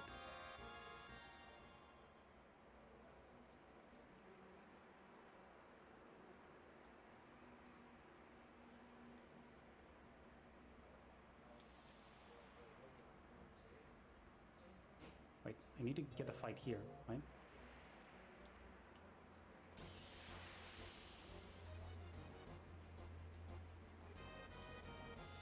Yeah.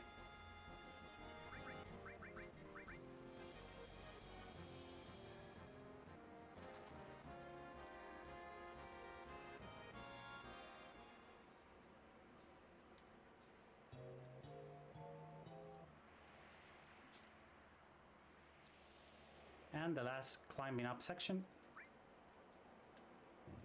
You have to go up and up and up.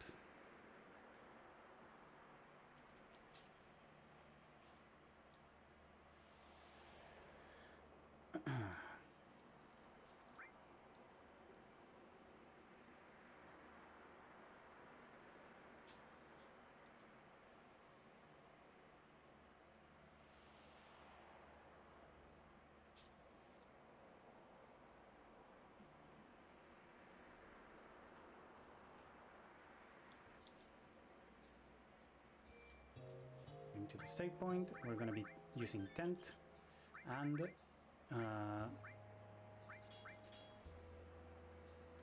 to be doing that. We're going to be going back to RTB8, and we're going to be saving.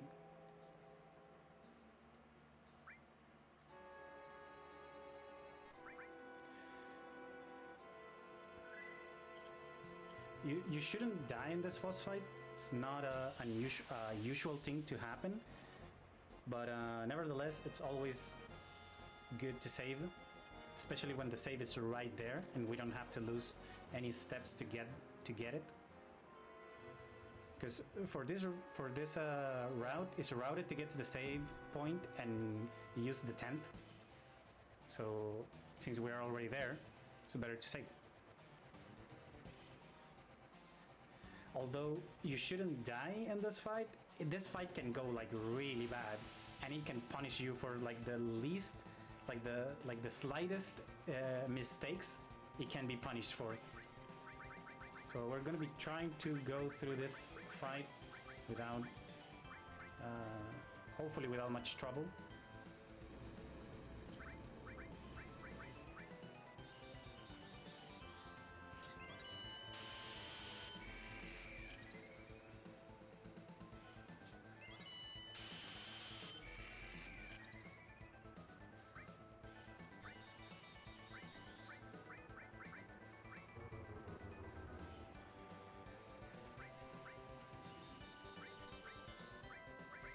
I want to see what Schizo does before. Okay, no damage. What about the ice head? I think I'm gonna be good.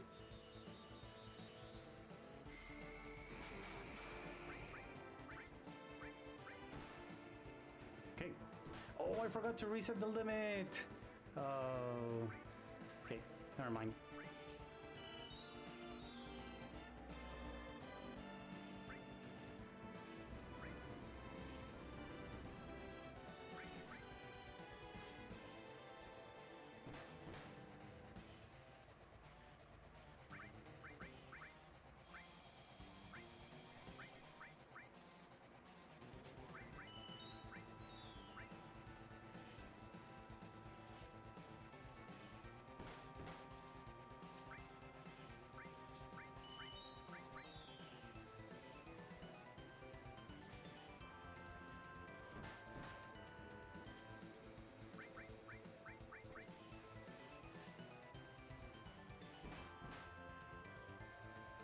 I took it safe and it's not bad.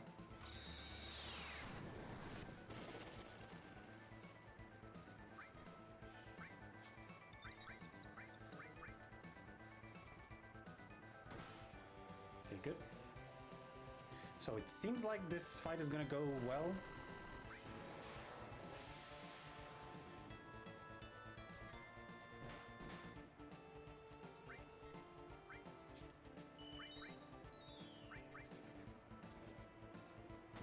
Okay, yeah, seems like it's gonna go well. Gonna heal Cloud just in case. It shouldn't be bad, but it's just in case.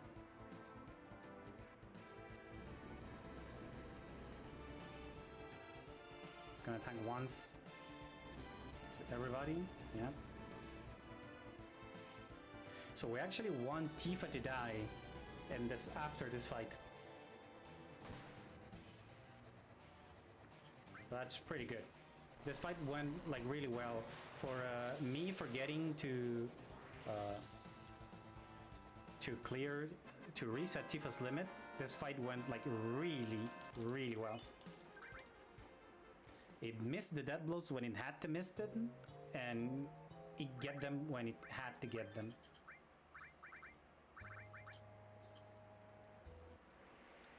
So good, we're past Kiso, and we are getting closer and closer to the center of the northern crater. We have been following Sephiroth around a lot, but we haven't seen anything from Sephiroth so far. Like since we started this too, like after defeating Genova Life. So where is Sephiroth? We're just following him up the mountains.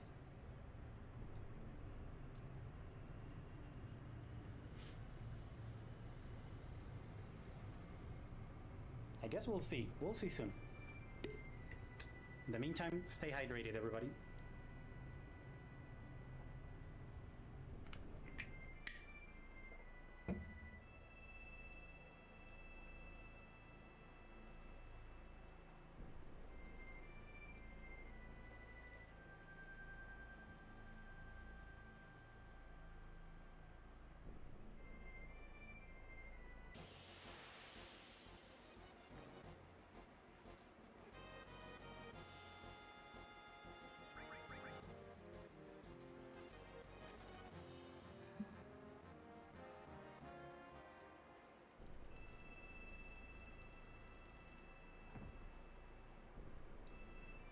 Okay, we're finding more of those black cloaked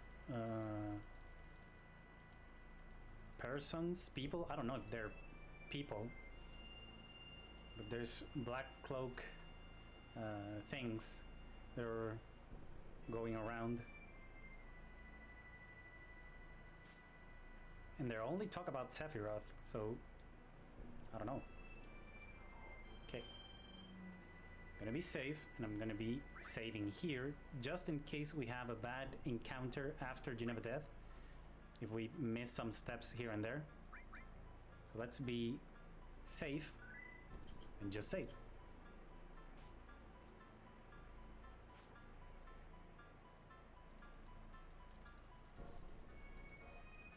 Okay, so now we find out that actually Shinra's coming here as well. So President Rufus with Scarlet, with Heidegger, and also Hojo is coming. And Hojo's pretty excited about this.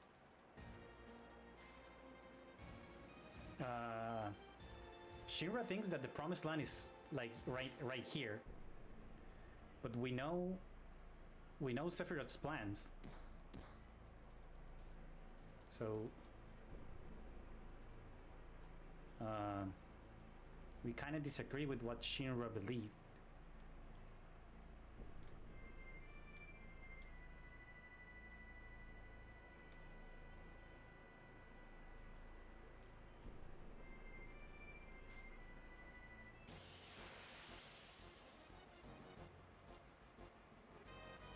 Okay, no steps to be given here.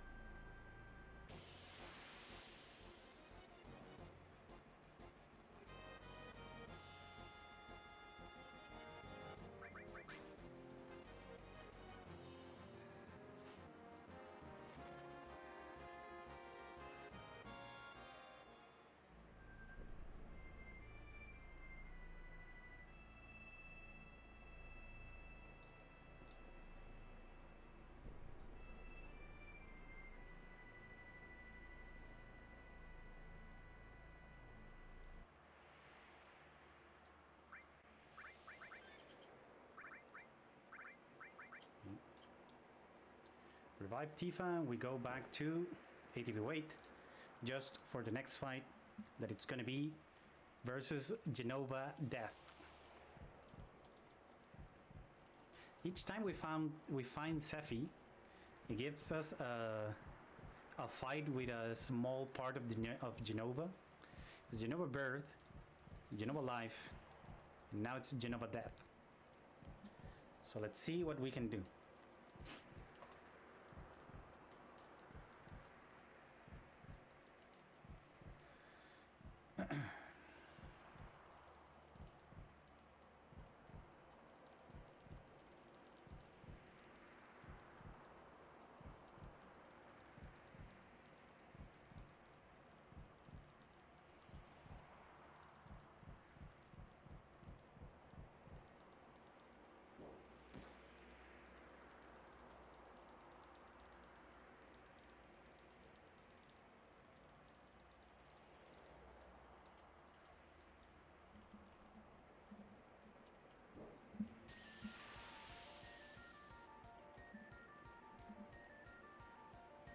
Okay.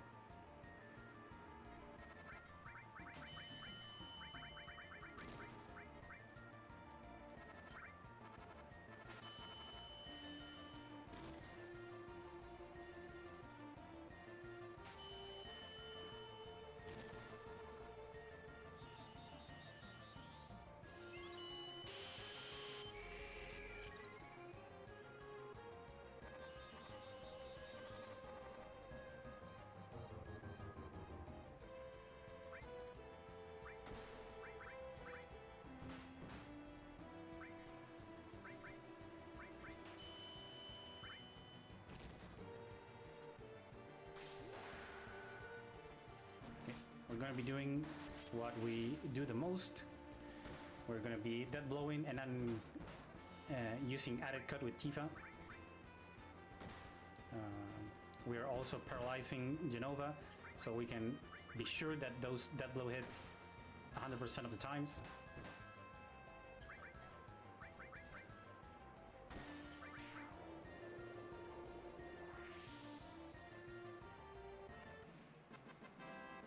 It gets a bit repetitive, I have to admit, but it works. We are killing every boss by getting their HPs right down to 0 with the power of Tifa.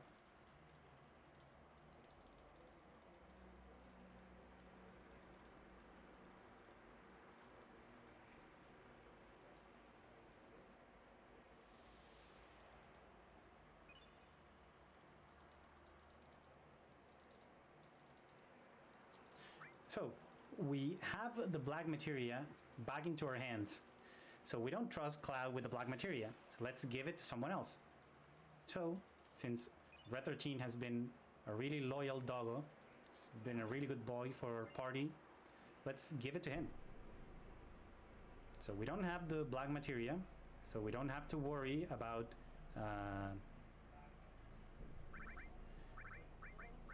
oops.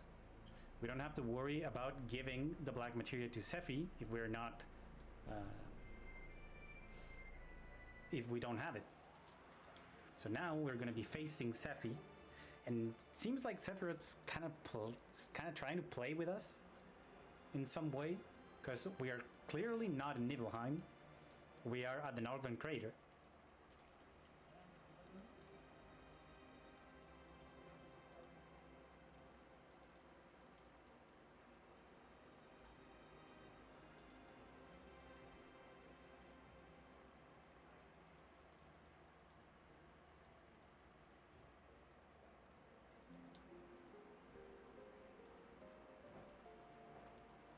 Okay, so in the calm flashback that we skipped, it was seen that Cloud was getting there with Sephi and with the Shinra grunts, but now Sephi shows us some images with this black-haired dude that looks kind of similar to Cloud, if you ask me.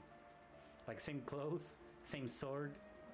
It's pretty much him, but with a bit more of hair and black hair. So what is actually going on here? Why Seth is showing us this? So everybody's saying that, well, Cloud's saying that everything should be fine, that it's just an illusion by Sephiroth, that we should not worry about that. But the thing is, Tifa's not really convinced. Or it seems like Tifa's not convinced. And Sephi keeps telling Cloud that he's a puppet, that he's not Cloud, that he's not real, that he was made in experiments. So that he actually wasn't there in Nibelheim like 5 years ago. And the thing is, Tifa hasn't been much clearer with that either. So Cloud is pretty sure that he was there, but Tifa's acting a bit sus. Another person that's acting sus. But the thing is, the way Tifa's acting, it kind of fits with what Seth is saying. So it's, I don't know.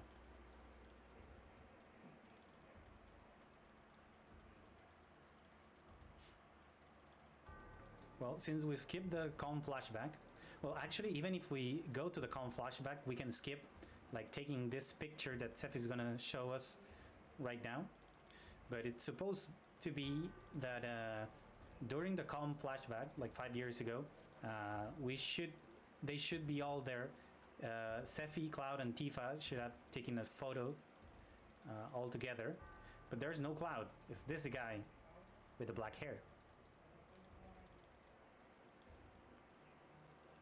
So Sephi is hard on his optical illusion of getting this black hair dude out there. Cloud seems to remember everything except for this. Cloud doesn't remember how did he join Soldier. He's always been saying that he's an ex-soldier, first class, and whatever. But the thing that he doesn't remember is how did he join Soldier? So everything's getting weirder and weirder every time.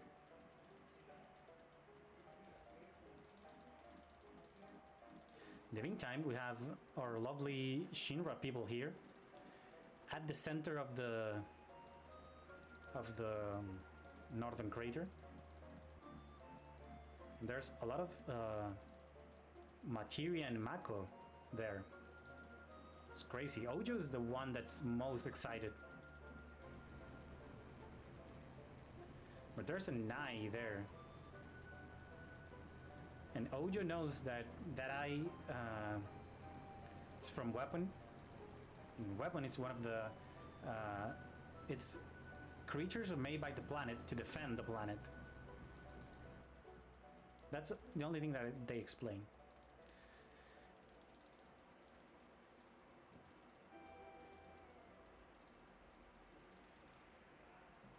Oh boy. Where's everybody? They left Red 13 alone. Poor doggo. They say it in Cosmo Canyon, but Red 13 is like how many? It's Red 13 is like 40 something years old, but for his species, that's like being like a 13-year-old boy for humans. So Red 13 is it's a young boy in spirit. The thing is, Sephi tricked Red 13, and Red 13 is coming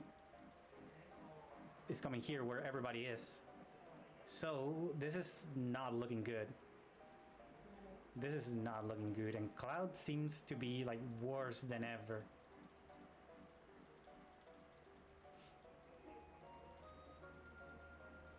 And also seems like Cloud is not hearing from anyone. Oh boy, and here's Red. Oh no, we know who has the black materia and who's coming there. Oh god.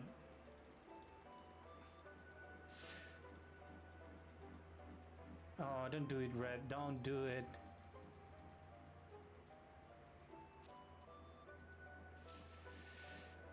Oh boy.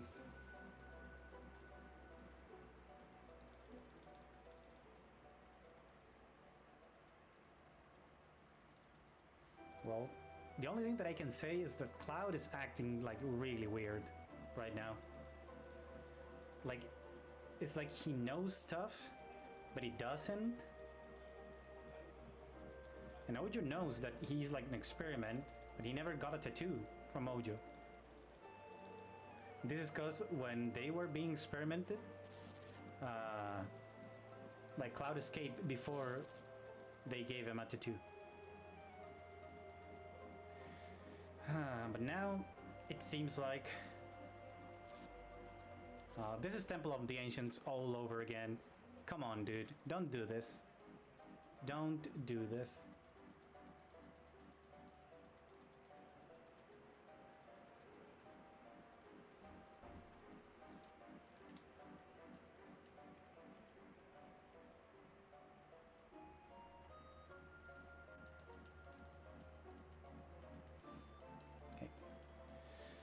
For the speed run, actually Cloud, after everything that he says here, we have a bit of control of Cloud, so we can move to a specific spot. It's going to be the closest to the actual spot that Cloud has to be, so he doesn't waste time walking or whatever. And now here's the actual place where this little boy called Sephiroth has been the whole time. That's that one right there with no legs, actually. If you saw the cutscene, that person there with no legs, it's actually Sephiroth. That's the actual real human body of Sephi. And this is gonna get, oh, this is gonna get intense. This is gonna get intense, and Cloud is floating around doing his stuff, saying some stuff, and this doesn't look good. This doesn't look good. Come on, Cloud, let's, oh god. Really, dude? Really? Not once, but twice in like less than 1 hour or something? Come on, Cloud, come on. This is, oh, ridiculous.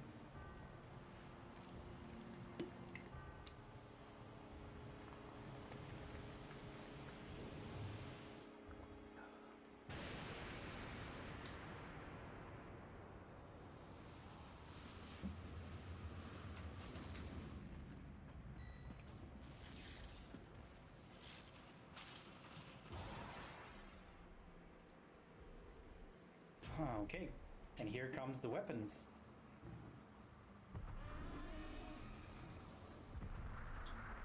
They kind of sound like Godzilla, actually.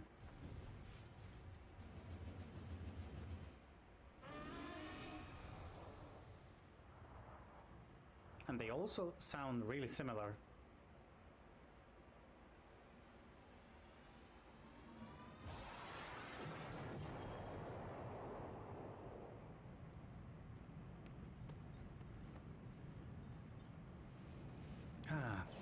What a great cutscene. What a great cutscene.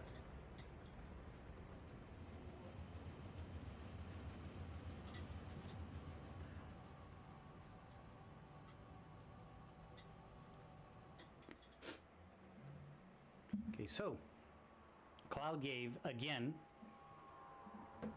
the black materia to Sephi, but this time, like, everything went downhill.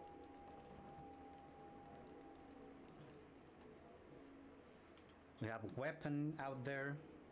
We have destruction. We went into the Shinra aircraft to get out. Oh, this is not looking good.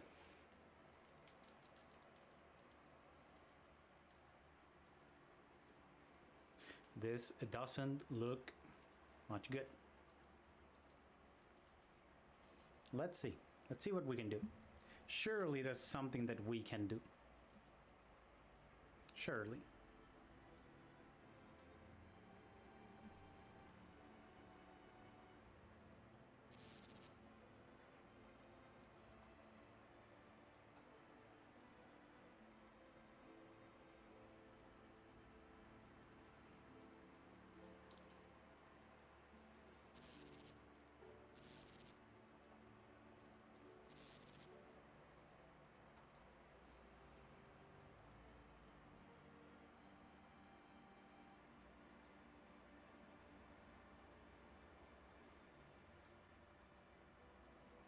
On this cutscene, this is the flashback on when Cloud meets with Tifa at Midgar. Like, this is just before the events of Final Fantasy VII. The thing is, Cloud says it's been 5 years, like since all the Nibelheim thing with Sephi and all. And here, Tifa says it's actually been 7 years, and she hasn't seen Cloud since he left Nibelheim. But it's Cloud that's saying something, and Tifa's saying other things. So, who's right? That's a big question. Like, who's right? What actually happened with everything?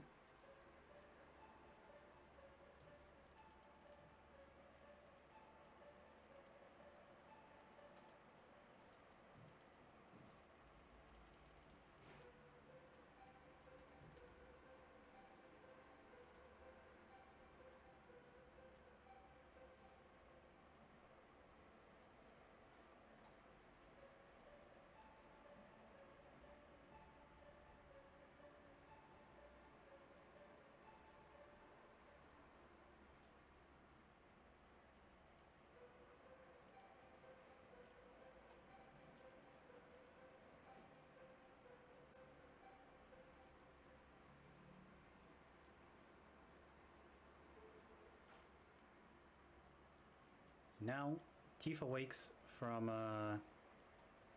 it's actually like a 7-day, 10-day coma. I guess it's a coma. Couldn't be like, or she has been sleeping for like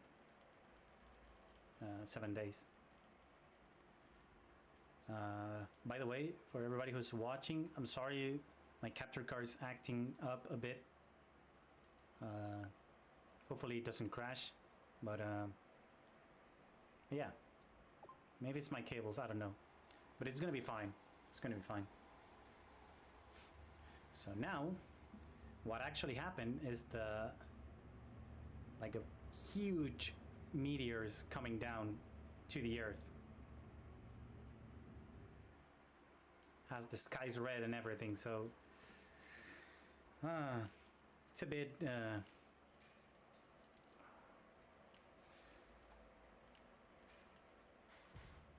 it's like it makes you think that everything is like doomed, but maybe it isn't. Well, the thing is, the party here is captured by Chinra, so they're gonna be doing a public execution just to calm people down.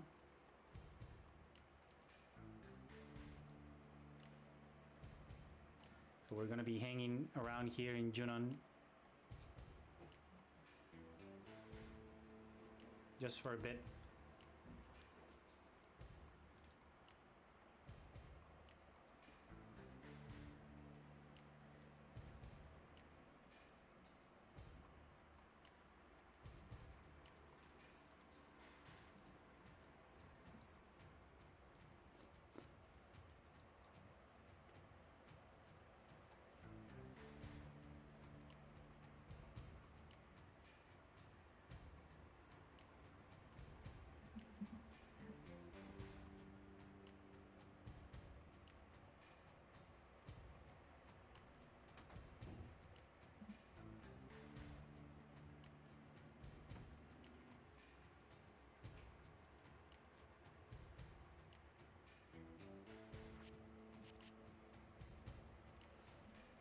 It seems like the execution method is gonna be chamber of gas.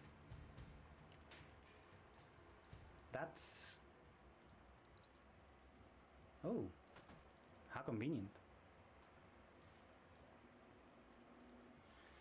It's kind of crazy what is gonna happen. But luckily for Tifa, weapon is coming, so no one cares about the execution anymore. Everybody just wants to be safe. And Katsuit is here to sleep people and to run away from fights.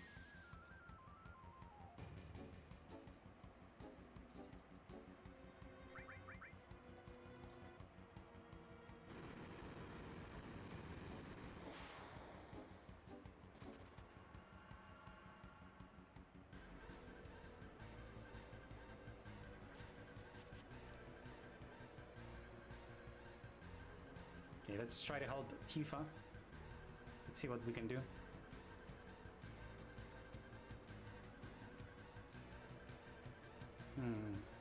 Seems like we couldn't do much. But yeah, now for the speed run, we're gonna be doing a cutscene skip right here. We're gonna be skipping like it's around like a 1 minute, 1 minute and a half of cutscenes and text that we have to scroll through. So mostly weapon, like directly attacking Junon. And how we're gonna do that? It's actually during cutscenes and during some of the cinematic things. There's like an invisible cloud or invisible party member in each of every screen, and if you move, like if you buffer movement before the screen is loaded, you can actually move your invisible character. So we're gonna be using that to make it through a transition, and we're gonna be skipping, as I said, like a minute and a half of cutscenes and text boxes. And we're going to be jumping right into Barret, trying to open the gas chamber and trying to save Tifa. And we're going to be continuing with the Junon part of the escape. But now we're holding run and down. We will be holding run and down through this screen. And in this screen, we will be running down. And after a certain point, we're going to be adding left. And we're going to be out of this cutscene with Barret, and we're going to be back with Barret. Look how Barret teleports. Once he crosses the transition, he's not going to be on the door, as you should after a transition. He's going to be on the gas chamber. And that's how we skip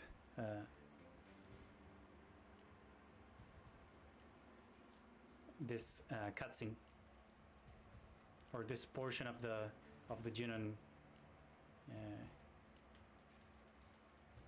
escape.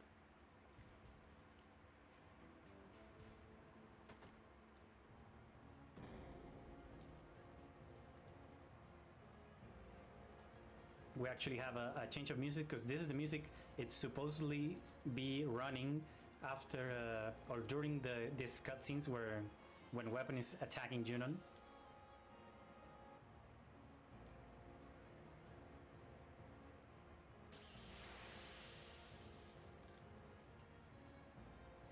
I'm actually really ahead in steps.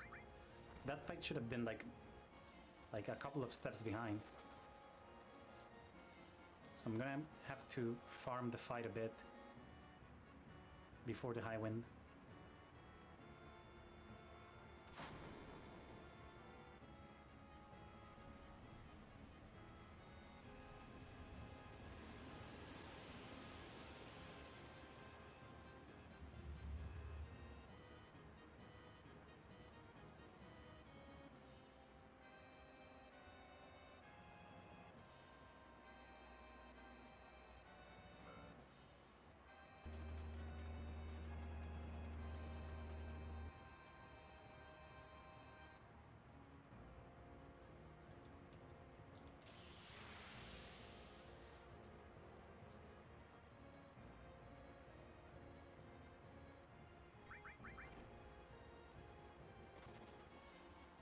good.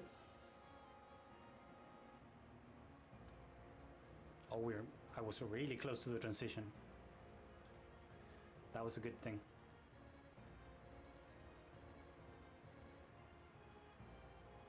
Okay, since no one can save Tifa, let's guess Tifa has to save herself.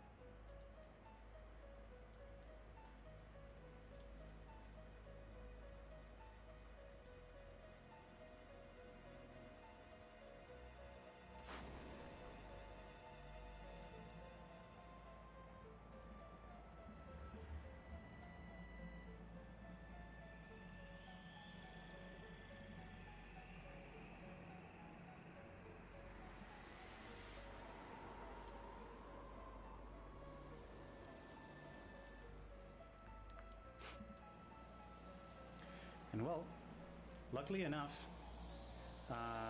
weapon can... Oh, he got wrecked. That was a nice headshot.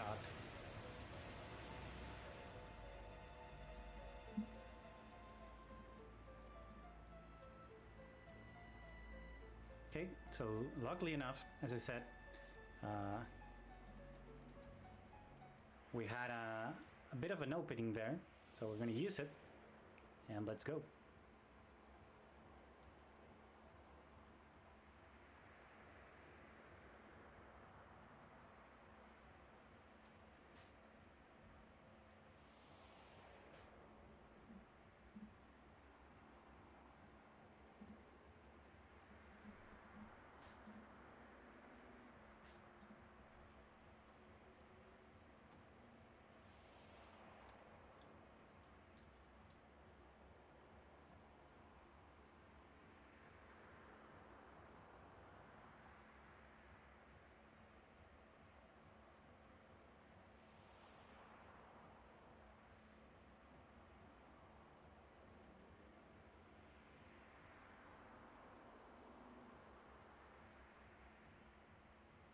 Okay, we're running towards the end of the cannon.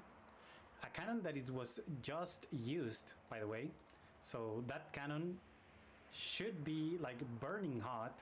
I don't know how anyone's like, I don't know how their shoes are not melting or whatever. But I guess we're gonna be slapping someone. Oh, it's retaliating. Let's go, Tifa. Get her, Tifa, get her. Holy moly.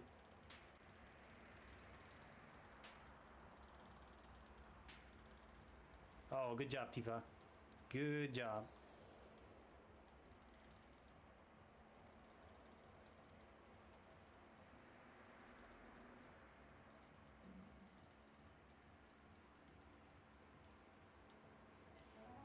Yeah, Tifa being the overpowered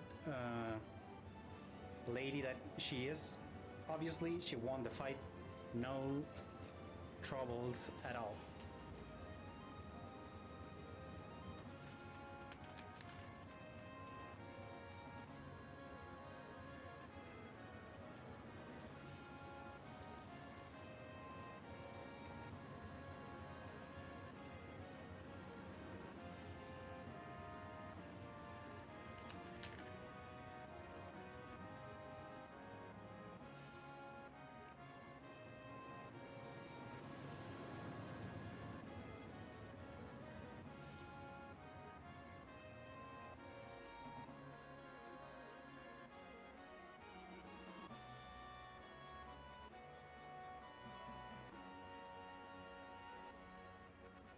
And now we have a new vehicle.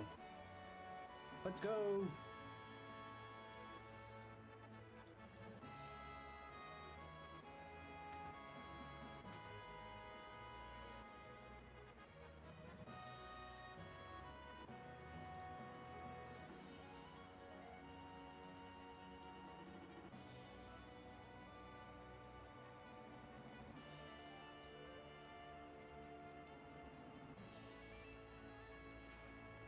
Okay, so Kate Sid says that everybody's here, but Tifa quickly realized that it's not everybody. There's someone missing. Sadly for her, because everybody feel that that they should be a bit more excited. But she says that there's not enough crew.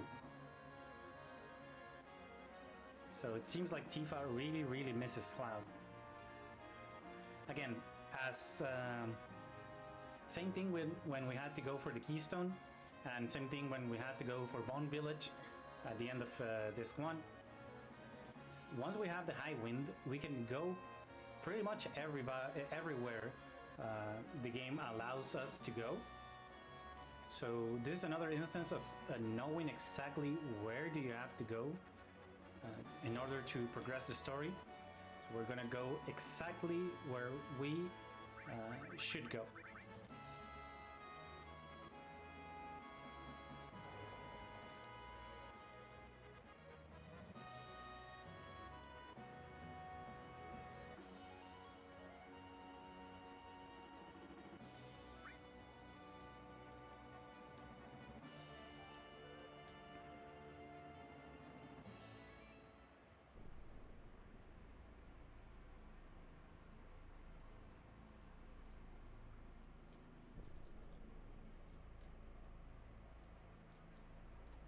And that place is Medial, right here. So in here we need to get one of the most overpowered and convenient accessories that the game has. It's the curse ring that gives like really OP boost on stats on the wearer. But it's the curse ring, so it has a curse in it. And the curse is the character the uses it starts the fight with death sentence. So 60 seconds go by and the character dies. But well, it's convenient for us because we want Tifa to be in that sentence in order for the power soul to be really effective. So it's like the perfect accessory for Tifa, because we are right away in that sentence without wasting one turn to get it, and it boosts her stats even more of the already boosted stats that she has. So now we're going to be selling a bunch of stuff, pretty much everything except for the curse ring and the wizard bracelet. So this and this and this and this and this and this, and we have enough money to buy 6 HP pluses and 1 destruct, and have perfect guild for the next section of the game.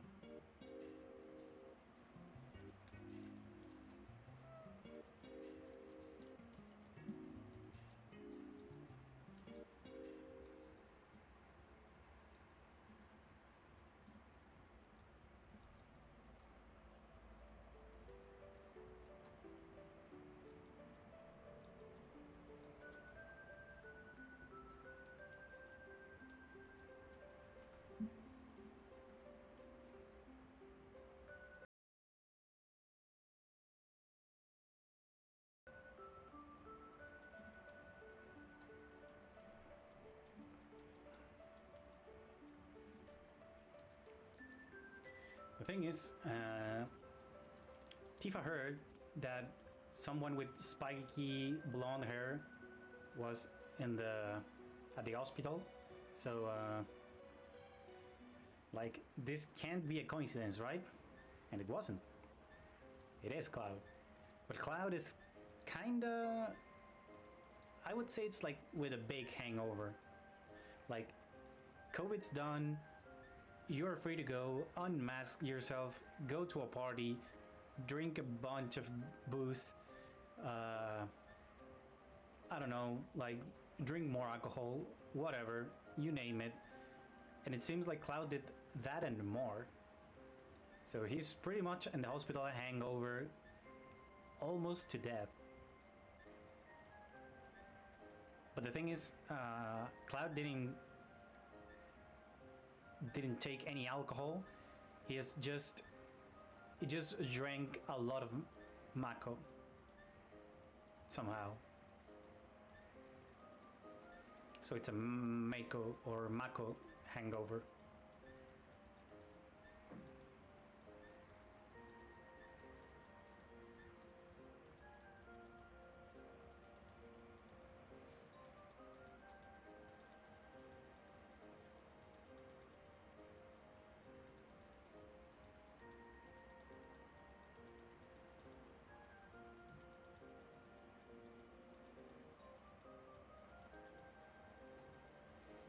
So the thing here for the story is that Doctors doesn't have much of a hope with Cloud.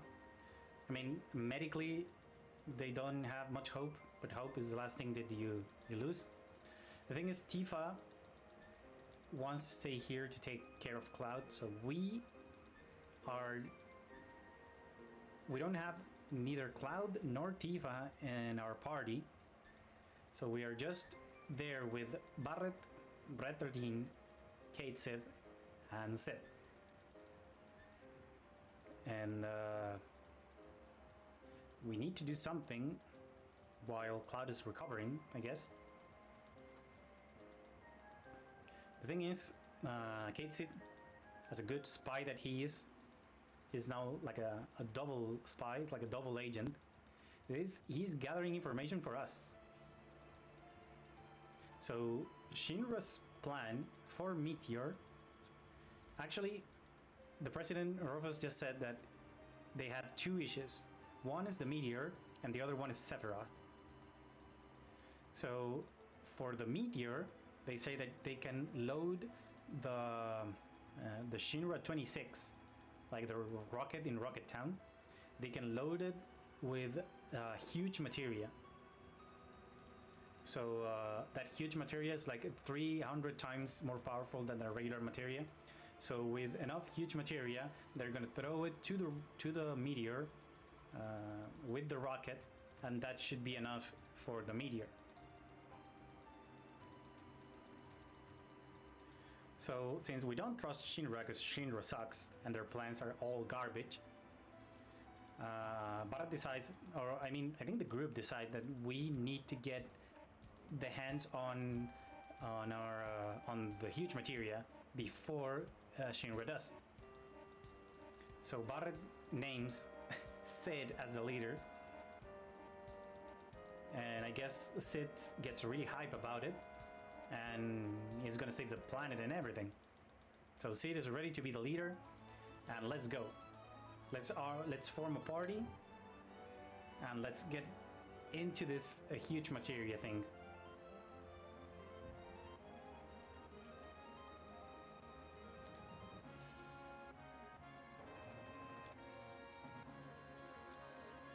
So for this party, we're going to be taking Brett 13 and Kate Sith along. We're going to be benching Barret. It's not used.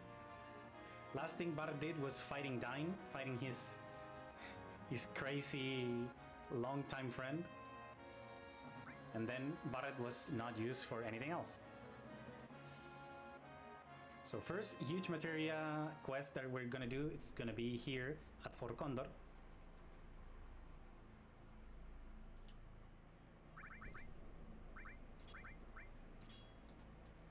Room for Kate Set? Yeah. So blah blah blah. This is remove and arrange.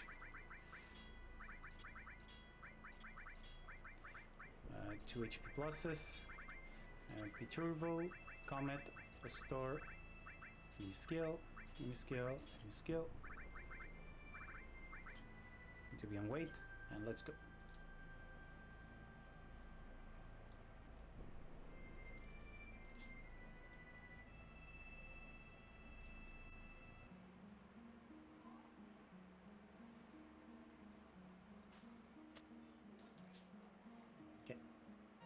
So this is the first time we actually enter Fort Condor. So we're gonna be talking to it's like the Fort Condor leader or something. So he's talking to us, saying that Shinra's going and Shinra's going all fours. So we need to save the reactor and we need to save the condor that it's on top of the mountain. So we surely are going to do that, right? We surely are going to be using all our money and all our force to save the condor and Fort Condor. So let's go.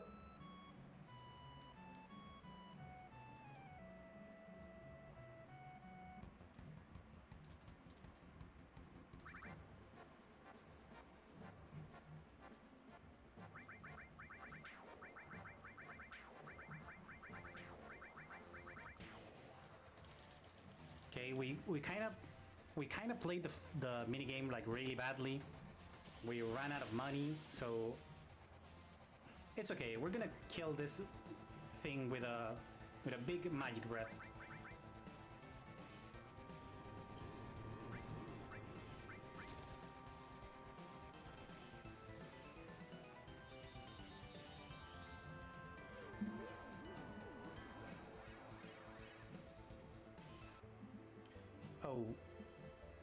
Oh, I think I made a mistake. It was game over music. Nah, we're fine. It's completely fine.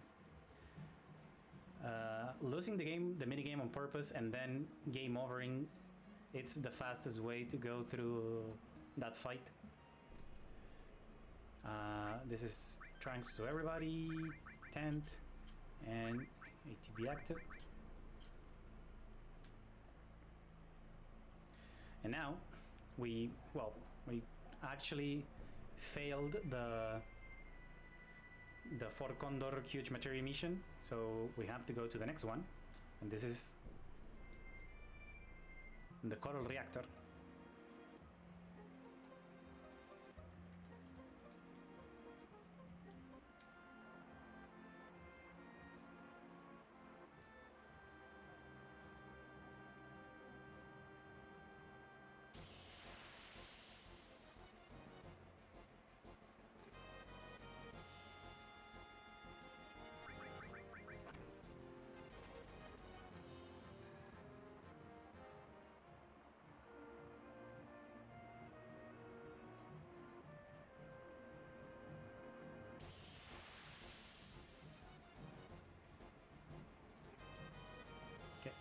Now I have to do 10 steps and it's pretty far away from where I can watch. So let me try to do them well.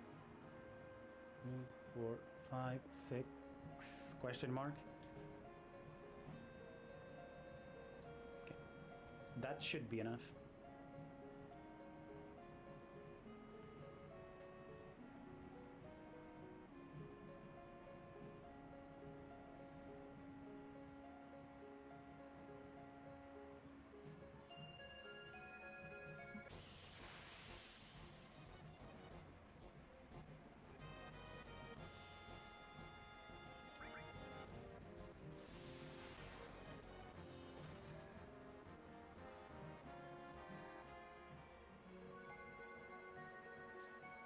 Okay, and since it's right here, you just better save.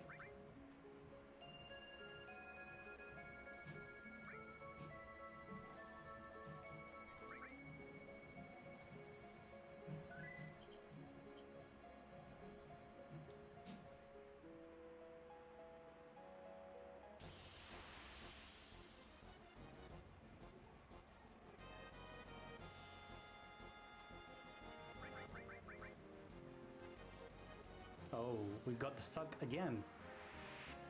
Just like the first time we got into North Korea. So now, before this set of fights, we're gonna be back to 88. And let's start with all the fighting for the coral reactor section. Oh, okay. Can I get a first turn? Nice. Okay, so we will be going into the Coral Huge Materia mission, and now we need to go through a series of fights to stop the train for getting into Coral, and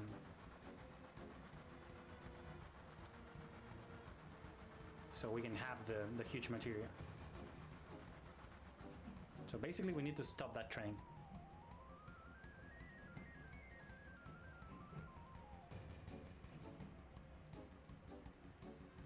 Okay, let's see.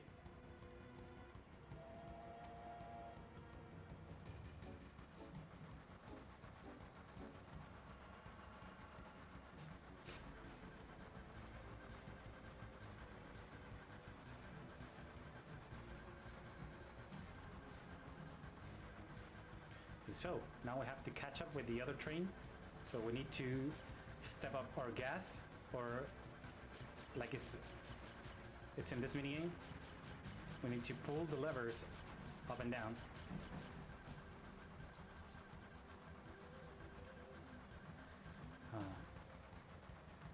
And now the fight gauntlet. Oh, this is a bad ATV.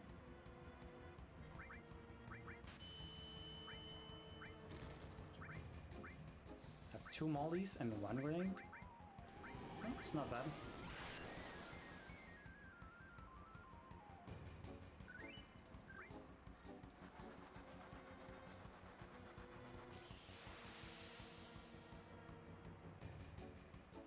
Okay, this is not bad ATV.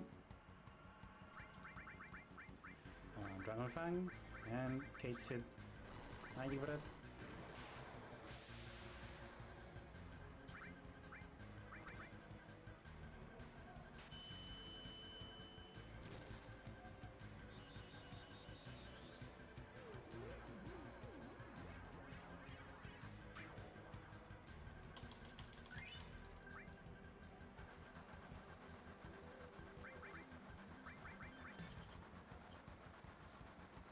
Now this next fight is a big one. I'm going to be facing the Wolfmeister,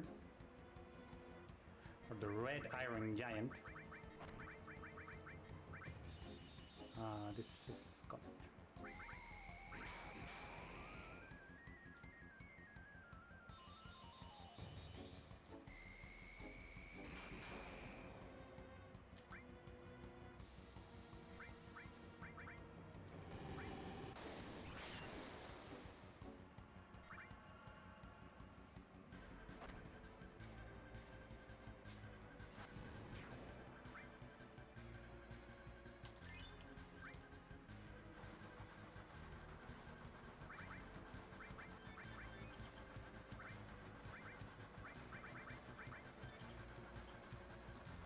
we heal everybody, and we gave a turbo ether to Sid, so he can be full MP for this fight and for the next one as well.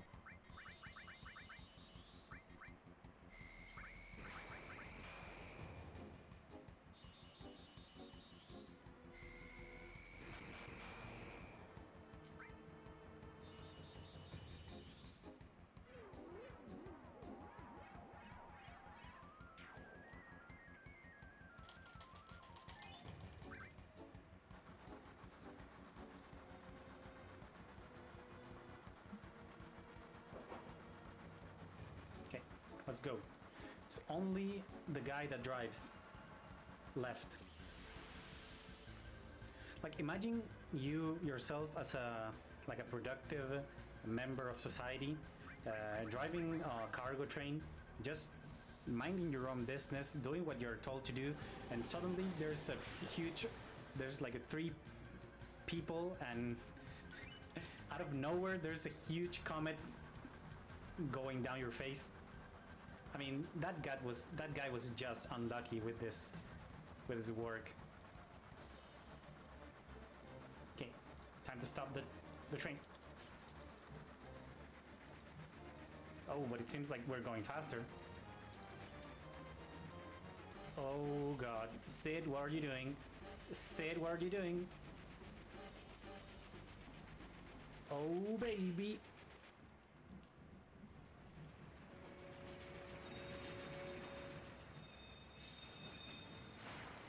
Oh, saved. Okay, I'm gonna attempt another paralysis dodge skip. It's called the Coral skip.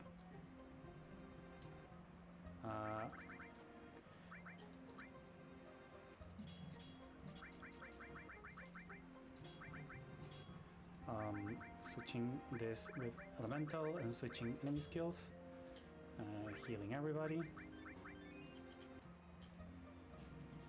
Now I activated the cutscene as well as another conversation that led me through the cutscene of everybody thanking us for getting the train stop, that it didn't hit Corel. So we skip also getting Ultima Materia and resting at at the inn. We're gonna be saving here just in case, because this fight can be just a tiny bit trolly. So we'll see.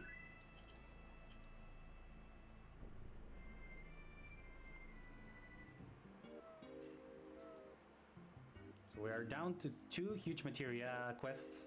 One was unsuccessful, and this one for Corel was completely successful. So we're back to check how's Cloud doing and how's Tifa doing. But it seems like as soon as we got here, there's like a tremor outside. So we go out and see, and holy moly, was a tremor. It's not only a tremor, it's something worse. It's just Sid is the leader, so he's gonna tank it. It's a freaking Ultima weapon going around Midil. I don't know why it's here. Maybe it senses Cloud or something, but it's ready to go. So I guess we're gonna be trying to defeat a creature from the planet. So let's see.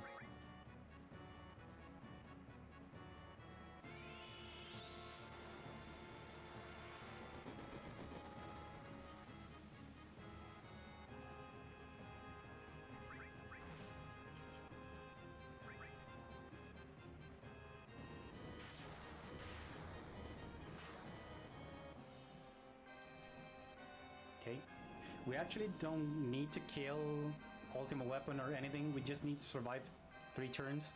And the 3 turns are always the same. So it's a Quake 2, a normal attack, and an Ultima Beam. And we know the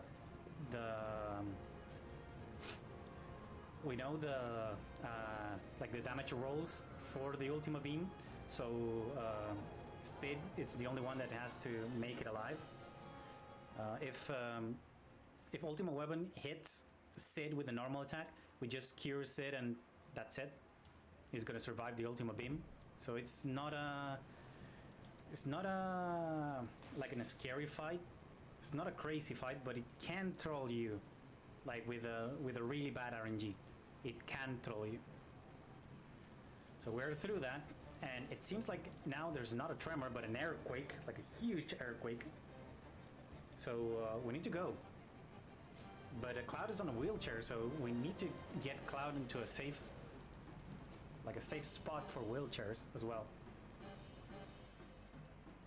So Tifa's carrying him, but holy moly, this earthquake was too much. Was actually too much. Because you know it, they're going down. They're going down with force.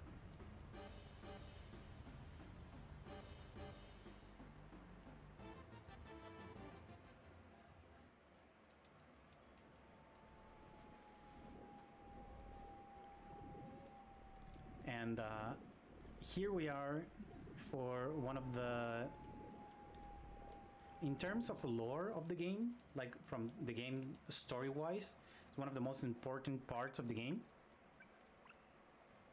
But for the speed run, is actually pretty boring. You just mash a lot of text, walk to the or run to the places that you need to go, activate the conversations that you need to activate, and you try to go with this as fast as you can. Yeah, I guess it is what it is. So we need to go through this whole section. So actually, here's where I call it like couples therapy, because here's is where Cloud and Tifa, it's kind of like Tifa helps Cloud to understand all the things that he is thinking, why he's thinking the way he's thinking, and the things that actually happen, but it's not told from Tifa's perspective, but it's Cloud who's discovering everything that happened with the help of Tifa. So we're actually like kind of like down all the Mako. We are on the subconscious of Cloud.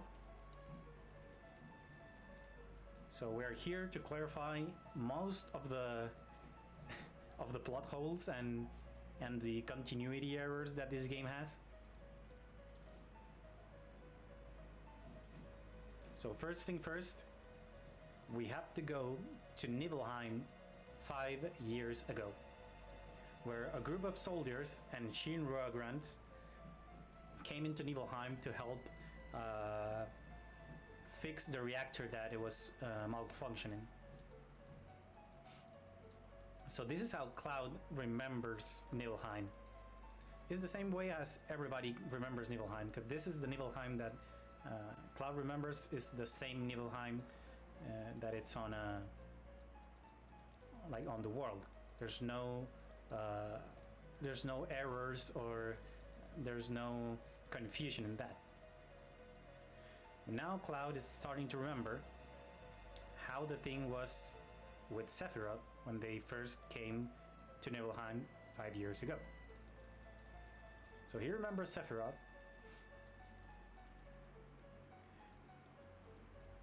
He remembers Sephiroth saying all those things, but then he remembers coming to Nibelheim with 2 Shinra grunts. And Cloud thinks he's the soldier that came with Sephi. But Tifa now, after all this time, it's been like, I don't know, maybe like 4 hours from where it's supposed to be the calm flashback and everything that Cloud told. Tifa now tells her truth, and her truth is that Cloud didn't make it to Nibelheim, but it was this black-haired dude. So who's the soldier member that came with Sephi? Tifa cannot tell. Tifa wants Cloud to remember. She knows that Cloud knows. So now we're going way back. We're going 7 years ago to where Cloud made the promise to Tifa. They remember that starry night in Nibelheim as well. They do remember that. So this is a part of Tifa wants to know if Cloud is actually Cloud or is actually like a soldier created by Ojo like 5 years ago. But Tifa remembers this, and Cloud also remembered this, so it could be used as a proof of Cloud being a kid, a human, like 7 years ago. But the thing is, those memories with Cloud and Tifa on the well, they are related to Sephiroth at some point, like to Sephiroth and Soldier, because there's when when Cloud tells Tifa that he wants to join Soldier to be like Sephiroth. So what Tifa wants to get a memory from Cloud that it has nothing to do with Soldier, nothing to do with Sephiroth, nothing to do with Midgard, with Mako, with anything. So here's little subconscious small Cloud going for the piece of truth that Cloud needs to know in order to feel like he was a real human being and not a puppet created like 5 years ago. So this is actually the window to Tifa's room in Nibelheim. So what can possibly be here to help Cloud, knowing that he's like a real human being and he was born at Nibelheim and not created like 5 years ago by Ojo.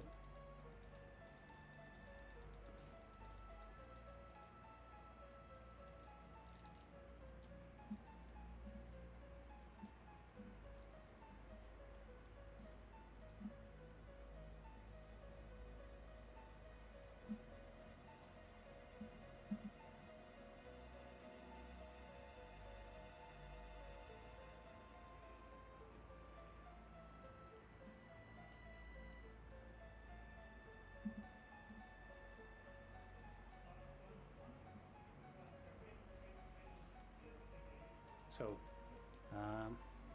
what actually happened is that Cloud remembers that he was like a little kid and he wants to get closer to Tifa, but he thought that all the friends that Tifa had were kind of like, I don't know, like annoying brats or whatever. Like Cloud was the lone wolf in that part. But now the memory that they both have together, and it's not related to Mako, it's not related to Soldier, is actually the day that Tifa's mom died. Because what happened is that Tifa's mother died, and Tifa and with her friends went to Mount Nibel, and Tifa wanted to cross Mount Nibel to see what's beyond the mountain. I think that's actually the name of this song, like this song that we hear right now. It's what it's beyond the mountain, I think it is. So all these things that Cloud is remembering are both joint memories from Tifa and from Cloud, without to be anything related to Soldier, to Sephiroth, to Midgard, to anything.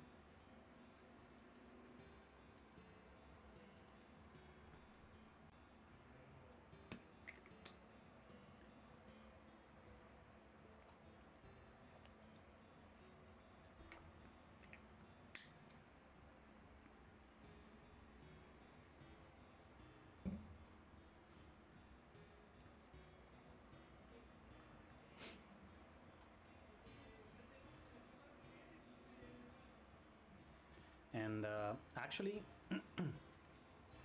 the thing is, Tifa doesn't remember Cloud being there because I think Tifa and Cloud, like being behind, they fell from the bridge and Tifa was unconscious. So she should not remember that Cloud was there, like following her. But that's the memory that Cloud needed to unlock and Tifa needed to see in order to know that Cloud is actually a real human, and that would happen. But now we have one last thing to remember. We know that Cloud is a real human and he was not created 5 years ago. But the thing is, what actually happened 5 years ago? Why Cloud remembers everything, but Tifa didn't saw Cloud there? So why? Why that happened? Well, let's find out.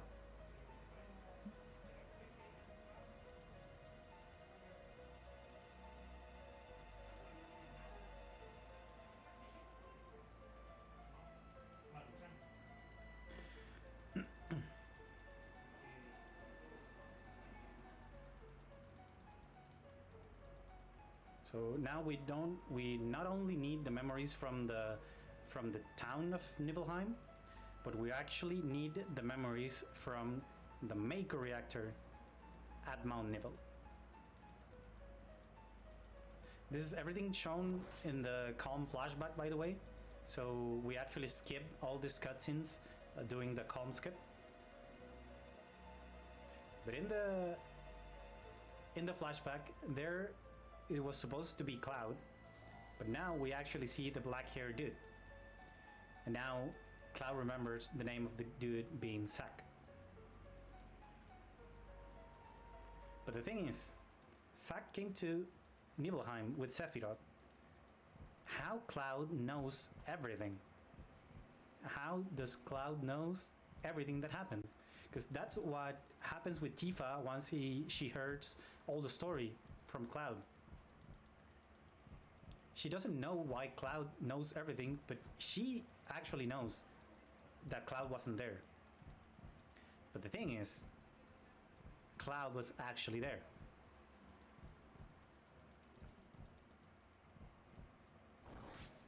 The big plot twist in all the story, and I'm gonna leave you guys with the cutscene while I'll take a small break. The biggest plot twist in this story is that Cloud was there the whole time.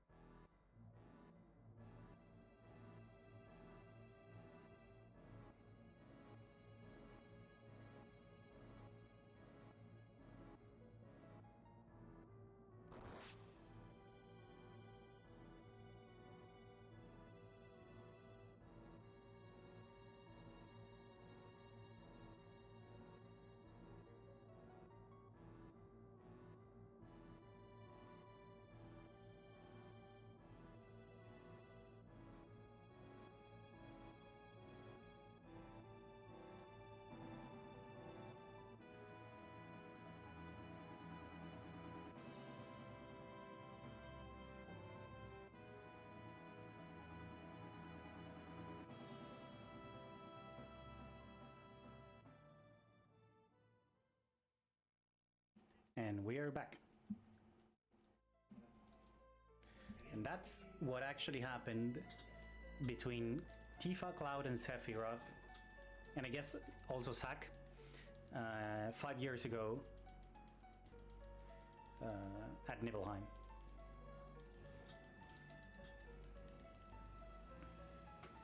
It's pretty crazy, actually. It's really crazy because Cloud always thought that he was remembering things correctly, and he was. He just missed some information on the people involved. And that confusion, alongside with the, because Ojo, he did experiment. He did experiment with Cloud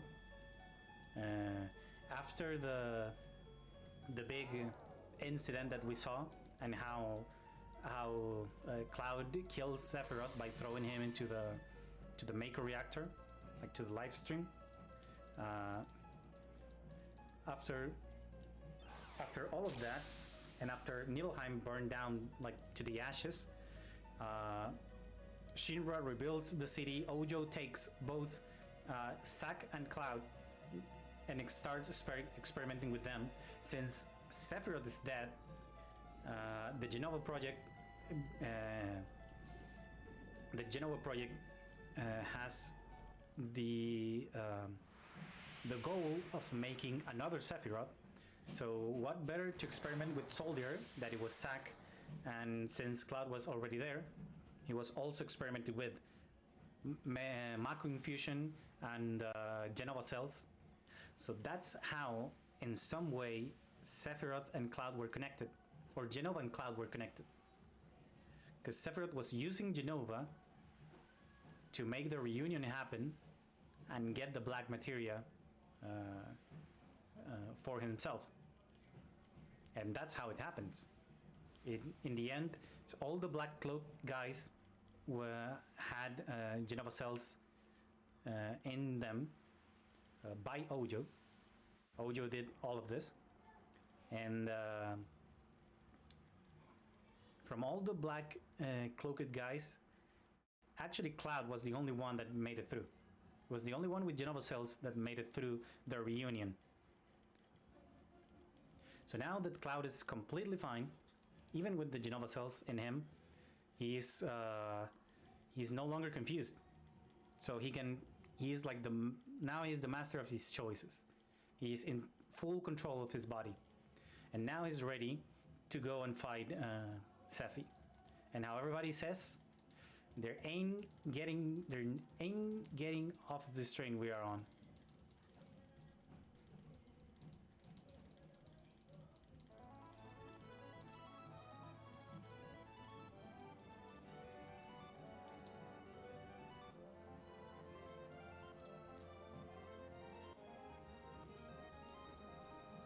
So now here comes a fairly big menu coming up ahead. We need to do some stuff to get ready for the underwater reactor in Junon, because remember, we are 2 huge materia quests down out of 4. So there's 4 huge materia, we already did 2 quests, so now we have to do the other 2. Let's go to it.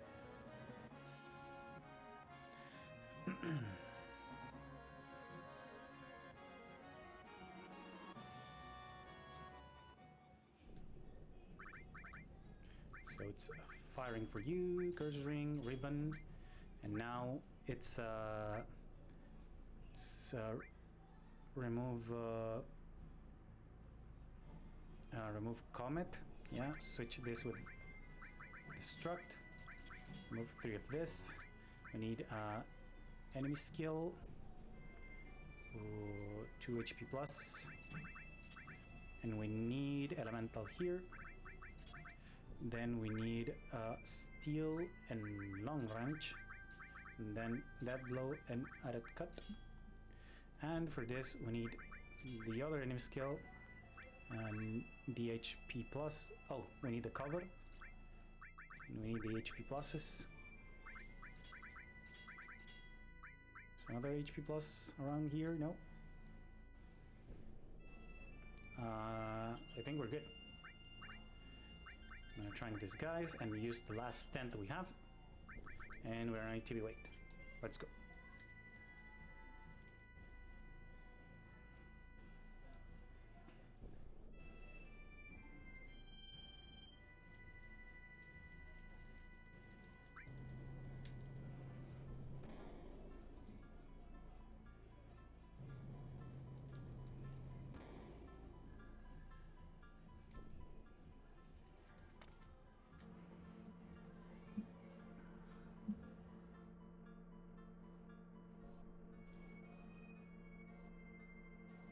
Okay, in order to go to the underwater reactor, we need to go up to Upper Junon.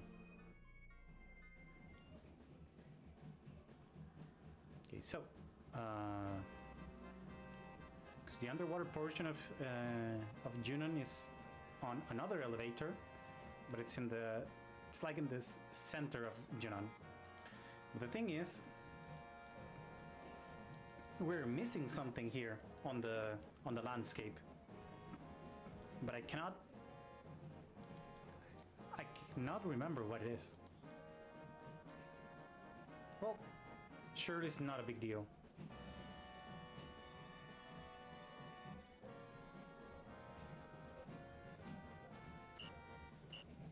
So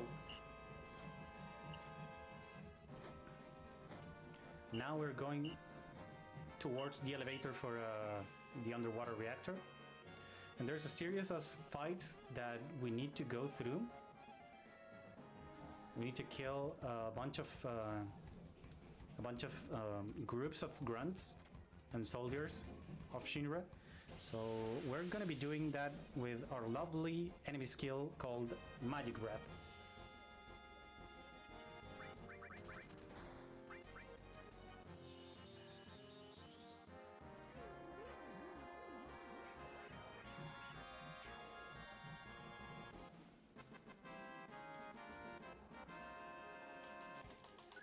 For all these mandatory fights, we are going to be trying to use Magic Breath all along. So, let's see what we can do. Let's try to get good fights.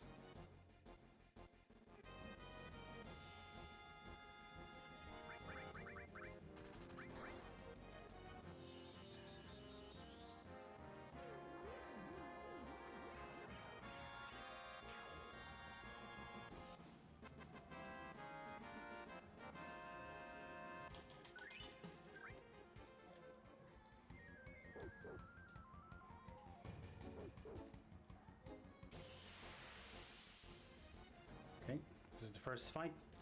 We need to walk steps after the third fight.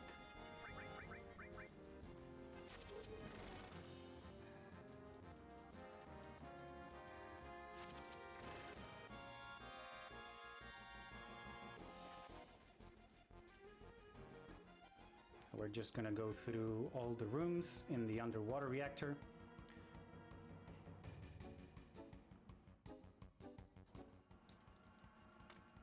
And now we're actually going to the underwater. And we're gonna see how actually it looks really nice.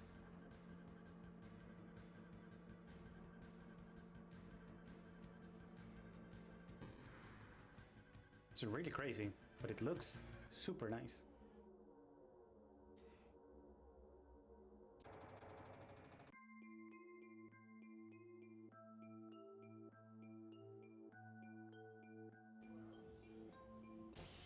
It's kind of like an aquarium.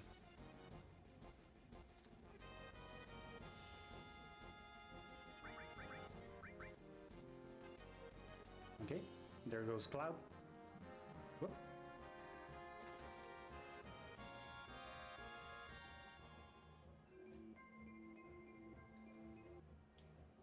Maybe we should buy a house, ocean front view. Well, we can arrange that with Costa del Sol, I guess. Since the cannon is no longer in Junon, maybe it's now a safer place to live.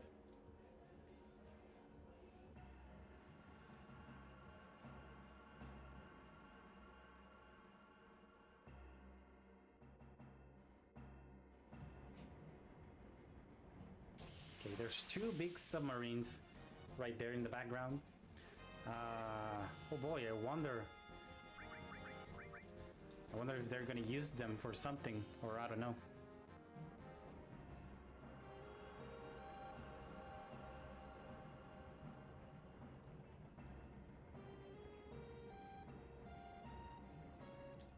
Okay, now we are gonna save. Because next boss fight, we have like a... It's like an 8-9% of chance of dying without us doing anything. Like it's actually losing the run without us have a chance of anything. This is the hardest and the most RNG thing that happens in this game.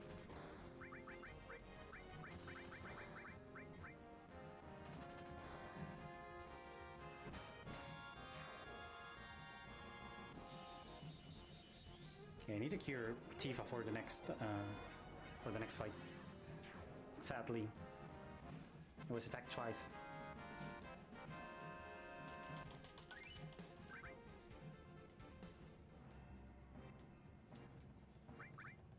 Whoops.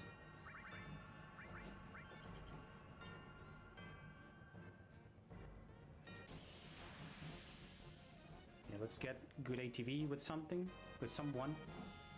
Would rather say. And hopefully we get only one attacker. Nice. That's good.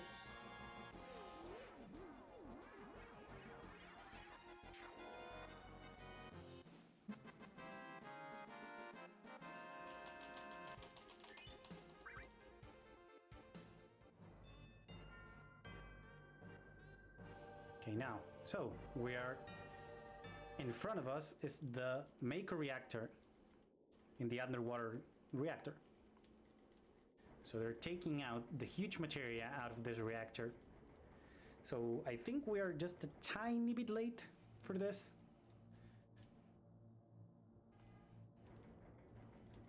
But maybe we're fast enough and we can get into the huge materia.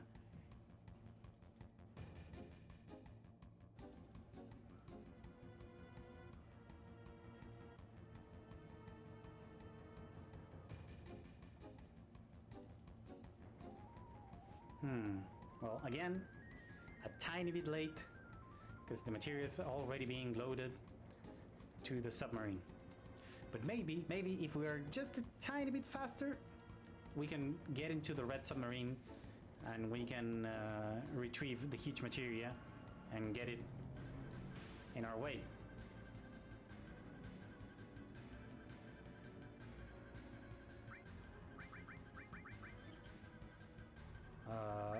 Why is Cloud not in sadness? That was weird. Almost go there without Cloud being in sadness.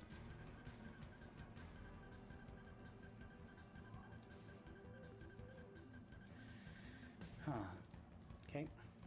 Yeah, unfortunately, we are not gonna be able to go faster because we have to deal with this huge ass mechanic crab that it's called Carry Armor. So let's see.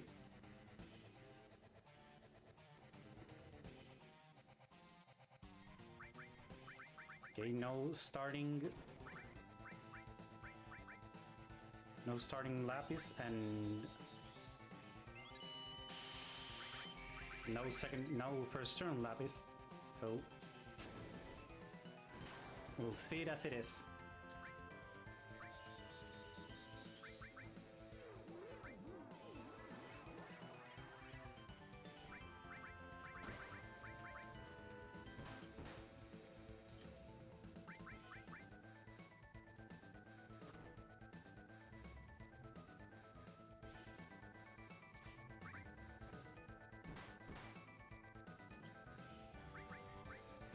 Okay, there's a lapis.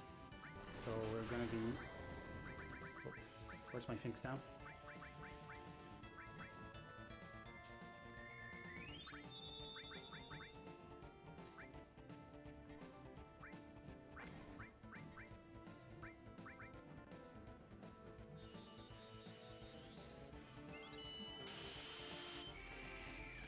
Okay, Tifa, let's hit those death blows. Nice.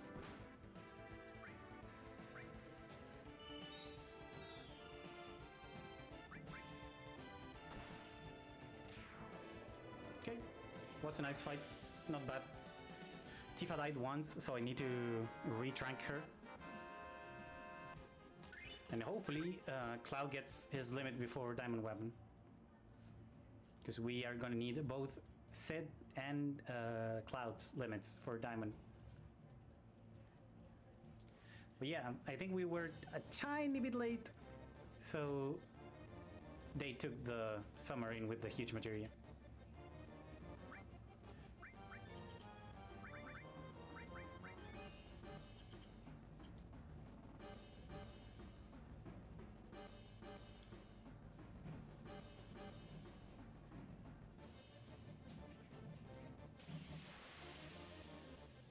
Okay, let's go.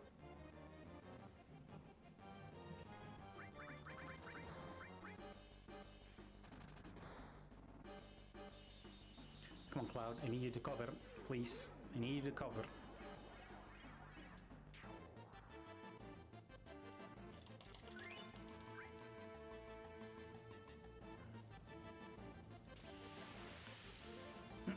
Well, since they got the other submarine, I think we will have to get... I mean, they got the red submarine, so I guess we will have to go into the other submarine just to get a hold of the huge materia.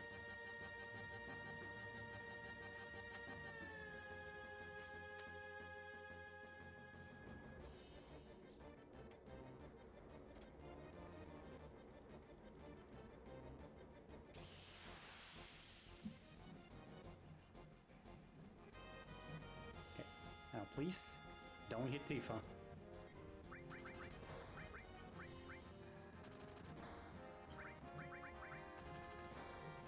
Good. That was great. And Cloud got his limit, so that's perfect for the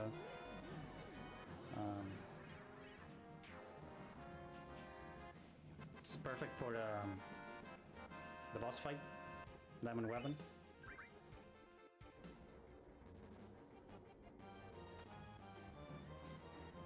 Okay, now we are reunited with our friends from the Junon parade. They actually know how to move, and they do our special move. So we're gonna take them prisoners. We're not gonna fight them. They're just gonna be there for us.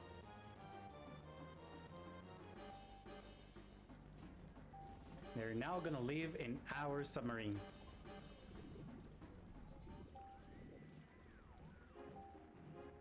Okay, now we have to chase for the submarine. For the red submarine. So that's what are we gonna do?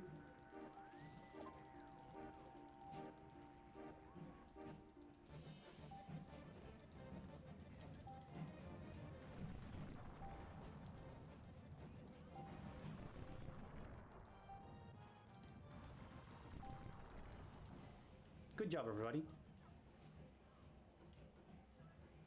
Good job.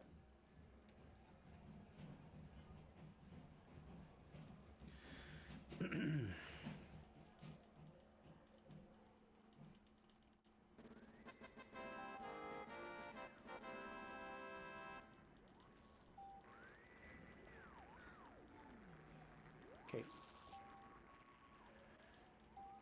So, now that we have the submarine, we need to get a certain item in order to progress the story later on. So we're gonna be going for the key of the ancients.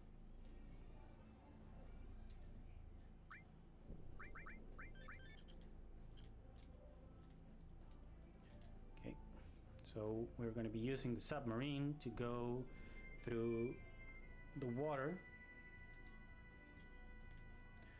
and yeah, that's pretty much it.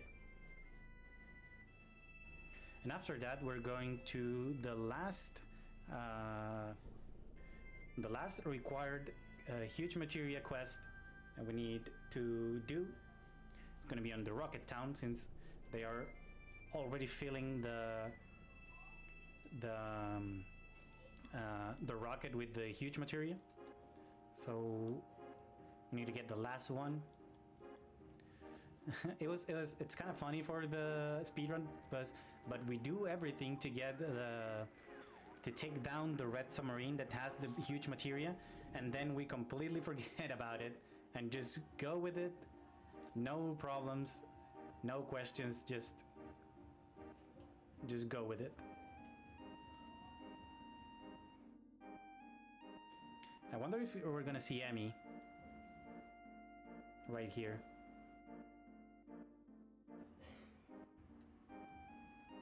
Is Emmy around? No? Oh, there she is. There's Emmy. Hey, no worries, we're gonna be dealing with you later. Since we met the incentive, we are gonna be dealing with Emmy later. In the meantime, let's finish this materia, huge materia quest.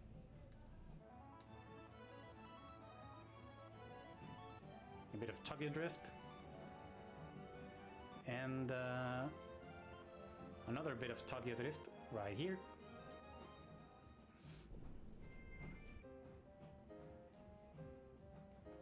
And it seems like everybody in town is anxious to see the rocket go.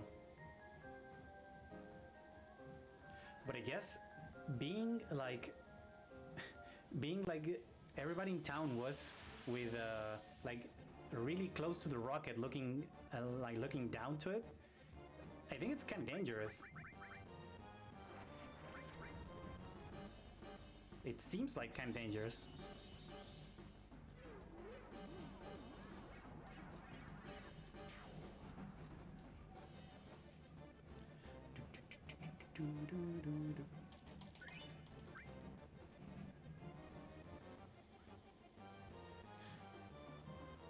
Imagine you're right at the base of a rocket, and the rocket, like the rocket engines and everything goes crazy on you. That seems like something that it's not really safe.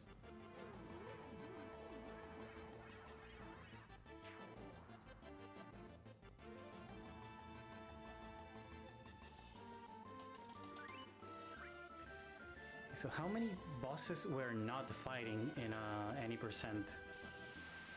We're not dealing with Airbuster, we're not dealing with Gin Attack. Oh, that was kind of slow.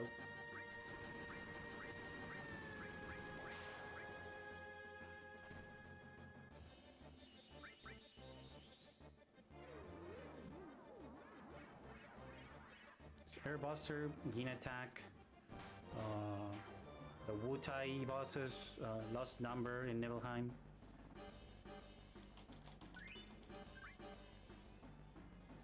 Okay, I have some dazers actually, so I can paralyze. If my ATVs are good, I can paralyze Rude and then just go for a first turn death blow, easy peasy. That's a good thing on having dazers in this run.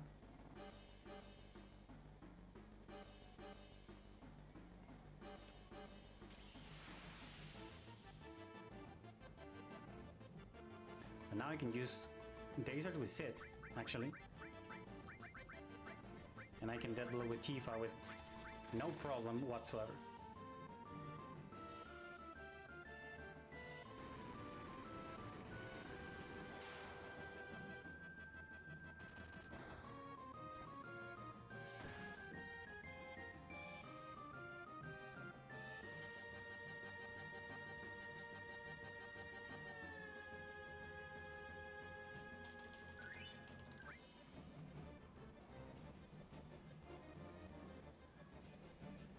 They got us. Yeah, Brood is down, and now it's only this like captain of the Shinra, or I don't know exactly what are they called, but with a regular attack, it's good to go. So now it seems like we have a rocket to stop. So let's see.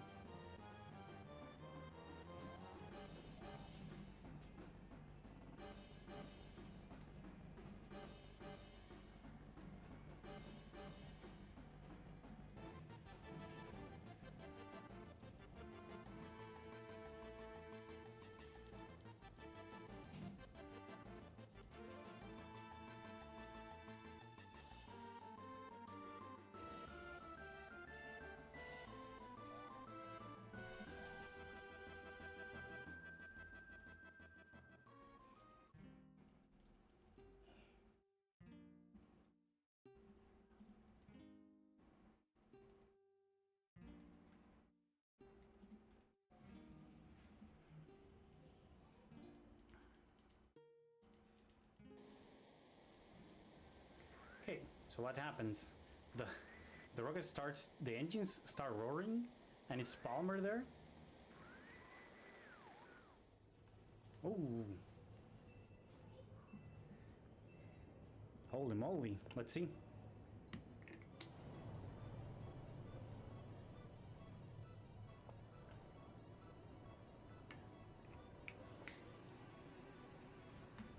Yeah, I think that's why I said that it was kind of unsafe for anybody to be near where the rocket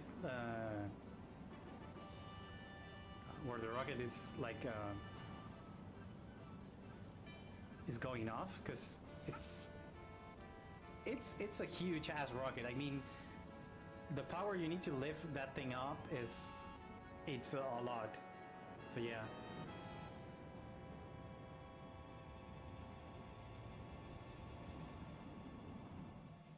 But hey, I think it was a bit like it was kind of unexpected, but we are in space. Most importantly, Sid's in outer space. That was his dream. So yeah, the rocket is locked. He's cursed to the meteor. So we're kind of stuck, but there's escape pods for emergencies like this. So Sid knows. And Tifa's wondering about the huge materia. So yeah, there's actually the huge materia. You can go and grab it, like to the ladder on the right. We're not going to be doing that, because you just need to enter a code and get out of there. But we don't care about the huge materia. We actually get 1 out of 4 huge materias, because we just get one of them by finishing the Corel with the train kind of quest. The rest of them, Fort Condor, Underwater Reactor, and Rocket Town, we don't care about.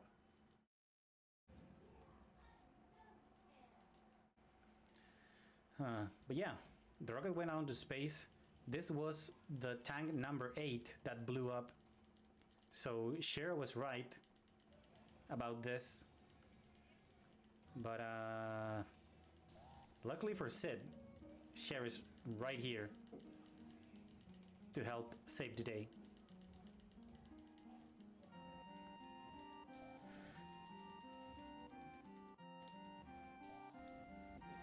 I guess this is a good moment for Shara and Sid, because now Sid trusts Shara a lot more, and it actually starts to treat her like better for once, because he was really mean to Shara back then.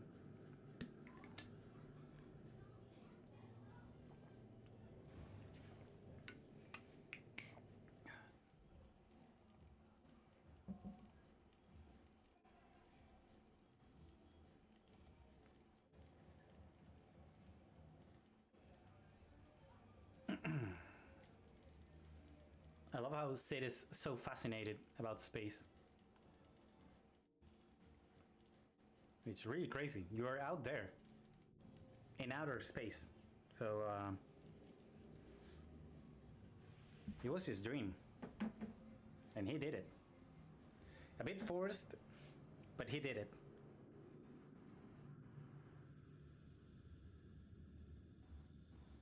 But now let's see how brilliant Shinra's plan was. Because we didn't took the huge materia. I guess they went with For Condor's huge materia and with Rocket Town's huge materia. I mean, not Rocket Town's. It was not on Rocket Town's, but the one that was on the rocket. But with two huge materials loaded into the rocket. I wonder if that worked out.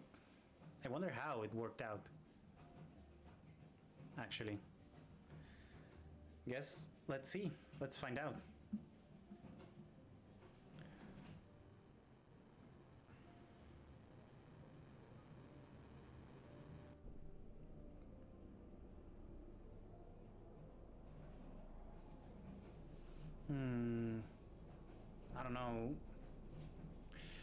I don't know you guys, but it seems like it didn't work.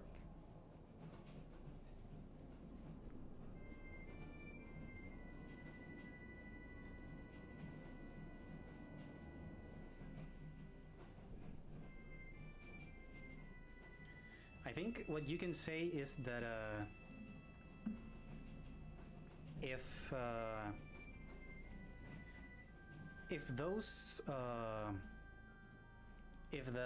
the meteor could feel, I think with that the meteor would feel like really angry about everything.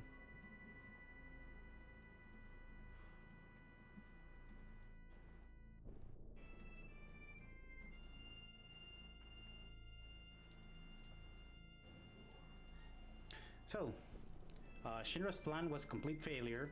So, we have to make things happen on our own.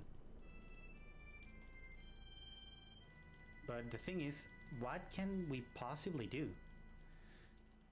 Like, if a rocket with a materia like 300 times stronger than the regular materia, if that doesn't work, like, what can possibly work?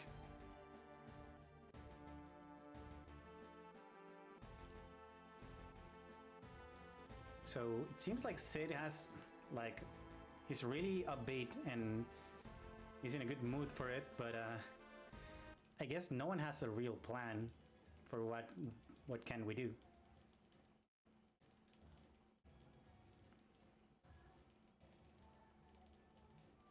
Hey, is that how the planet screams?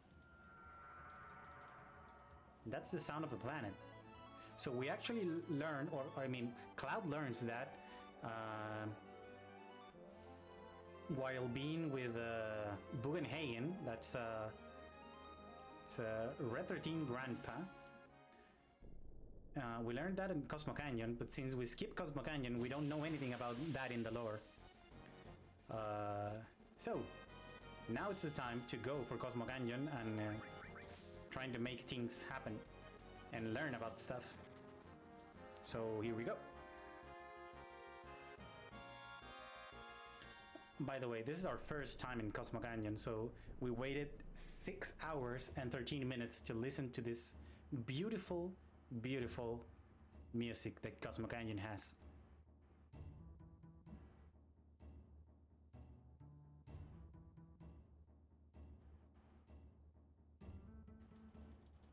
Okay, do you remember something I said like 3 hours ago about a final descent manipulation? Or like 2 hours and a half ago? So here comes the second part of the final descent manipulation. I'm gonna be checking on some things that are on the roof, and I'm gonna be looking them just to know exactly in which RNG am I. Okay, that was not a good RNG. Maybe this one is. Okay, this one was the one that I wanted. So now I know in which RNG moment I am. So once I get to the Forgotten Capital again, and we are going through the Forgotten Capital cutscenes with Bugenhagen, I'm gonna pretty much be ready with my final descent manipulation.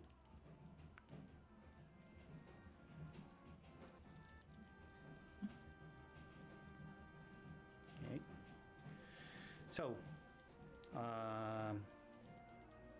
we're now talking about how Aerith wanted to help, and how she wanted to stop Sephi. Like just before Sephi stabbed her, she was like praying and doing something, and her materia, it was in her like headband, the materia fell. So we don't actually know, and we don't have, we cannot reach that materia anymore. Like that's the thing. So now we need to go to the Forgotten Capital, and we are going to be using the Key of the Ancient that we got thanks to the submarine. We're going to be using all of that just to have more information about Aerith and what she was doing to help us defeat Sephiroth. Because right now we cannot trust anyone. Shinra plans suck, so we have to do it ourselves. But how we're gonna do it? Well, first we want to learn how Aerith wanted to do it, how Aerith wanted to stop Sephiroth, and let's see if we can do like the same or something similar at least. We are not ancients. Aerith was an ancient, so maybe we can help in other ways.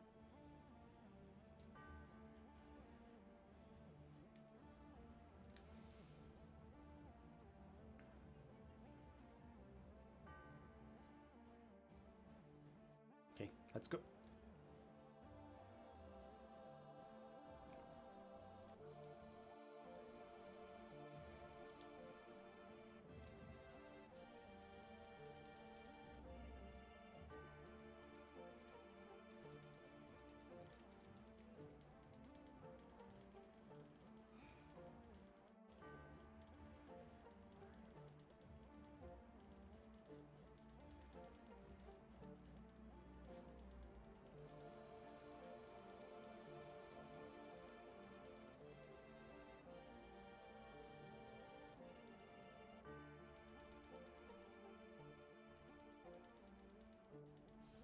So now we're going to be learning about Holy, the white materia. That it was the materia that Aerith had in, like, it was like, she says it was like a gift from his mother. So she has this materia, but she didn't knew how to use it.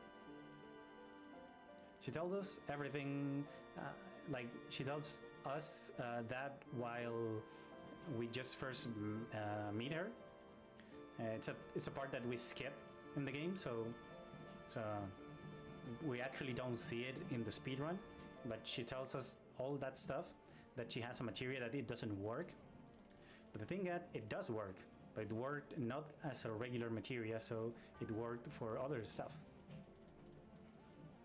So now with the Key of the Ancients that Bugenhagen is putting right here, we're gonna be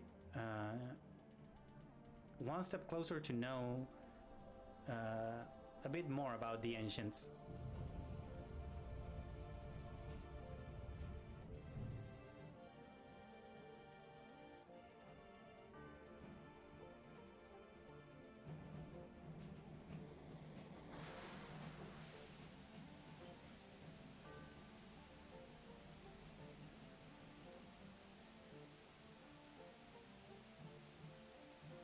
Okay, so back at it again to the center.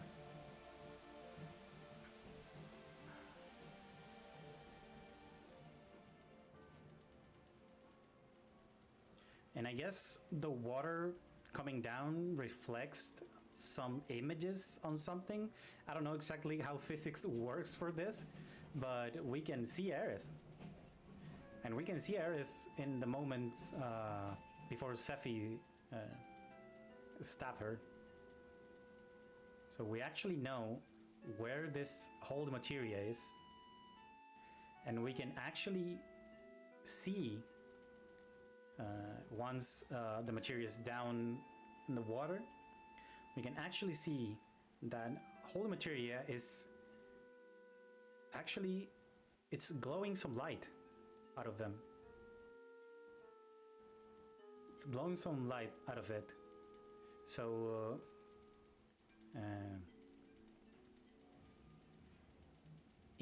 is it the prayers of Aerith before Sephi came? It's still praying like after she dies. Like, we don't know. We only know that Holly's there and it's glowing.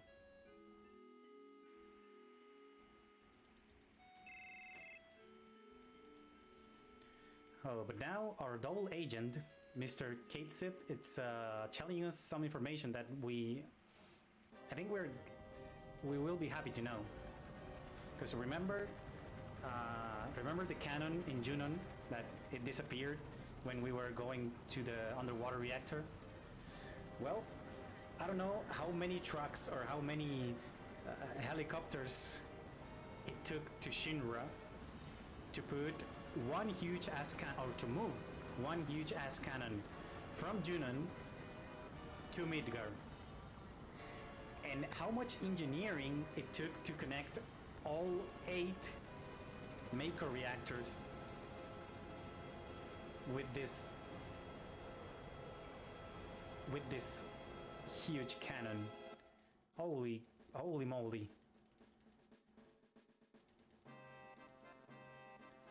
So this cannon will be able to fire Mako shells. So it should be stronger.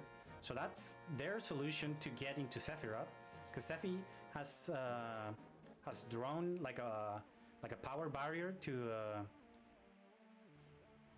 where he is. Okay, that was not really good movement, so I might be messing up the final descent manip. We'll see. We'll see after Ojo.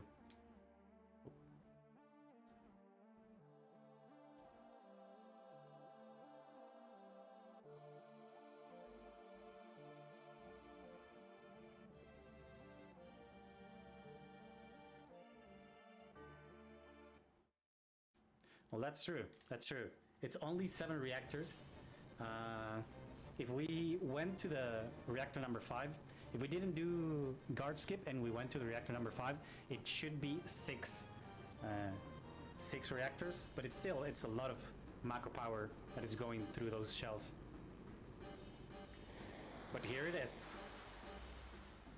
The planet senses there's some danger, so weapons appear.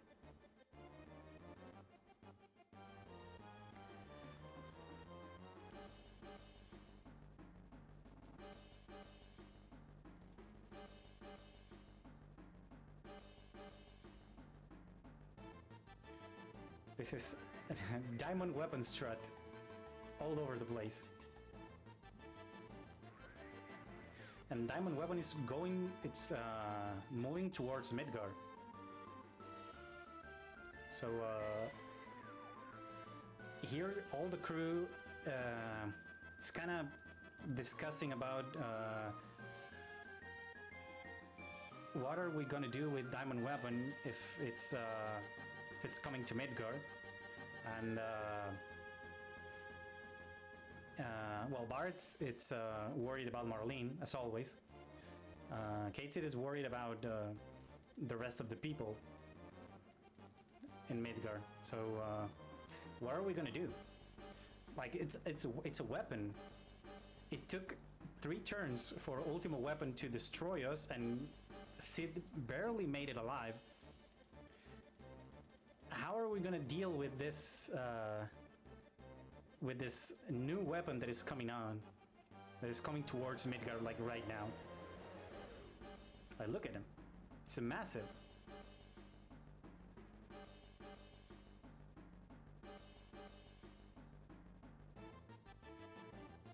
moves kind of slowly though. I guess it's for its size. It's bigger than the ship. If you look at it like this, it's kind of like bigger than the ship.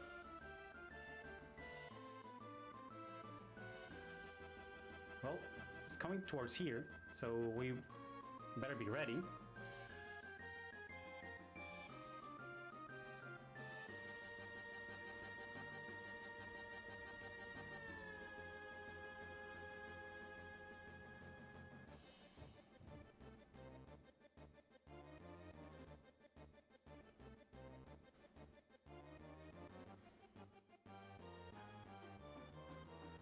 So, we have, for the speedrun, we have both limits with Cloud and Sid, so we don't need to equip any summons.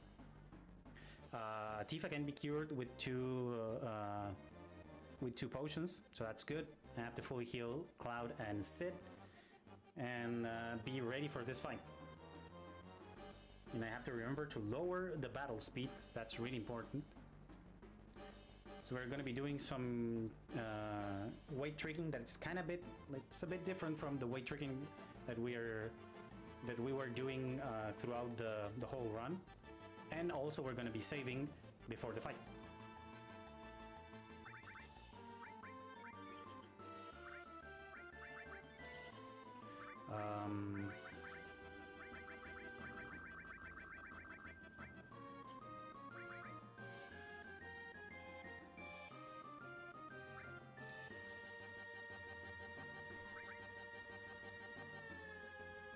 And here we go.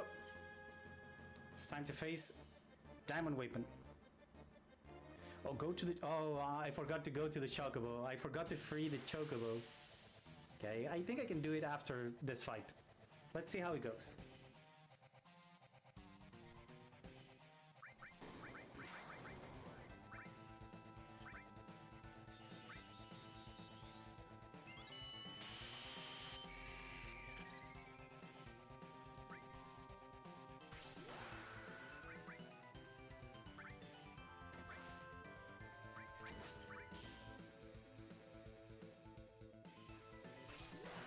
Okay, 50 is not bad. So we do 2 limits, and that opens Diamond Weapon like central core, if you can say it like that. So we are hoping for death blows.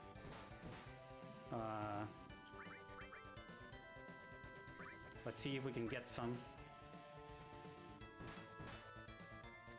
No luck so far.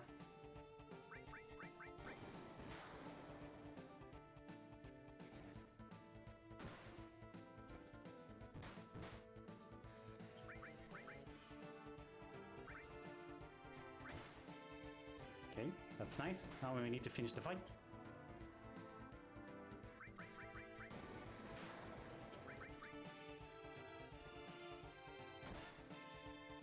Nice.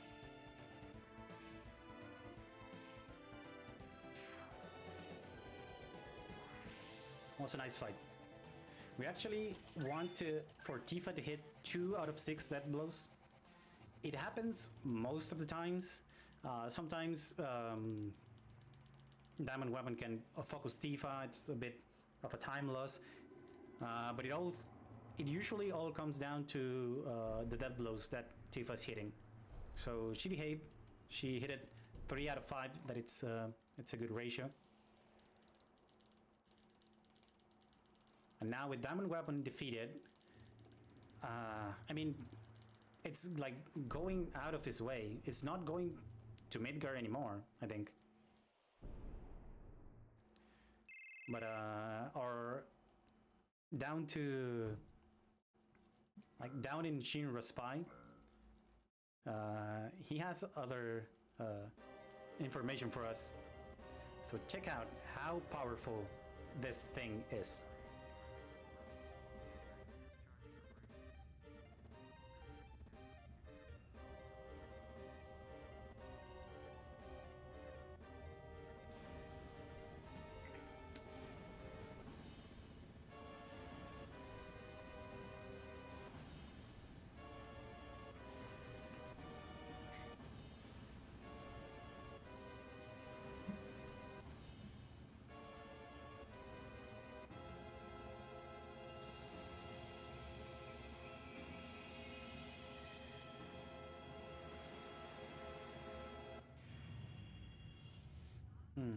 Actually, I don't know if they repair the reactors, but it looked like every reactor was functioning.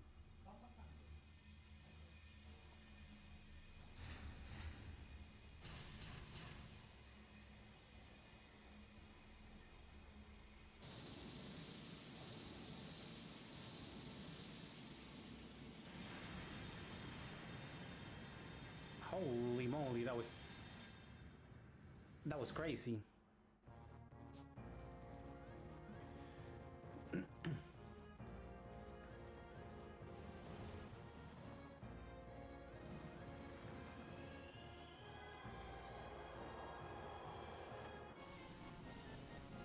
Oh, and it seems like Diamond Weapon is fighting back.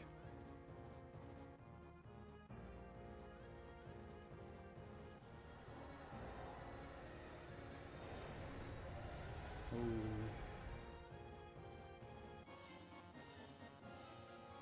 That looked like it was coming to your direction, so surely he's gonna skip it. Like surely he's gonna dodge it, right? Oh, their chicken legs were not enough.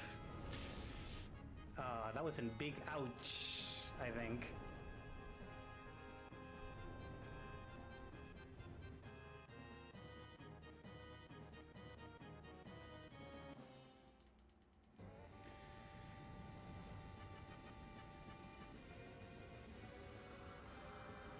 Oh, it's the barrier that Sephiroth put on the northern crater. Oh, now it's gone. Well, I guess Shinra did something good for once. They defeated the Diamond Weapon and they destroyed the northern crater's barrier. So I guess it's a round of applause for Shinra. They did it. Something good. They destroyed the barrier. Now you can all go down to the sewers.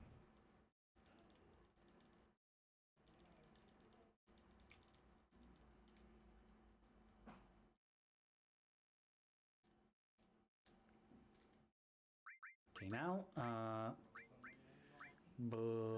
gonna heal. I think I can heal. I'm gonna heal Tifa once. I'm not gonna risk it. I'm gonna be back on the fastest battle speed, and we're good to go to see what happened to the northern crater. Hell no, we're gonna be saving the Chocobo. I'm gonna be getting the Chocobo back to his place. Where is this Chocobo? It's right there. Chocobo! Go be free! He actually waited there for us, like, how much? It was like 5 hours? Maybe a bit less. He was a good boy, so he needed to be free.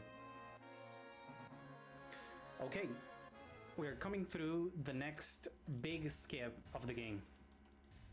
This skip will skip again the whole return to Midgar thing, like getting back to Midgar, doing all the Midgar raid, facing the Turks, facing Proud Cloud. We will be skipping right into Ojo, and we're gonna do it by simply holding 2 inputs in our controller. We will be holding cross and we will be holding right. And with nothing else to do, we're just skipping all the things in the Midgar raid.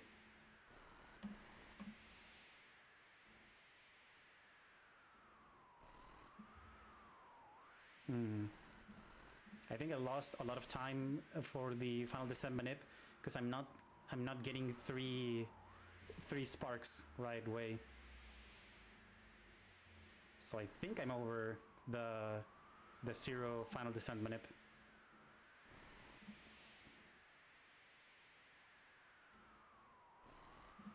The other thing that this skip does to the game is that it breaks the audio of the game.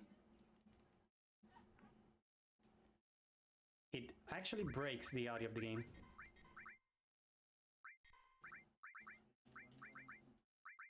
So I'm actually gonna save for the disc swap at disc 3, and I'm gonna be giving back the music for the last part of the game, because that music is some of the best tracks in the whole game. So I actually really like that, and I want to do that.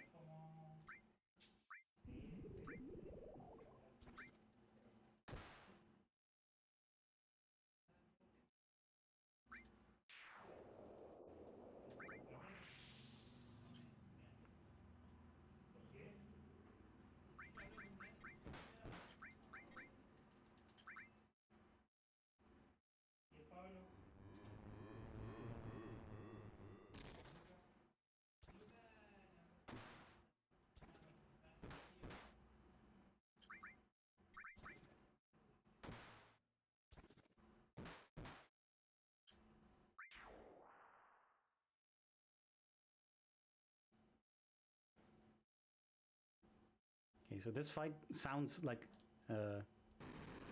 it's a bit silent, but it's just because this glitch breaks the music for this game.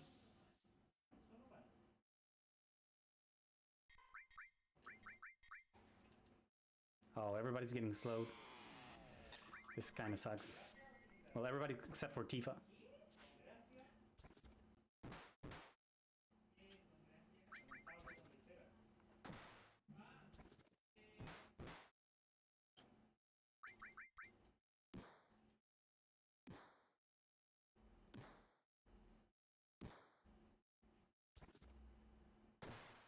Okay, nice. Hit it 3 death blows in a row. That was good.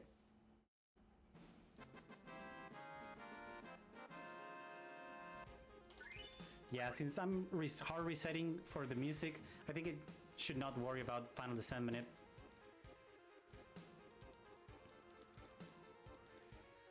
I think I would have kept the Final Descent. I would have kept the music, like the glitch music, if I had like the serial Final Descent minute. But since I don't have it, it's whatever. I rather get the music back and for everybody to enjoy.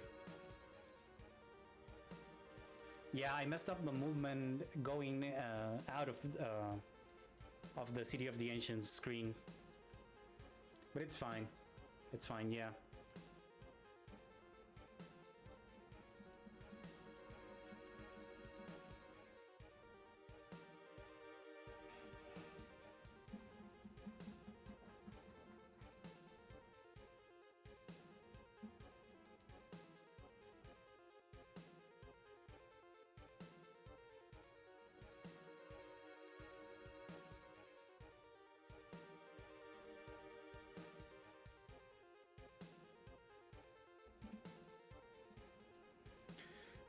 So, since we break the audio of the game, we're hearing the battle fanfare like all over the place.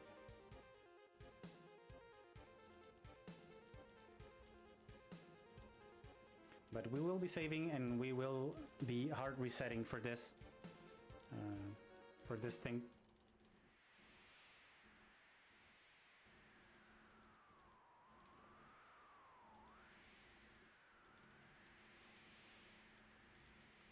But now it seems it's calculated for the meteor to hit the Earth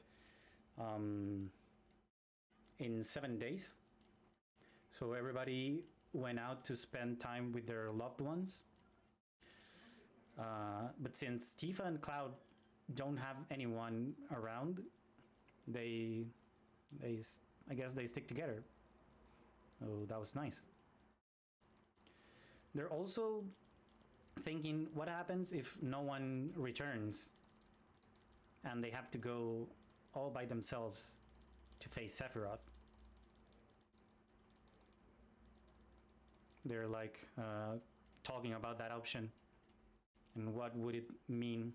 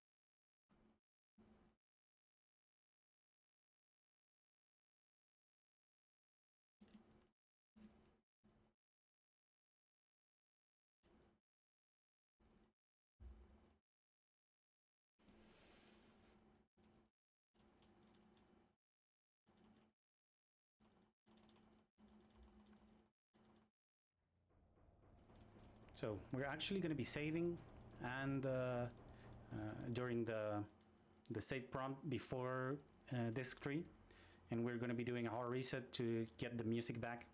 As I said, it's a really good music that it's here, so that's I will gladly take the time loss for you to experience how good the music, especially for the last boss rush, is.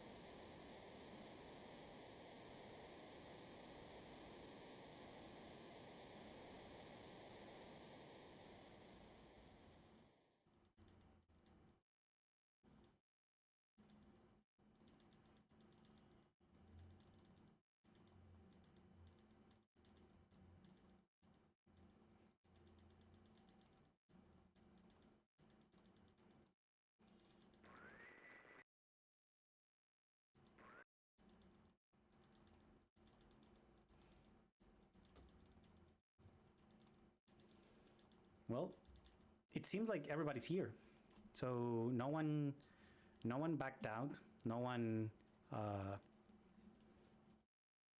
stayed at home. So let's go. Let's fight Sephiroth.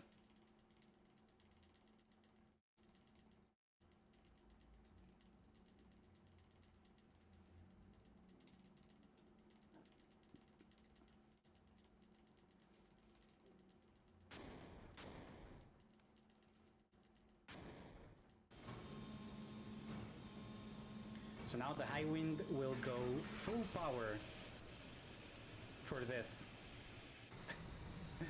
Sadly, the only trip that is going to be, it's towards the northern cave. And they're doing actually littering on the planet. So that piece of scrap that fell, oh, not much for like an eco-friendly group that it's Avalanche that cares about the planet. It's littering with scrap to the same planet. So Barret, where are you now, Barret? Where are you now?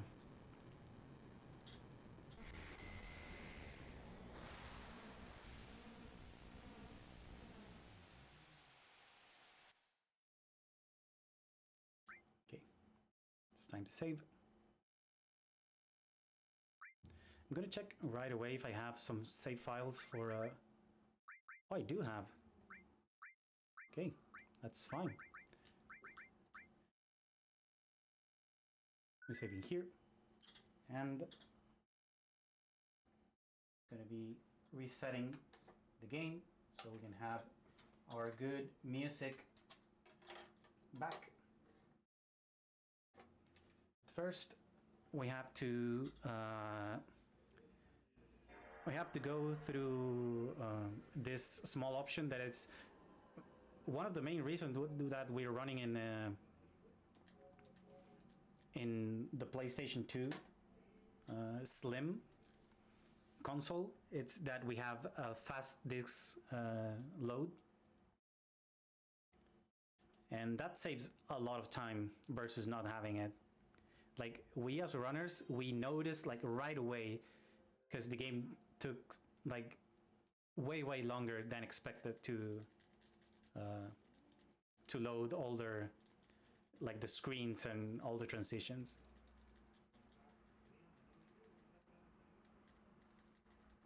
So, disc 3.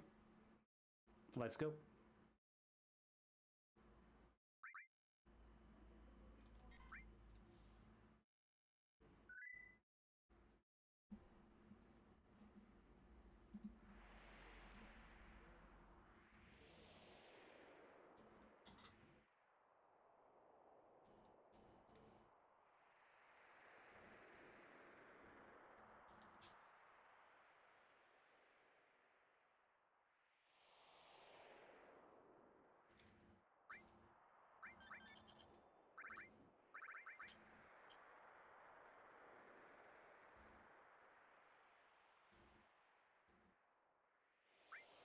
Okay, since we did a hard reset, our step count is actually dead. But it's fine. It's it's not a big deal for this part of the run.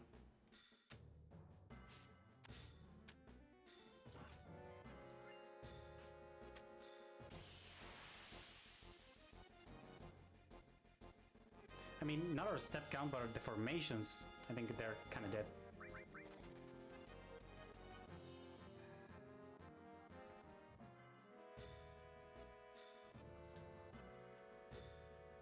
Yeah, because I think step ID is safe, but it's not a big deal.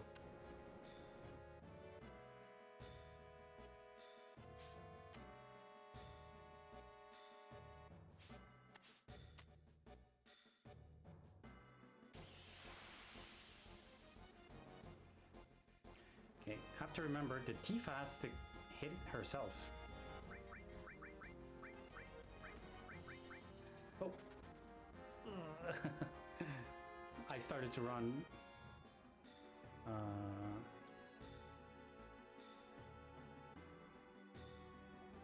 I started to run early.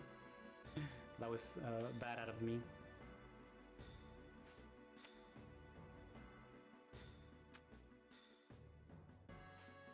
Yeah, we got there one another paralysis dodge with the save crystal, and after the next screen we will be doing our last paralysis dodge skip that is going to be used with the save crystal, and it saves like around a minute. I think it's pretty big because it helps us go through the to the pathing selection, I think, if you can call it like that. It helps us go through that like way faster. So you'll see it right now in the next screen. This is the last skip of the run. I think it's the last skip of the run, yeah. We're gonna be taking the second pole down, and we are gonna be activating the save crystal glitch at the same time. So it's gonna break the game for one last time.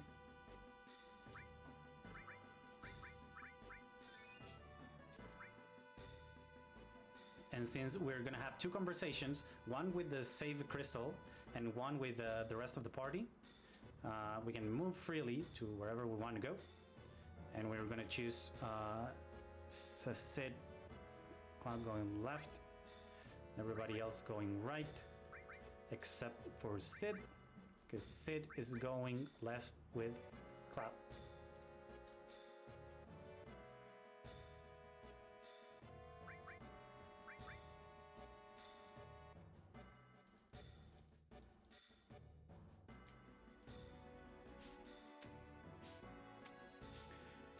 And we lost Tifa.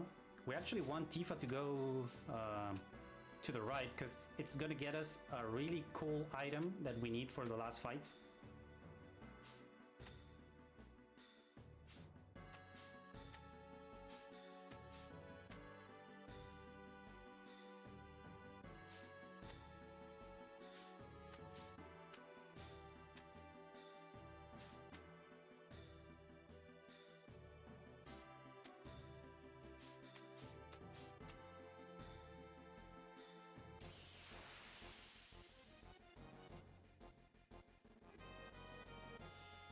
And this is the last random encounter that we're gonna have for this game. Well, the rest can be counted as random, but it's the final descent encounters.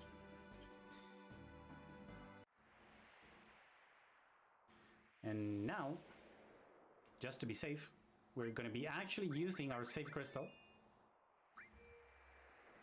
and we're gonna use it.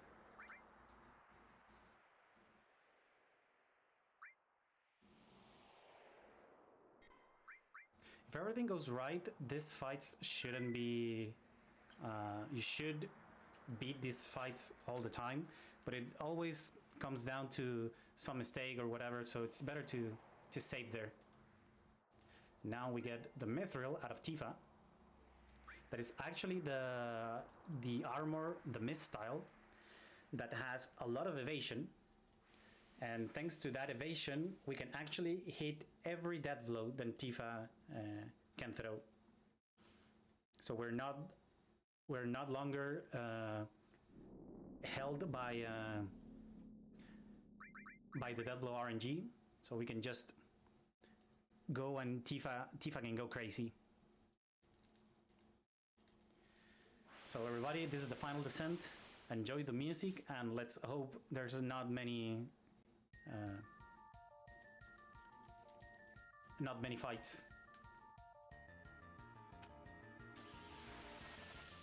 Okay, good start.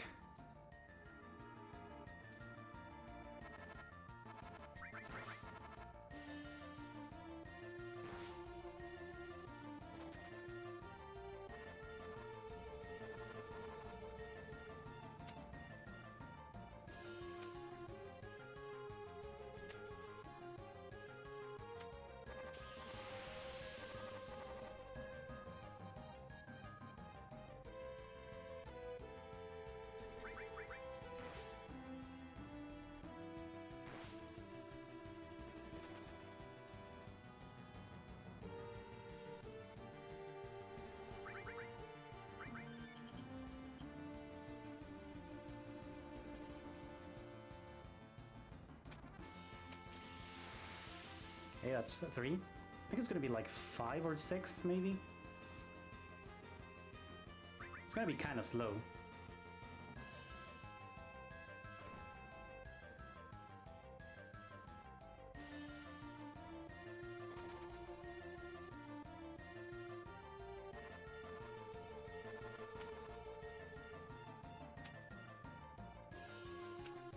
Okay, and don't forget to menu once we get here.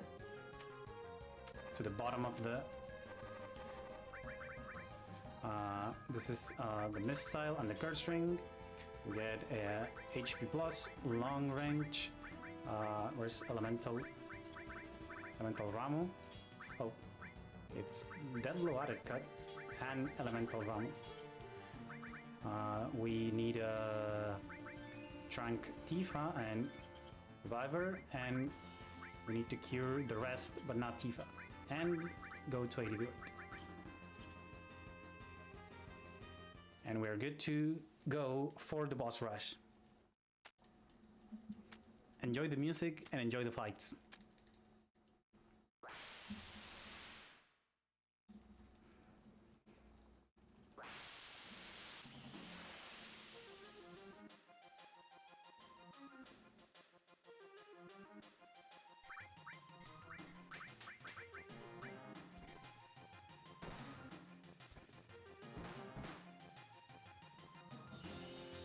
Okay, I need to be careful because Cloud's limit bar, Cloud's ATB bar is gonna feel so fast.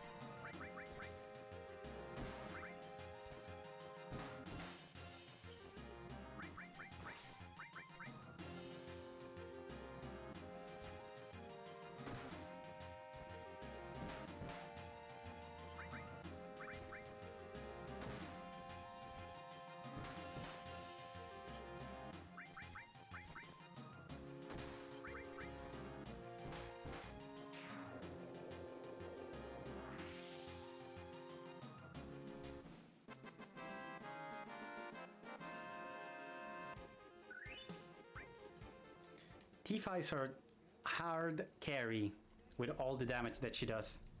She's great. She's the best. Now, I need to heal Tifa for 1 potion. I need to heal back Cloud and Sid to maximum HP. And I think I have a power source that I wanted to go with Tifa.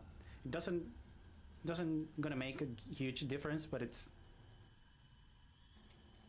okay. We can do it. We can do that.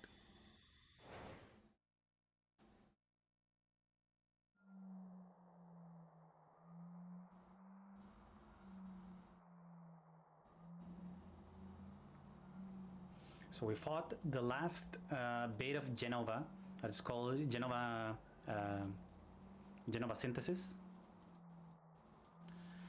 And now we're going deep into the depths of the live stream, the center of the planet. Maybe not the center of the planet, but the center of the northern crater. And we see that Holly is there trying to shine, but Sephiroth, the real actual Sephiroth, has taken, like, is forcing Holly to not be usable. So in order to make Holy a thing, we need to defeat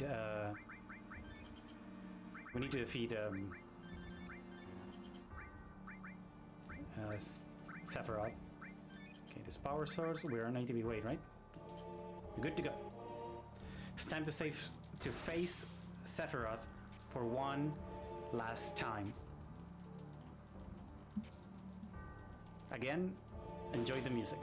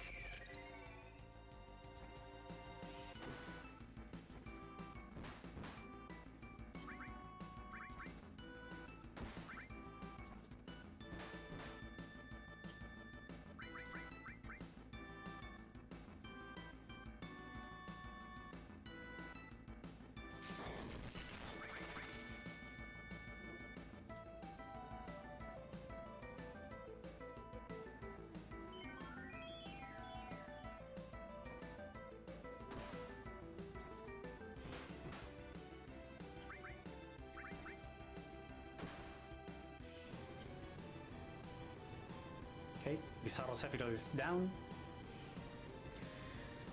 Now it's time for the showdown with the big guy.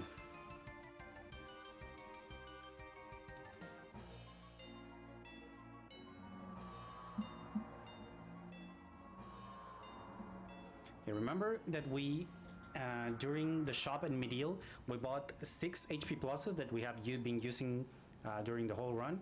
We bought 1 extra materia, that is the destruct materia, and we bought it especially for this fight.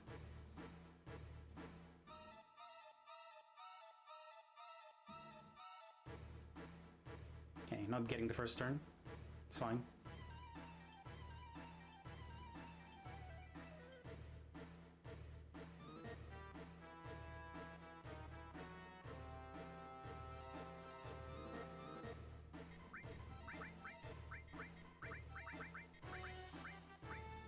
We need to do this magic called the barrier to get rid of the safer Sephiroth's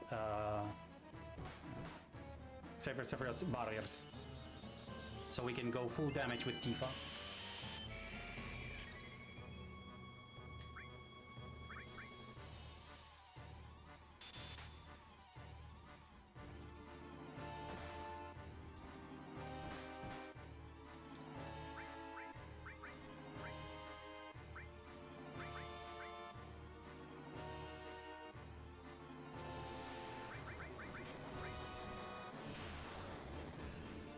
Okay, I'll have to be wary of Sid's. Oh, it didn't get a limit. Okay, good.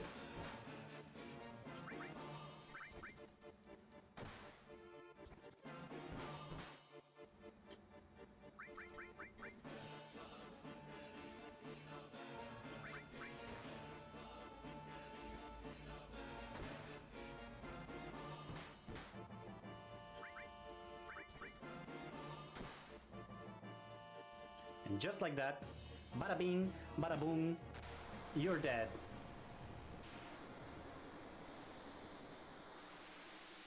Is the devil Tifa with the 666 HP, yellow HP that can make it done.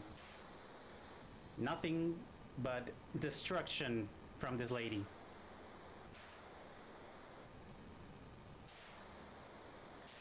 But time is not up yet.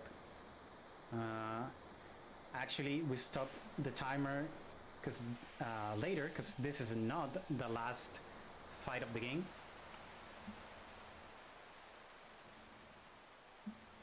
We have one more fight to go through.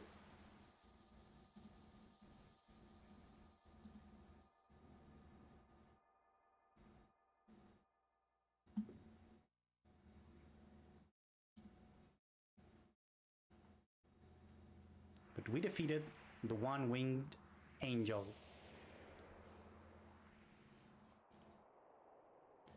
So actually, we still have to mash some text, but we are back at the at the bottom of the northern crater, but not into the live stream where everybody else was.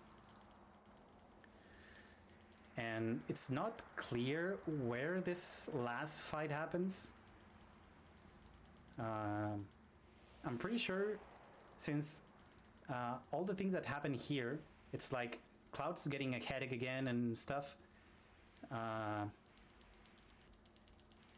think this fight occurs in like deep in Cloud's consciousness.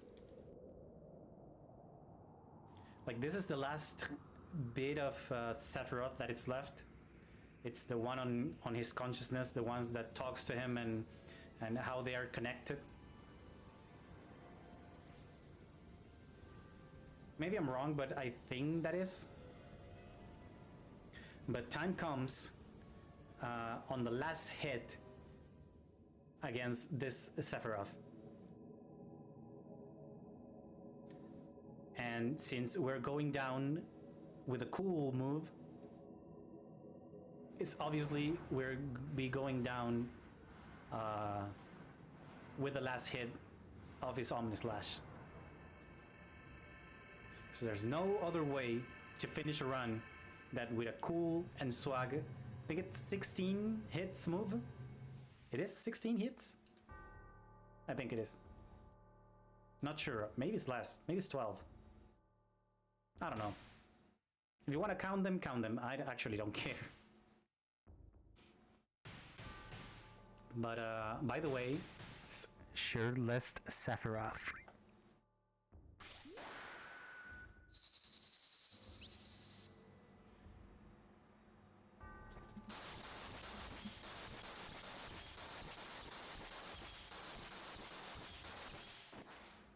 And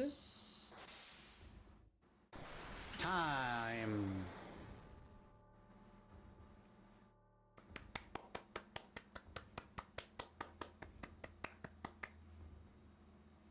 Nice run.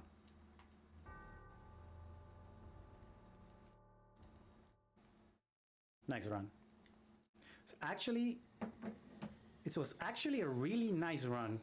If we take away, if we take away all the time that that I lost for comm skip, this was a really, really nice run.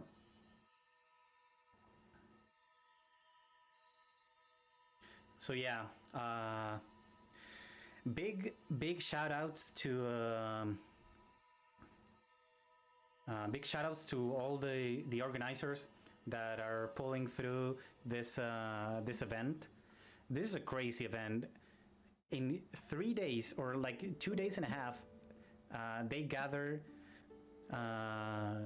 over $2,000 for Child's Play. This is insane. Like this is completely insane. Like this run is nothing compared what these guys did. Like in the back, organizing everything, getting the incentives. This is huge. This is huge. Hopefully, more people can be aware of this charity marathon, and for the next events, we can be back with more games and more fun. Hopefully I can bring to you actual all bosses, and not as an incentive, but as a full run. So yeah. Oh yeah, Serial, you're right. It's $2,022 for 2022. Hopefully we smash that next year, and it's not only like a $1 progression, for the last. Well, you still have time to donate. I mean, the show's not over, and you can still donate to Child's Play like whenever you want it. But yeah, big congrats to all the people that are running this, like all the mods in the chat, all the people in the back, the restreamers, and everything. The people that make the schedules. This is a big event. Hopefully, you can reach more people, so more people can be aware of what Child's Play is, and what they do. But yeah, so I don't know. This is I mean, my run was the last run of the event. I don't know how we are on time. I don't know if we can let at least the cinematic go, so we can finally know what happened after defeating Sephi.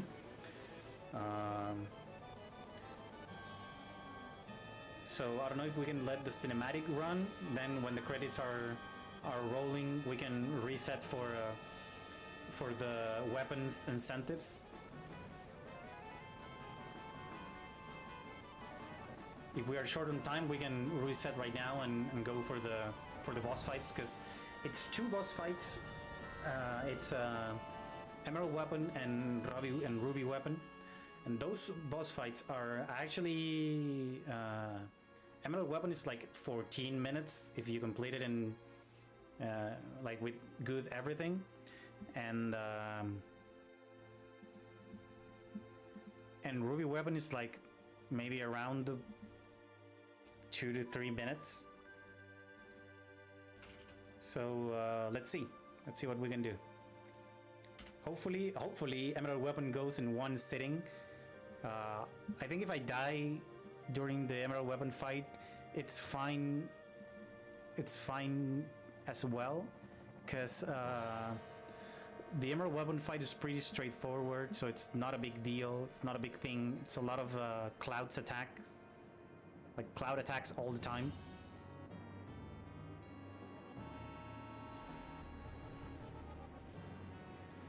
So it seems like Meteor is coming close, and it's kind of destroying Midgar. It's pretty poetic, I think, that it goes like straight down to Midgar. Not to say it goes like to the northern crater again, where the first calamity from the sky fell, but it's actually going for Midgar. That it's like the home or all problems. It was Midgar. But hey, wait. Here comes Holly.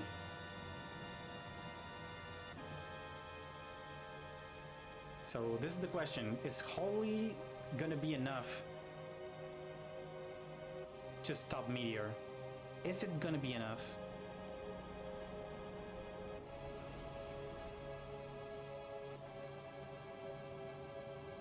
Holy shit. It seems like Meteor is powering through.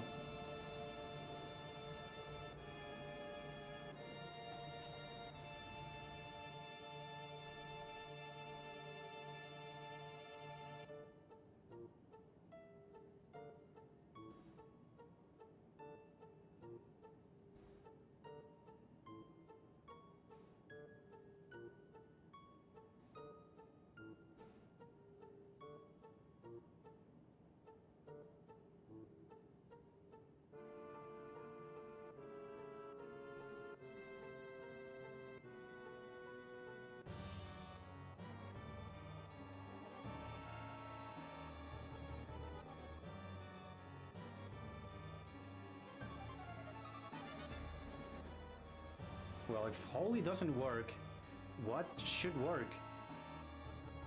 I guess there's nothing left to do. I mean, they cannot like go with a high wind and try to push Meteor up. That would be crazy.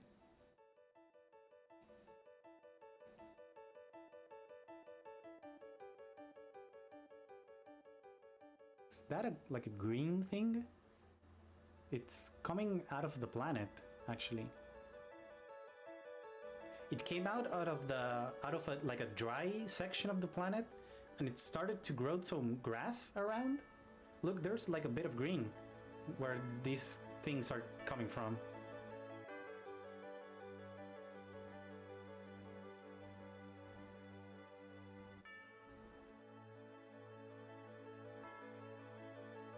So this is a planet trying to save itself by gathering all the life energy of the planet onto Midgar.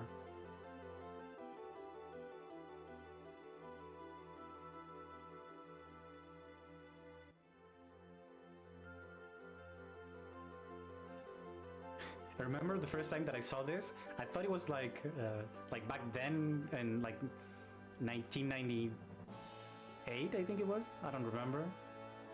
I thought this was like boogers or something like that. As a kid. Such a dumb kid.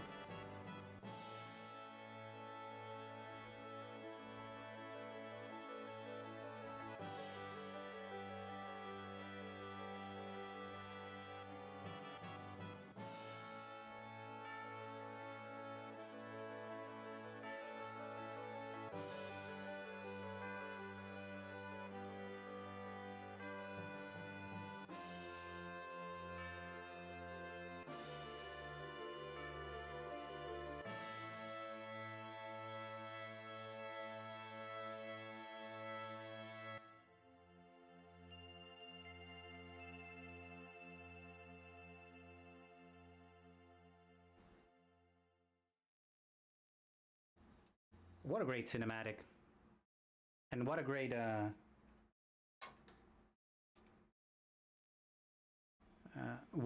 song to be to listen to it. I remember this from the GDQ run. I think it was JT Champ who said that this game, as you all have seen today, this game has no voice acting at all. So pretty much all the story is told by its music. And I think that's like really crazy how they make this game, and like all the music in this game can make you feel what the characters are supposed to be feeling, like right there. So how the whole like that song, the one with the final cinematic, it's called I think it's the Planet Crisis. That goes like from up high, going for a like up high hype, escaping the northern crater, to chill, to then chaotic when the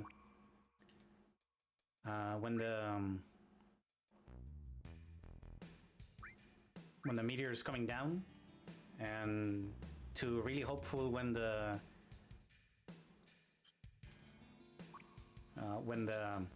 live stream is coming. So that's pretty cool. Okay, this is I have the save file, so that's good. This is Emerald Weapon for all bosses. So Emmy, we're back and we're ready to fight.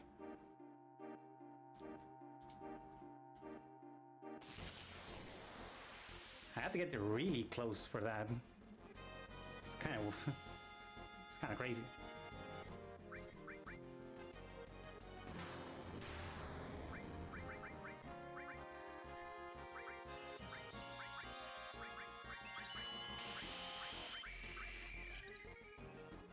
Okay, this is not good. How she didn't survive?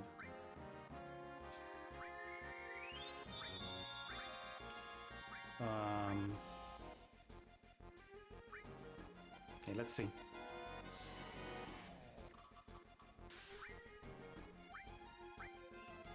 She's gonna die again, right? Okay, now we need Phoenix down, and I need Big Guard again.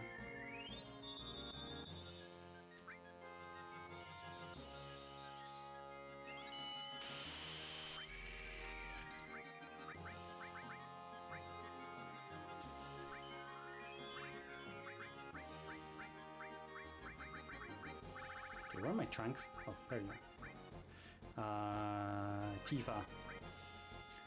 Okay, so let's start here drinking Cloud.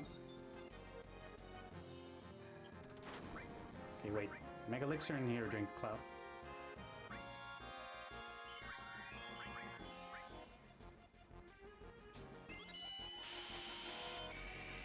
Okay, it took me a bit, but we are set up for the fight.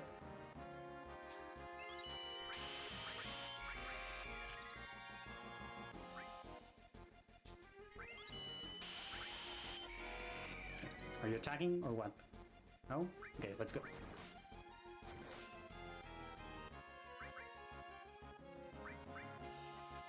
Oh.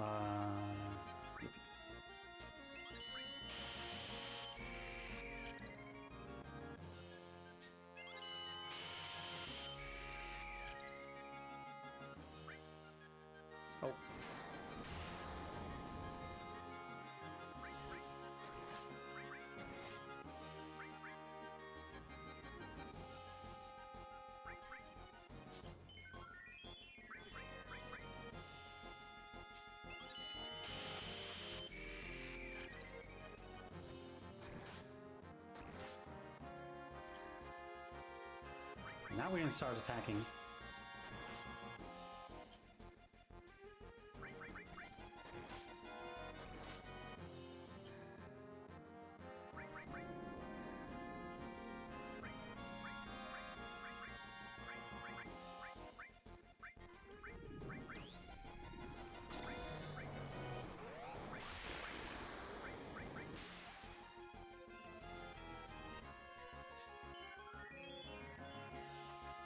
Oh, you can IGT manip Emerald's spawning position? Oh, that seems so good.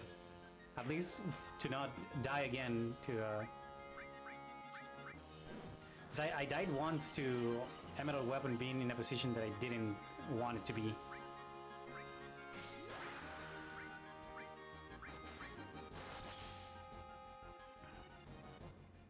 TS bomb here and what should I do?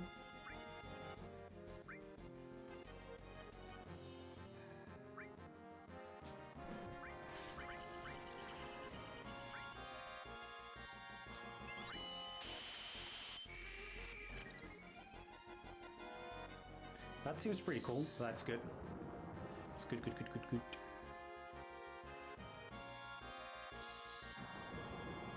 Okay, don't go for Cloud on the HP. Okay, good.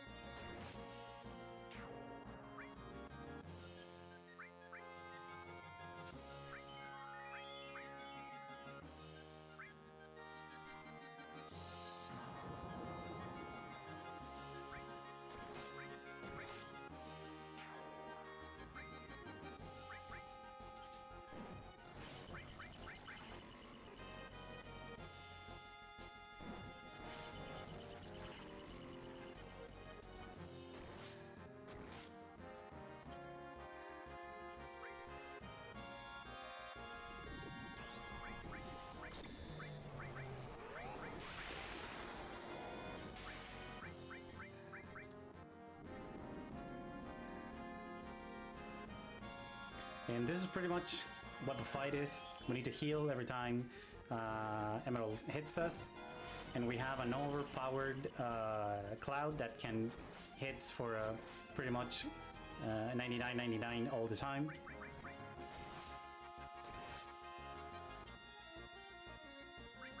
And that's what we do throughout the whole fight.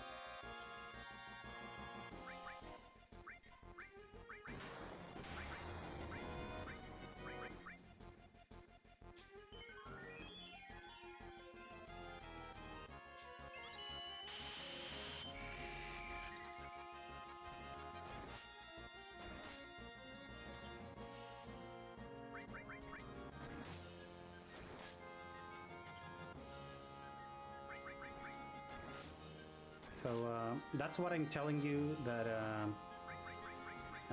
losing this fight is actually not a big deal, because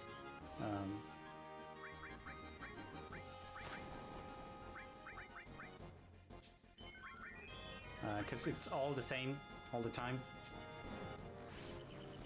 If I messed up at one of the eye faces or something like that, that's how I'm gonna lose most of the time.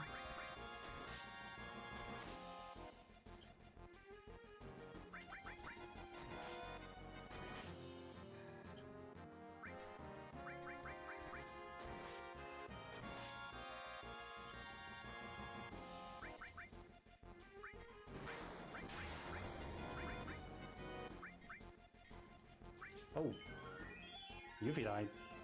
Okay, that's not good.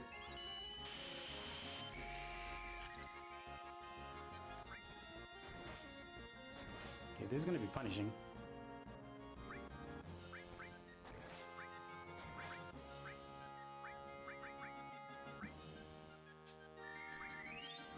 Things like this makes the fight a bit weird, awkward, and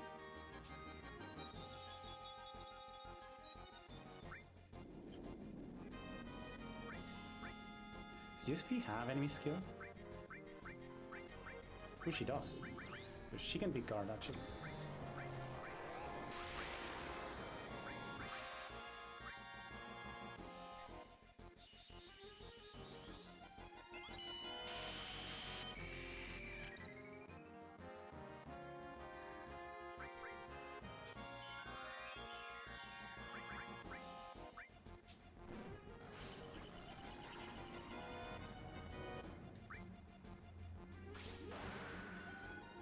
Okay, the eyes are gonna go for me.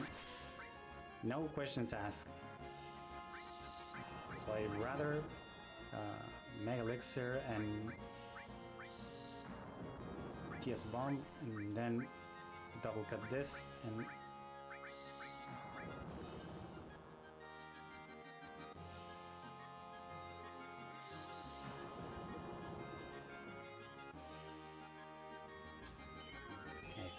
I think we're back on track, but I'm not sure. I can be dead by something else.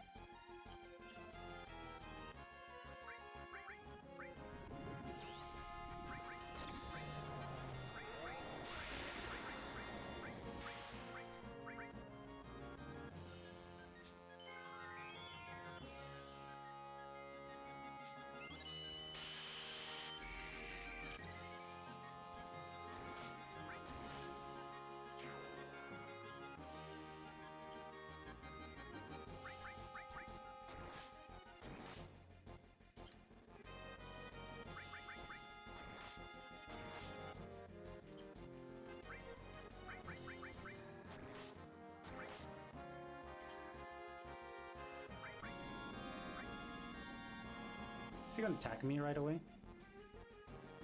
Yes, no? Okay.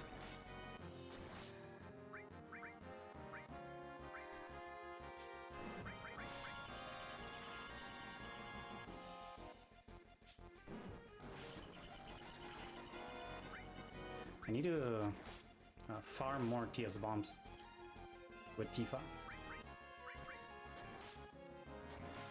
I might get a third eye face. That's gonna be a bit punishing, but it's okay.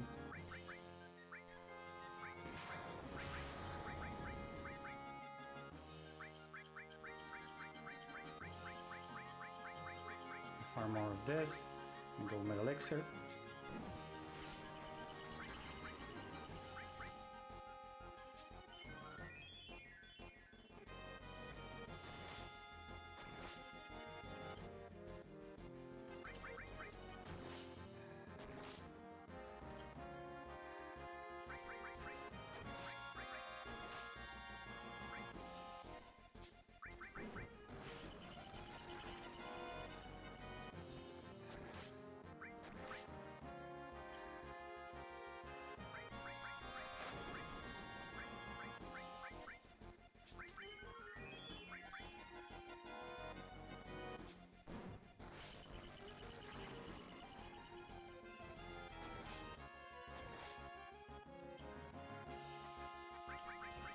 think I'm gonna have one extra eye face, because this fight has not been really good.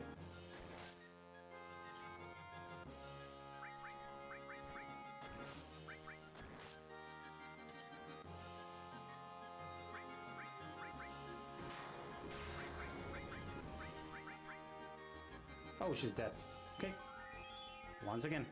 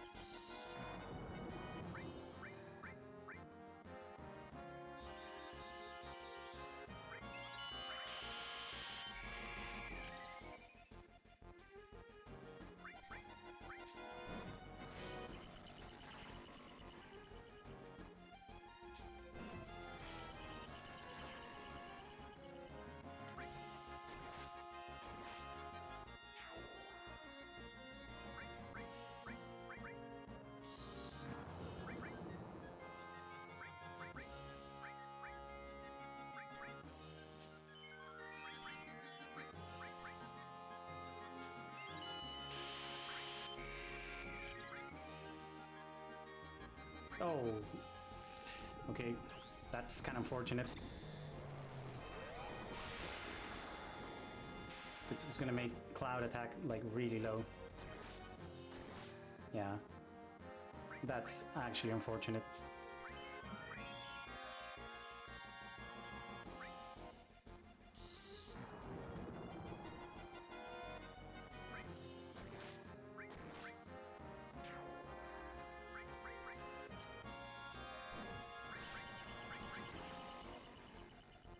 Okay, hopefully I can kill it right here. It's not very promising because I lost a lot of time on this. But let's see.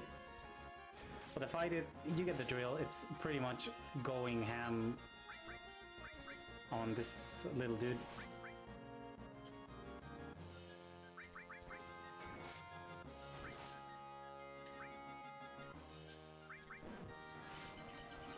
Oh, I think it's down. Let's go! Oh, took me like 4 more minutes than it should have, but this is pretty satisfying.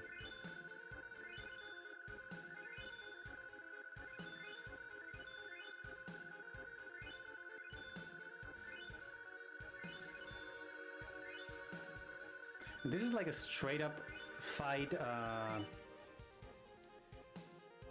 This is like a straight up like a fight, just attacking, healing, and being careful. The next fight, oh baby, it got one of the coolest, in my opinion, one of the coolest glitches in the game.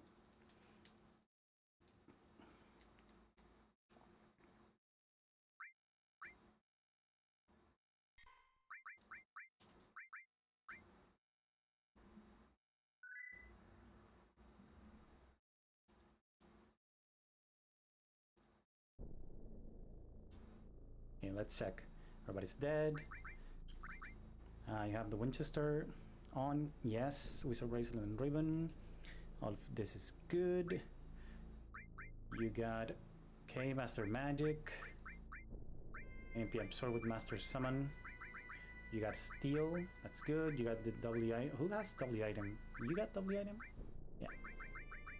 Okay, good to go. So where's Ruby? Ruby's right here. So we start the fight with 2 dead party members. So that will make Ruby to not do the Whirlpool, and we can have all our 3 party members good to go. So we are doing a Dazer on this boy and then a Spiderweb. Because luckily for us, you can paralyze Ruby weapon. That's how we do it. Because if not, it would be like really annoying. So after Dazers and Spiderweb, we will be doing Life 2 to get everybody back up.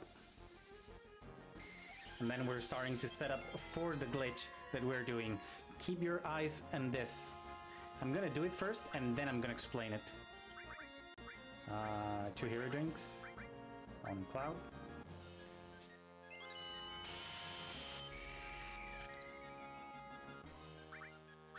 If you get Bidgar on, and you get another hero drink to Cloud.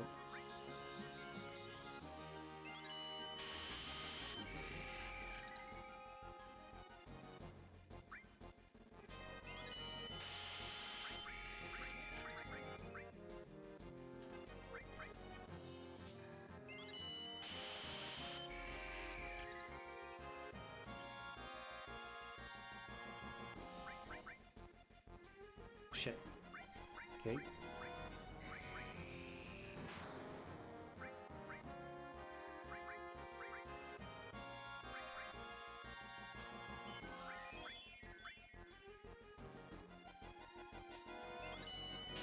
I'm gonna feel Cloud's ATV, and now I'm gonna daze.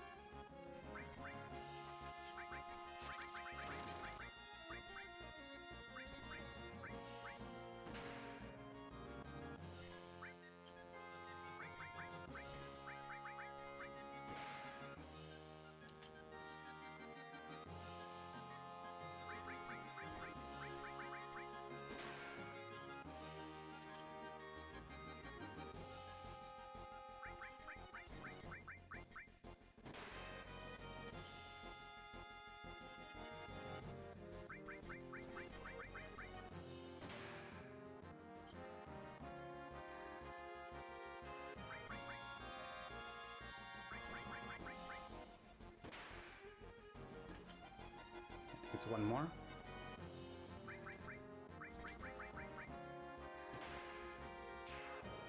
And there you go. That's how you kill a Ruby weapon. Easy peasy, no problems at all.